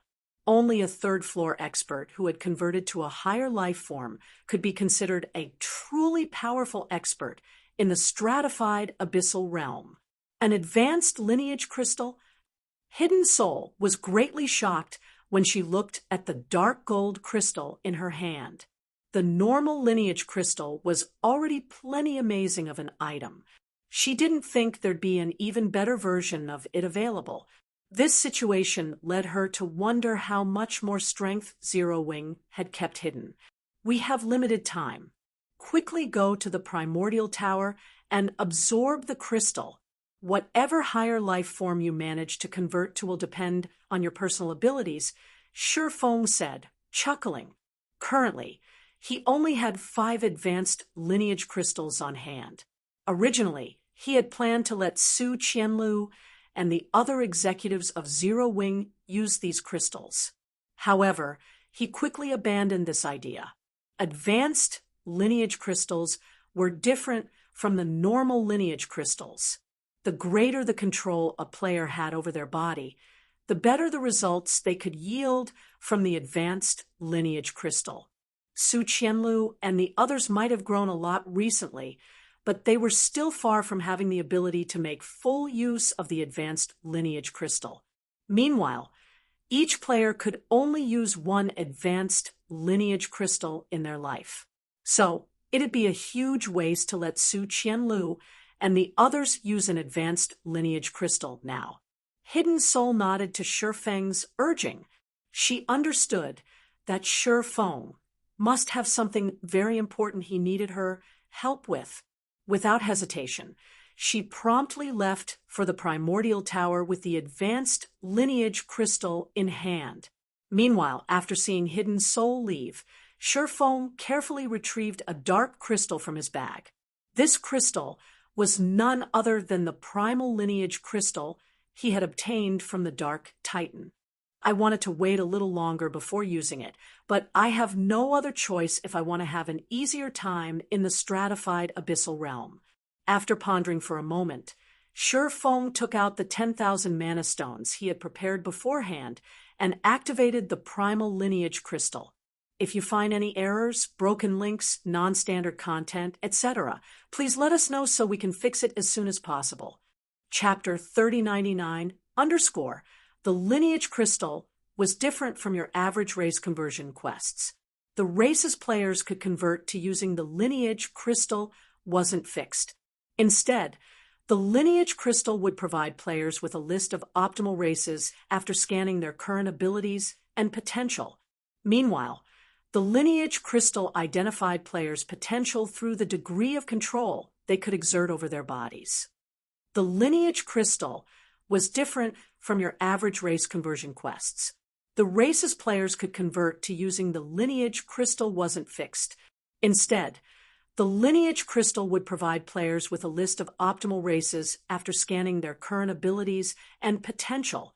Meanwhile, the lineage crystal identified players' potential through the degree of control they could exert over their bodies. A player's potential was especially important when using an advanced lineage crystal. Any expert beneath the domain realm would only get to choose from the most common higher life forms. In such cases, players would only have slightly stronger physique and basic attributes than players who had used a normal lineage crystal. Players could only utilize an advanced lineage crystal to its full potential after reaching the domain realm. At that time, they'd have a chance of converting into powerful higher life forms, such as demi-dragons and high elves, and gaining strength that would allow them to look down on others of the same tier. They'd gain strength rivaling archaic species of the same tier. Meanwhile, the requirements to use a primal lineage crystal were even higher. Not only did players have to reach the domain realm, but they'd also need to have considerable achievements in the realms of truth. At the very least, anyone thinking of using a primal lineage crystal should be at the transcendental realm, the third level of the realms of truth, to make full use of the primal lineage crystal. Fortunately, Shifeng had already mastered the transcendental realm. After Shifeng completed the dozen or so instructions listed on the primal lineage crystal's description, 3 options appeared before him. The first option was a dragonoid. If he chose this option, he would gain a 3-meter-tall body with a tail and arms covered in scales. Dragonoids were different from demi-dragons. They were one of the primal life forms in God's domain. They were the result of dragons abandoning their draconic form and taking on human-like bodies. While dragonoids might not have the powerful bodies of dragons, they retained the dragon race's talent for magic. The second option was an ancient elf. If he chose this option, he'd have a 2-meter-tall body that was covered in magic runes. Ancient elves possessed mana affinity far beyond that of elves. It wasn't an exaggeration to say that they were mana itself, and they could effortlessly master super ancient spells that modern elves could not. When Shifeng saw the third option, he couldn't help but be stunned. The sample image of the third option showed no changes to his current appearance. If he had to get into the specifics and point out a difference, it'd be his eyes. At first glance, his eyes in the image looked no different than his current eyes. However, when he took a closer look, he noticed tiny specks of starlight scattered across his eyes. When Feng saw this image, a name quickly popped into his mind: ancient human, also known as a primal human. Ancient humans were humans that had existed since the birth of God's domain. However, unlike modern humans, ancient humans possessed the eyes of reality that could see through all things.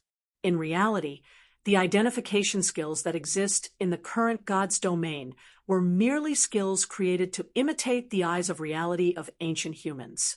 Even the war god's temple's eyes of truth was no exception.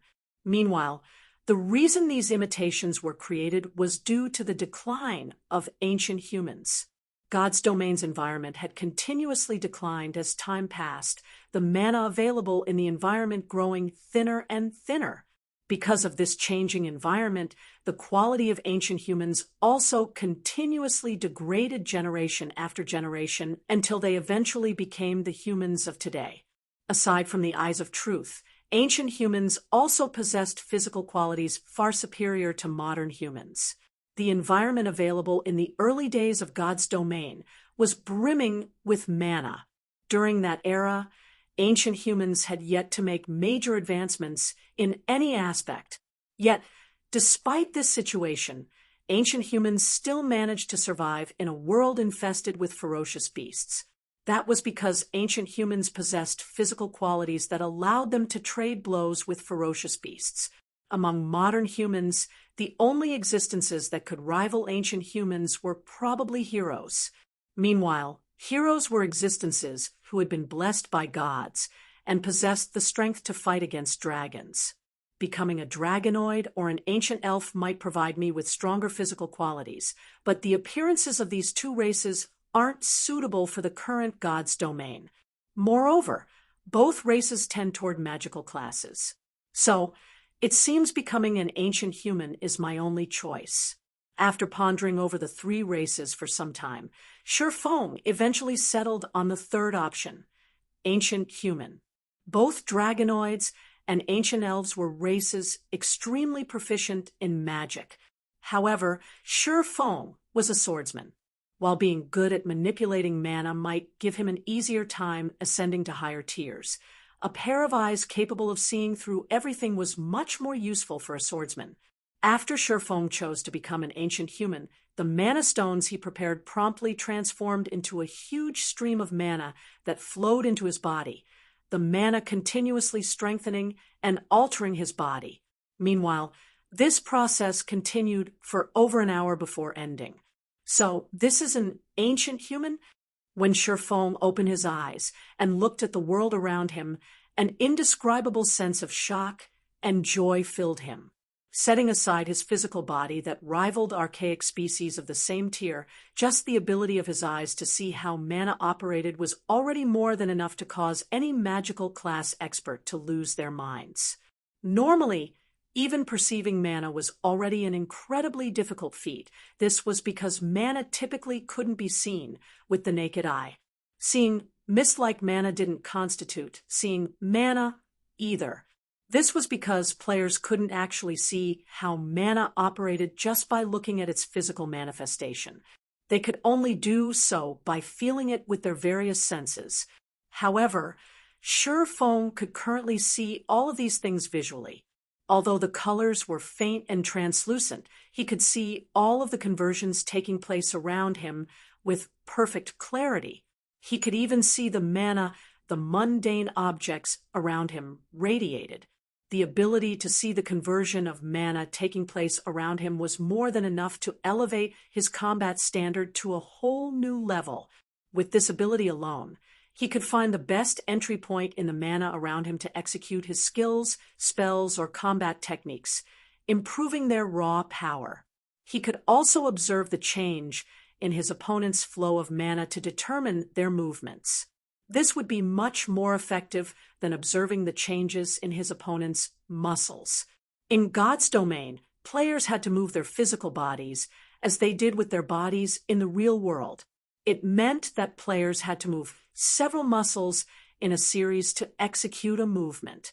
While this process typically happened in the blink of an eye, it was still a process that involved several steps, and variables could occur at any of these steps. So, predicting a player's movements through observing their muscles wasn't 100% reliable. However, it was a different story for mana. Players only needed one thought to execute an adjustment to their mana. If players decided to execute an action with their mana, the changes would reflect on their mana immediately. This meant that the changes they decided to make would also immediately become apparent to Shifeng. While this still wasn't enough to tell him exactly what kind of action his opponent was planning to make, it could still let him make better predictions. After spending some time getting used to his new body and talents, Shifeng quickly contacted Su Qianlu, Blackie, Firecloud, Happy Snow, and Rampant Blade, having them gather at his office. Aside from those five, Shifeng also called Hidden Soul, Gentle Snow, and Lin Yaiyue over to his office under the excuse of doing a quest for Zero Wing. Zero Wing might have 9 entry slots for the stratified abyssal realm, but he'd only be bringing baggage if he brought that lacked strength. Shifeng's goal was to establish a foothold in the stratified abyssal realm so that Zero Wing could conduct long-term trade with a native power. That way, not only could he shrug off the losses he suffered from clashing with the Flower of Seven Sins, but he could also elevate Zero Wing and Azura into the hegemons of the miniature ancient world. After all, the resources available in the stratified abyssal realm were far beyond what was available in an isolated god's domain. So long as he partnered with a relatively strong native power in the stratified abyssal realm, acquiring items such as the lineage crystal in large quantities wasn't difficult. However, the precondition to partnering with a native power was to have sufficient money and strength. Find the original at H*Stead novel. Meanwhile, the 8 people Shifeng had chosen were the best candidates he could think of. There was no need to worry about Zero Wing's management, either. Su Qianlu and the others could still manage the guild's affairs via offline means. As for the Azura Mercenary Alliance, Shifeng had left its management to Lu Wuxing and Frenzied Smile. Both of them were veterans when it came to managing large organizations. So long as there were enough lineage crystals, they should have no problems managing the Mercenary Alliance. After Su Qianlu and the others gathered in Shifeng's office, they couldn't help but be surprised when they saw that Hidden Soul had changed into a demonkin. As for Shifeng's changes, nobody present noticed a thing. Even after everyone had gathered, Shifeng briefly told them that they'd be heading to the stratified abyssal realm, which was outside their god's domain, and had all 8 of them sign a confidentiality agreement. Then, he had everyone teleport to the Dragonfall secret land. This situation excited Su Qianlu and the others. They didn't think they'd have a chance to travel outside their god's domain. Lin Yaiyue was particularly excited by this situation. As a first-rate guild's executive member, she knew that this was an incredibly rare opportunity even for Tier 5 experts. Yet, Zero Wing did not hesitate to give an outer member like herself this opportunity. This situation caused her to further elevate her evaluation of Zero Wing. Before teleporting to the secret land himself, Shifeng had retrieved the 2 million magic crystals stored in Zero Wing's warehouse to use as trade currency. Then, after spending some time traveling through the Ceiling Labyrinth with his team, they arrived at the Ceiling Labyrinth's 5th-floor hall within the time he had agreed on with the Tower Alliance and 100 Flower Palace. When Shifeng's team arrived, the Tower Alliance's and 100 Flower Palace's members had long since been waiting for them. Evidently, the two sides were much more eager to enter the stratified abyssal realm than Shifeng.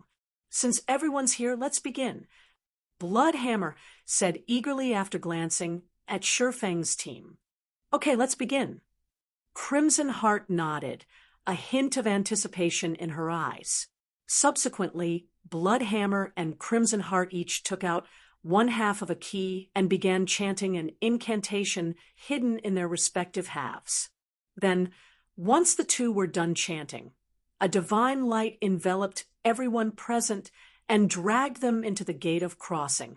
If you find any errors, broken links, non-standard content, etc., please let us know so we can fix it as soon as possible. Chapter 30, 100_. When Sherfone, Crimson Heart, Bloodhammer, and the others opened their eyes again, what entered their vision was a dark and moonless sky. The only thing they could see in the sky were floating land masses.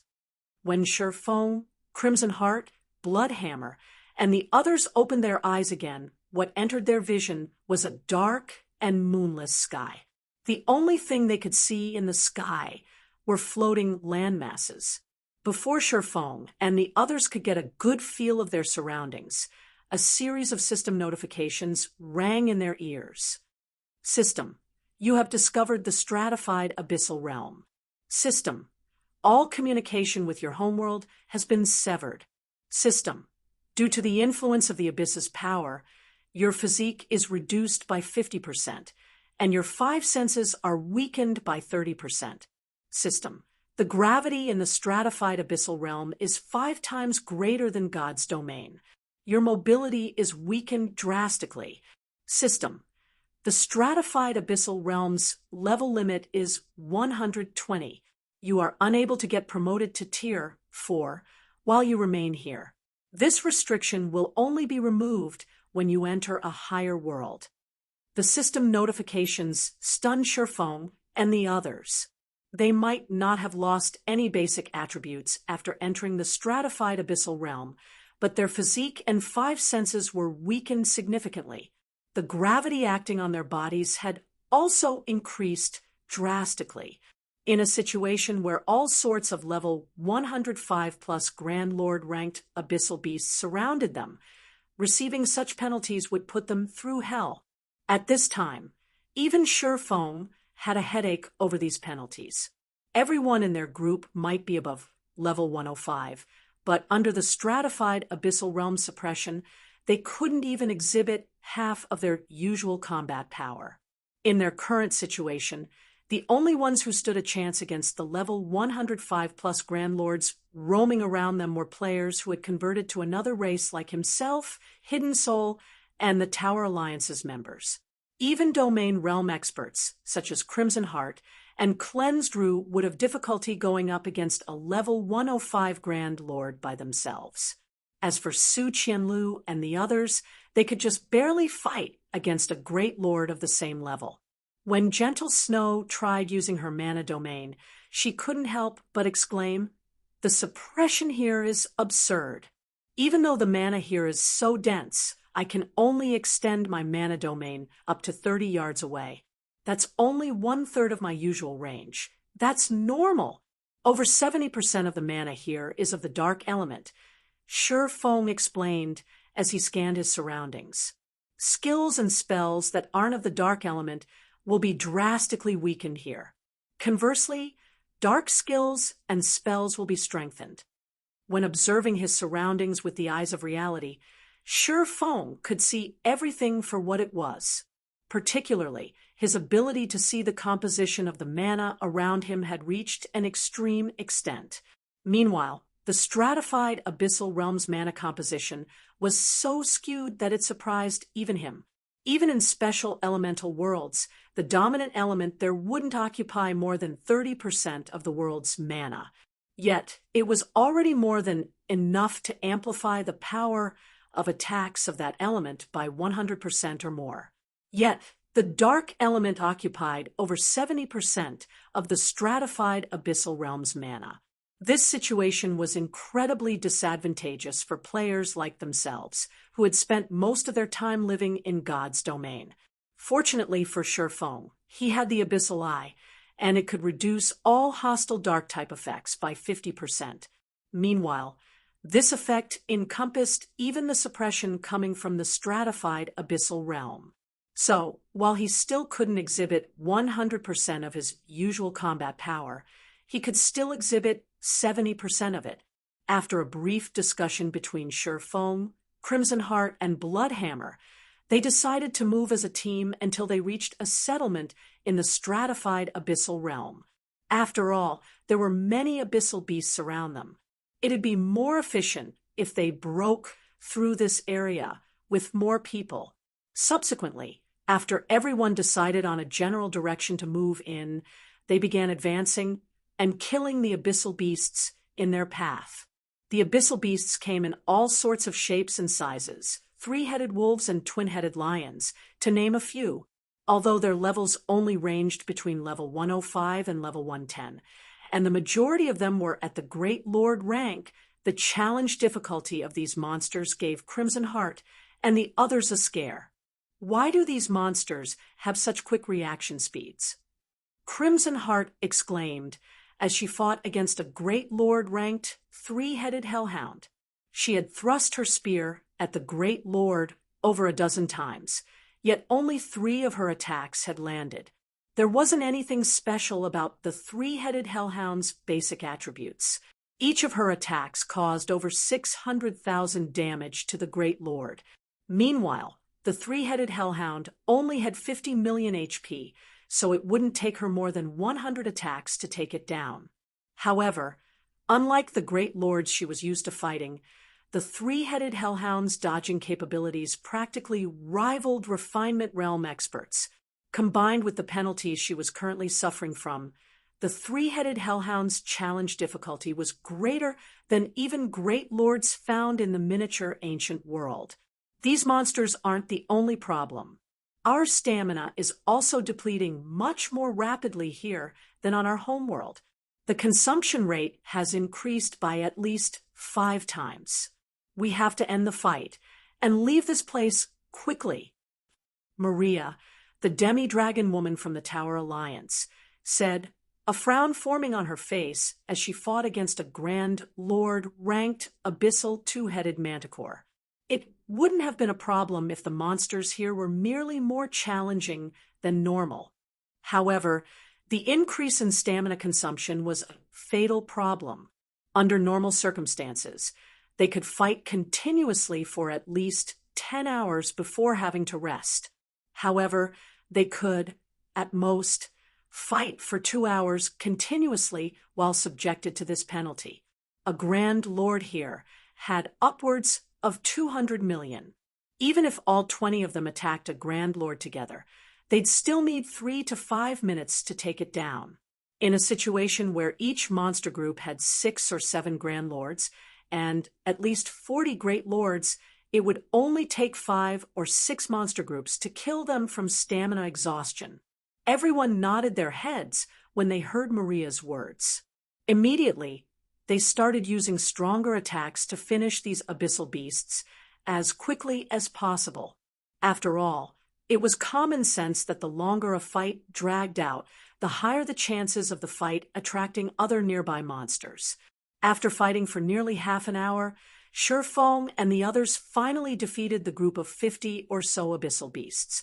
As these abyssal beasts died one after another, everyone noticed that the stratified abyssal realms monsters provided significantly less EXP than the monsters in God's domain. It was only 1/3 of what they were used to receiving.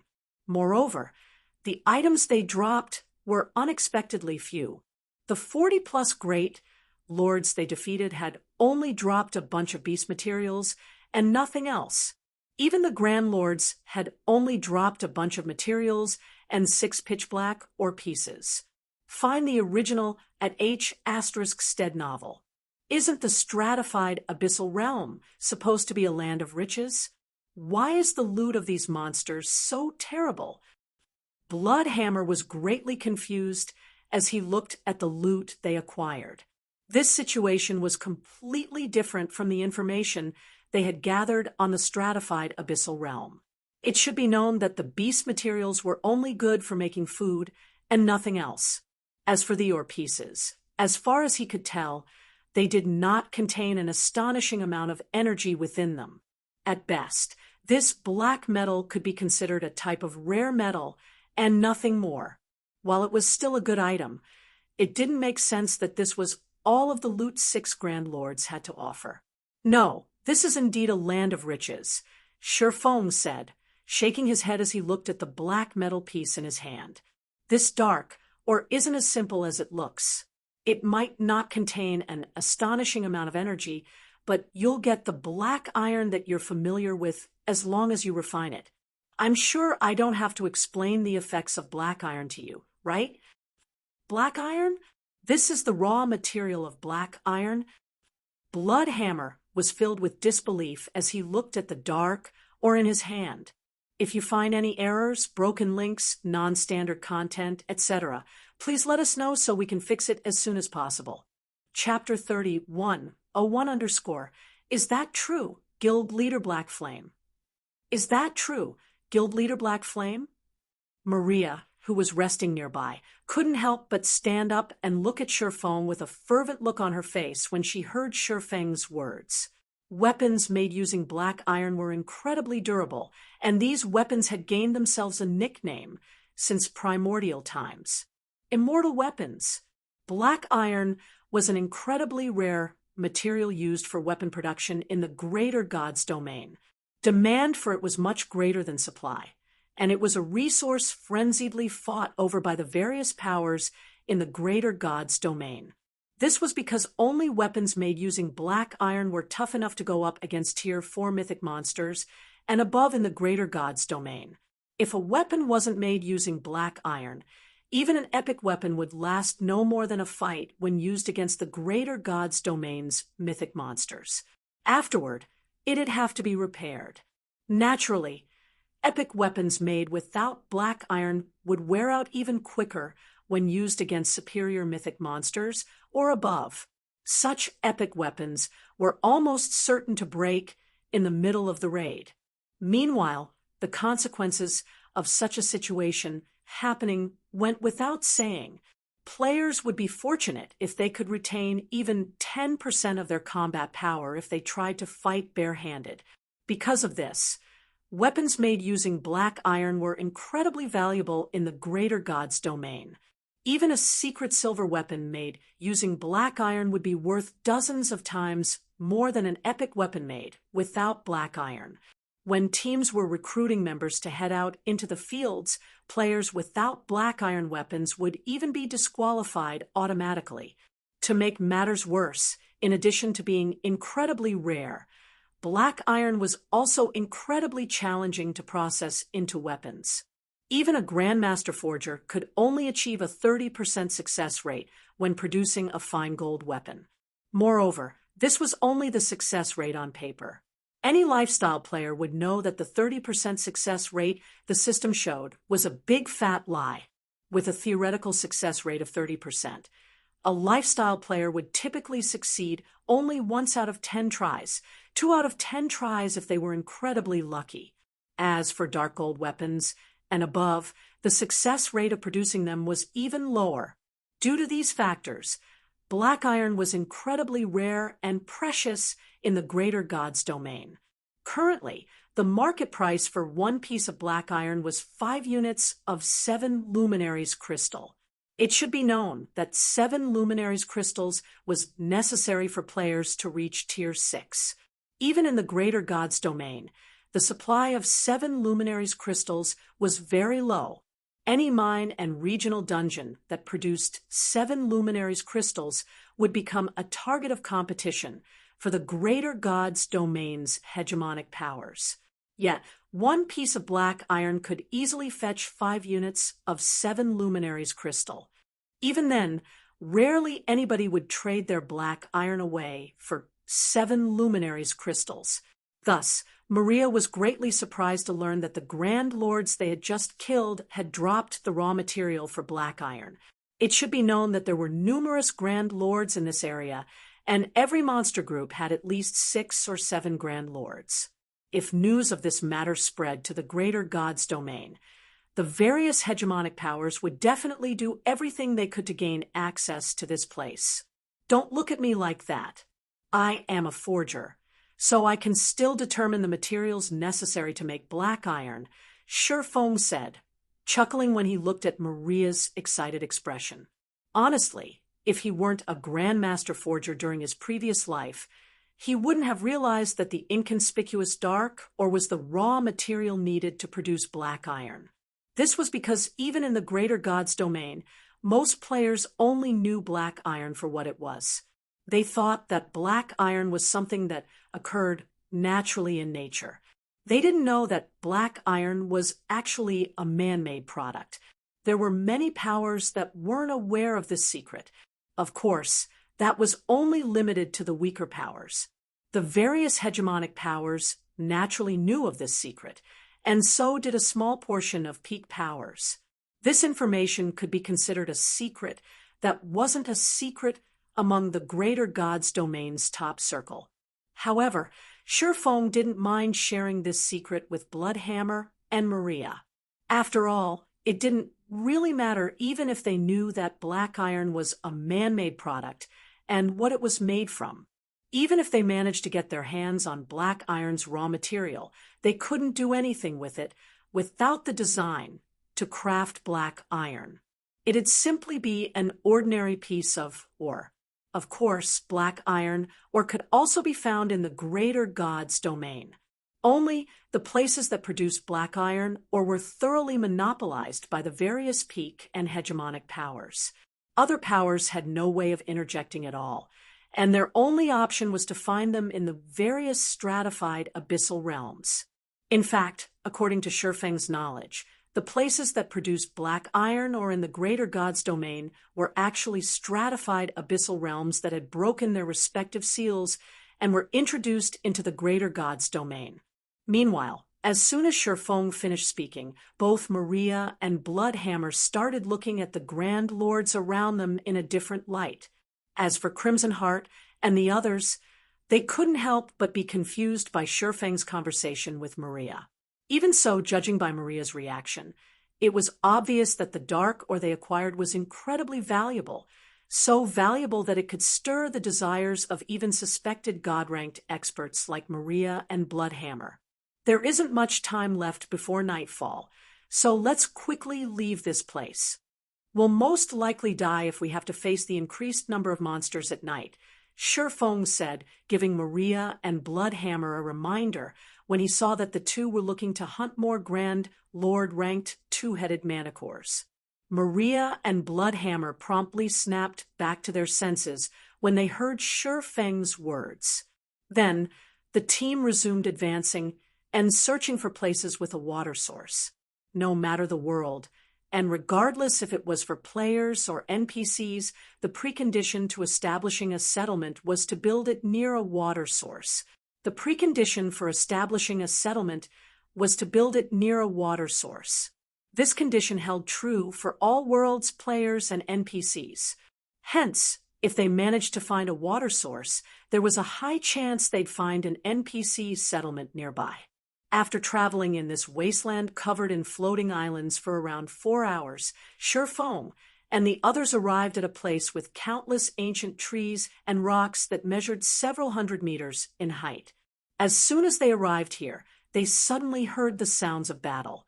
In addition, they also saw a towering pillar of fire rising in the distance, coupled with the sounds of thunder and glaring streaks of lightning coming down from the sky. Immediately, Shifeng and the others grew alert. That should be Shadow Thunder, a Tier 3 curse, Cleansed Rue said, as she looked at the dark red lightning bolts in the distant sky. Judging by its power, a player should have cast it, so there should be players fighting there. Moreover, it should be quite a big fight by the looks of it. Shadow Thunder was a super large-scale destruction spell, so one would typically only use it in a fight involving large numbers. Should we go and take a look, Guild Leader Black Flame? Crimson Heart asked as she turned to Shifeng. Based on their journey thus far, Crimson Heart noticed that Shifeng was much more knowledgeable about the stratified abyssal realm than everyone else. Even Maria and Bloodhammer couldn't help but listen to Shifeng's instructions. Moreover, If she were to rank the 3 groups in their team based on combat power, Zero Wings group would rank first, while the Tower Alliances group would rank second, and 100 Flower Palaces group would rank last. So, it was completely normal for her to seek Shifeng's opinion on how they should proceed. At this time, Maria and Bloodhammer had similarly turned to Shifeng seeking his opinion. Of course, we're going to take a look. This is our first encounter with other players.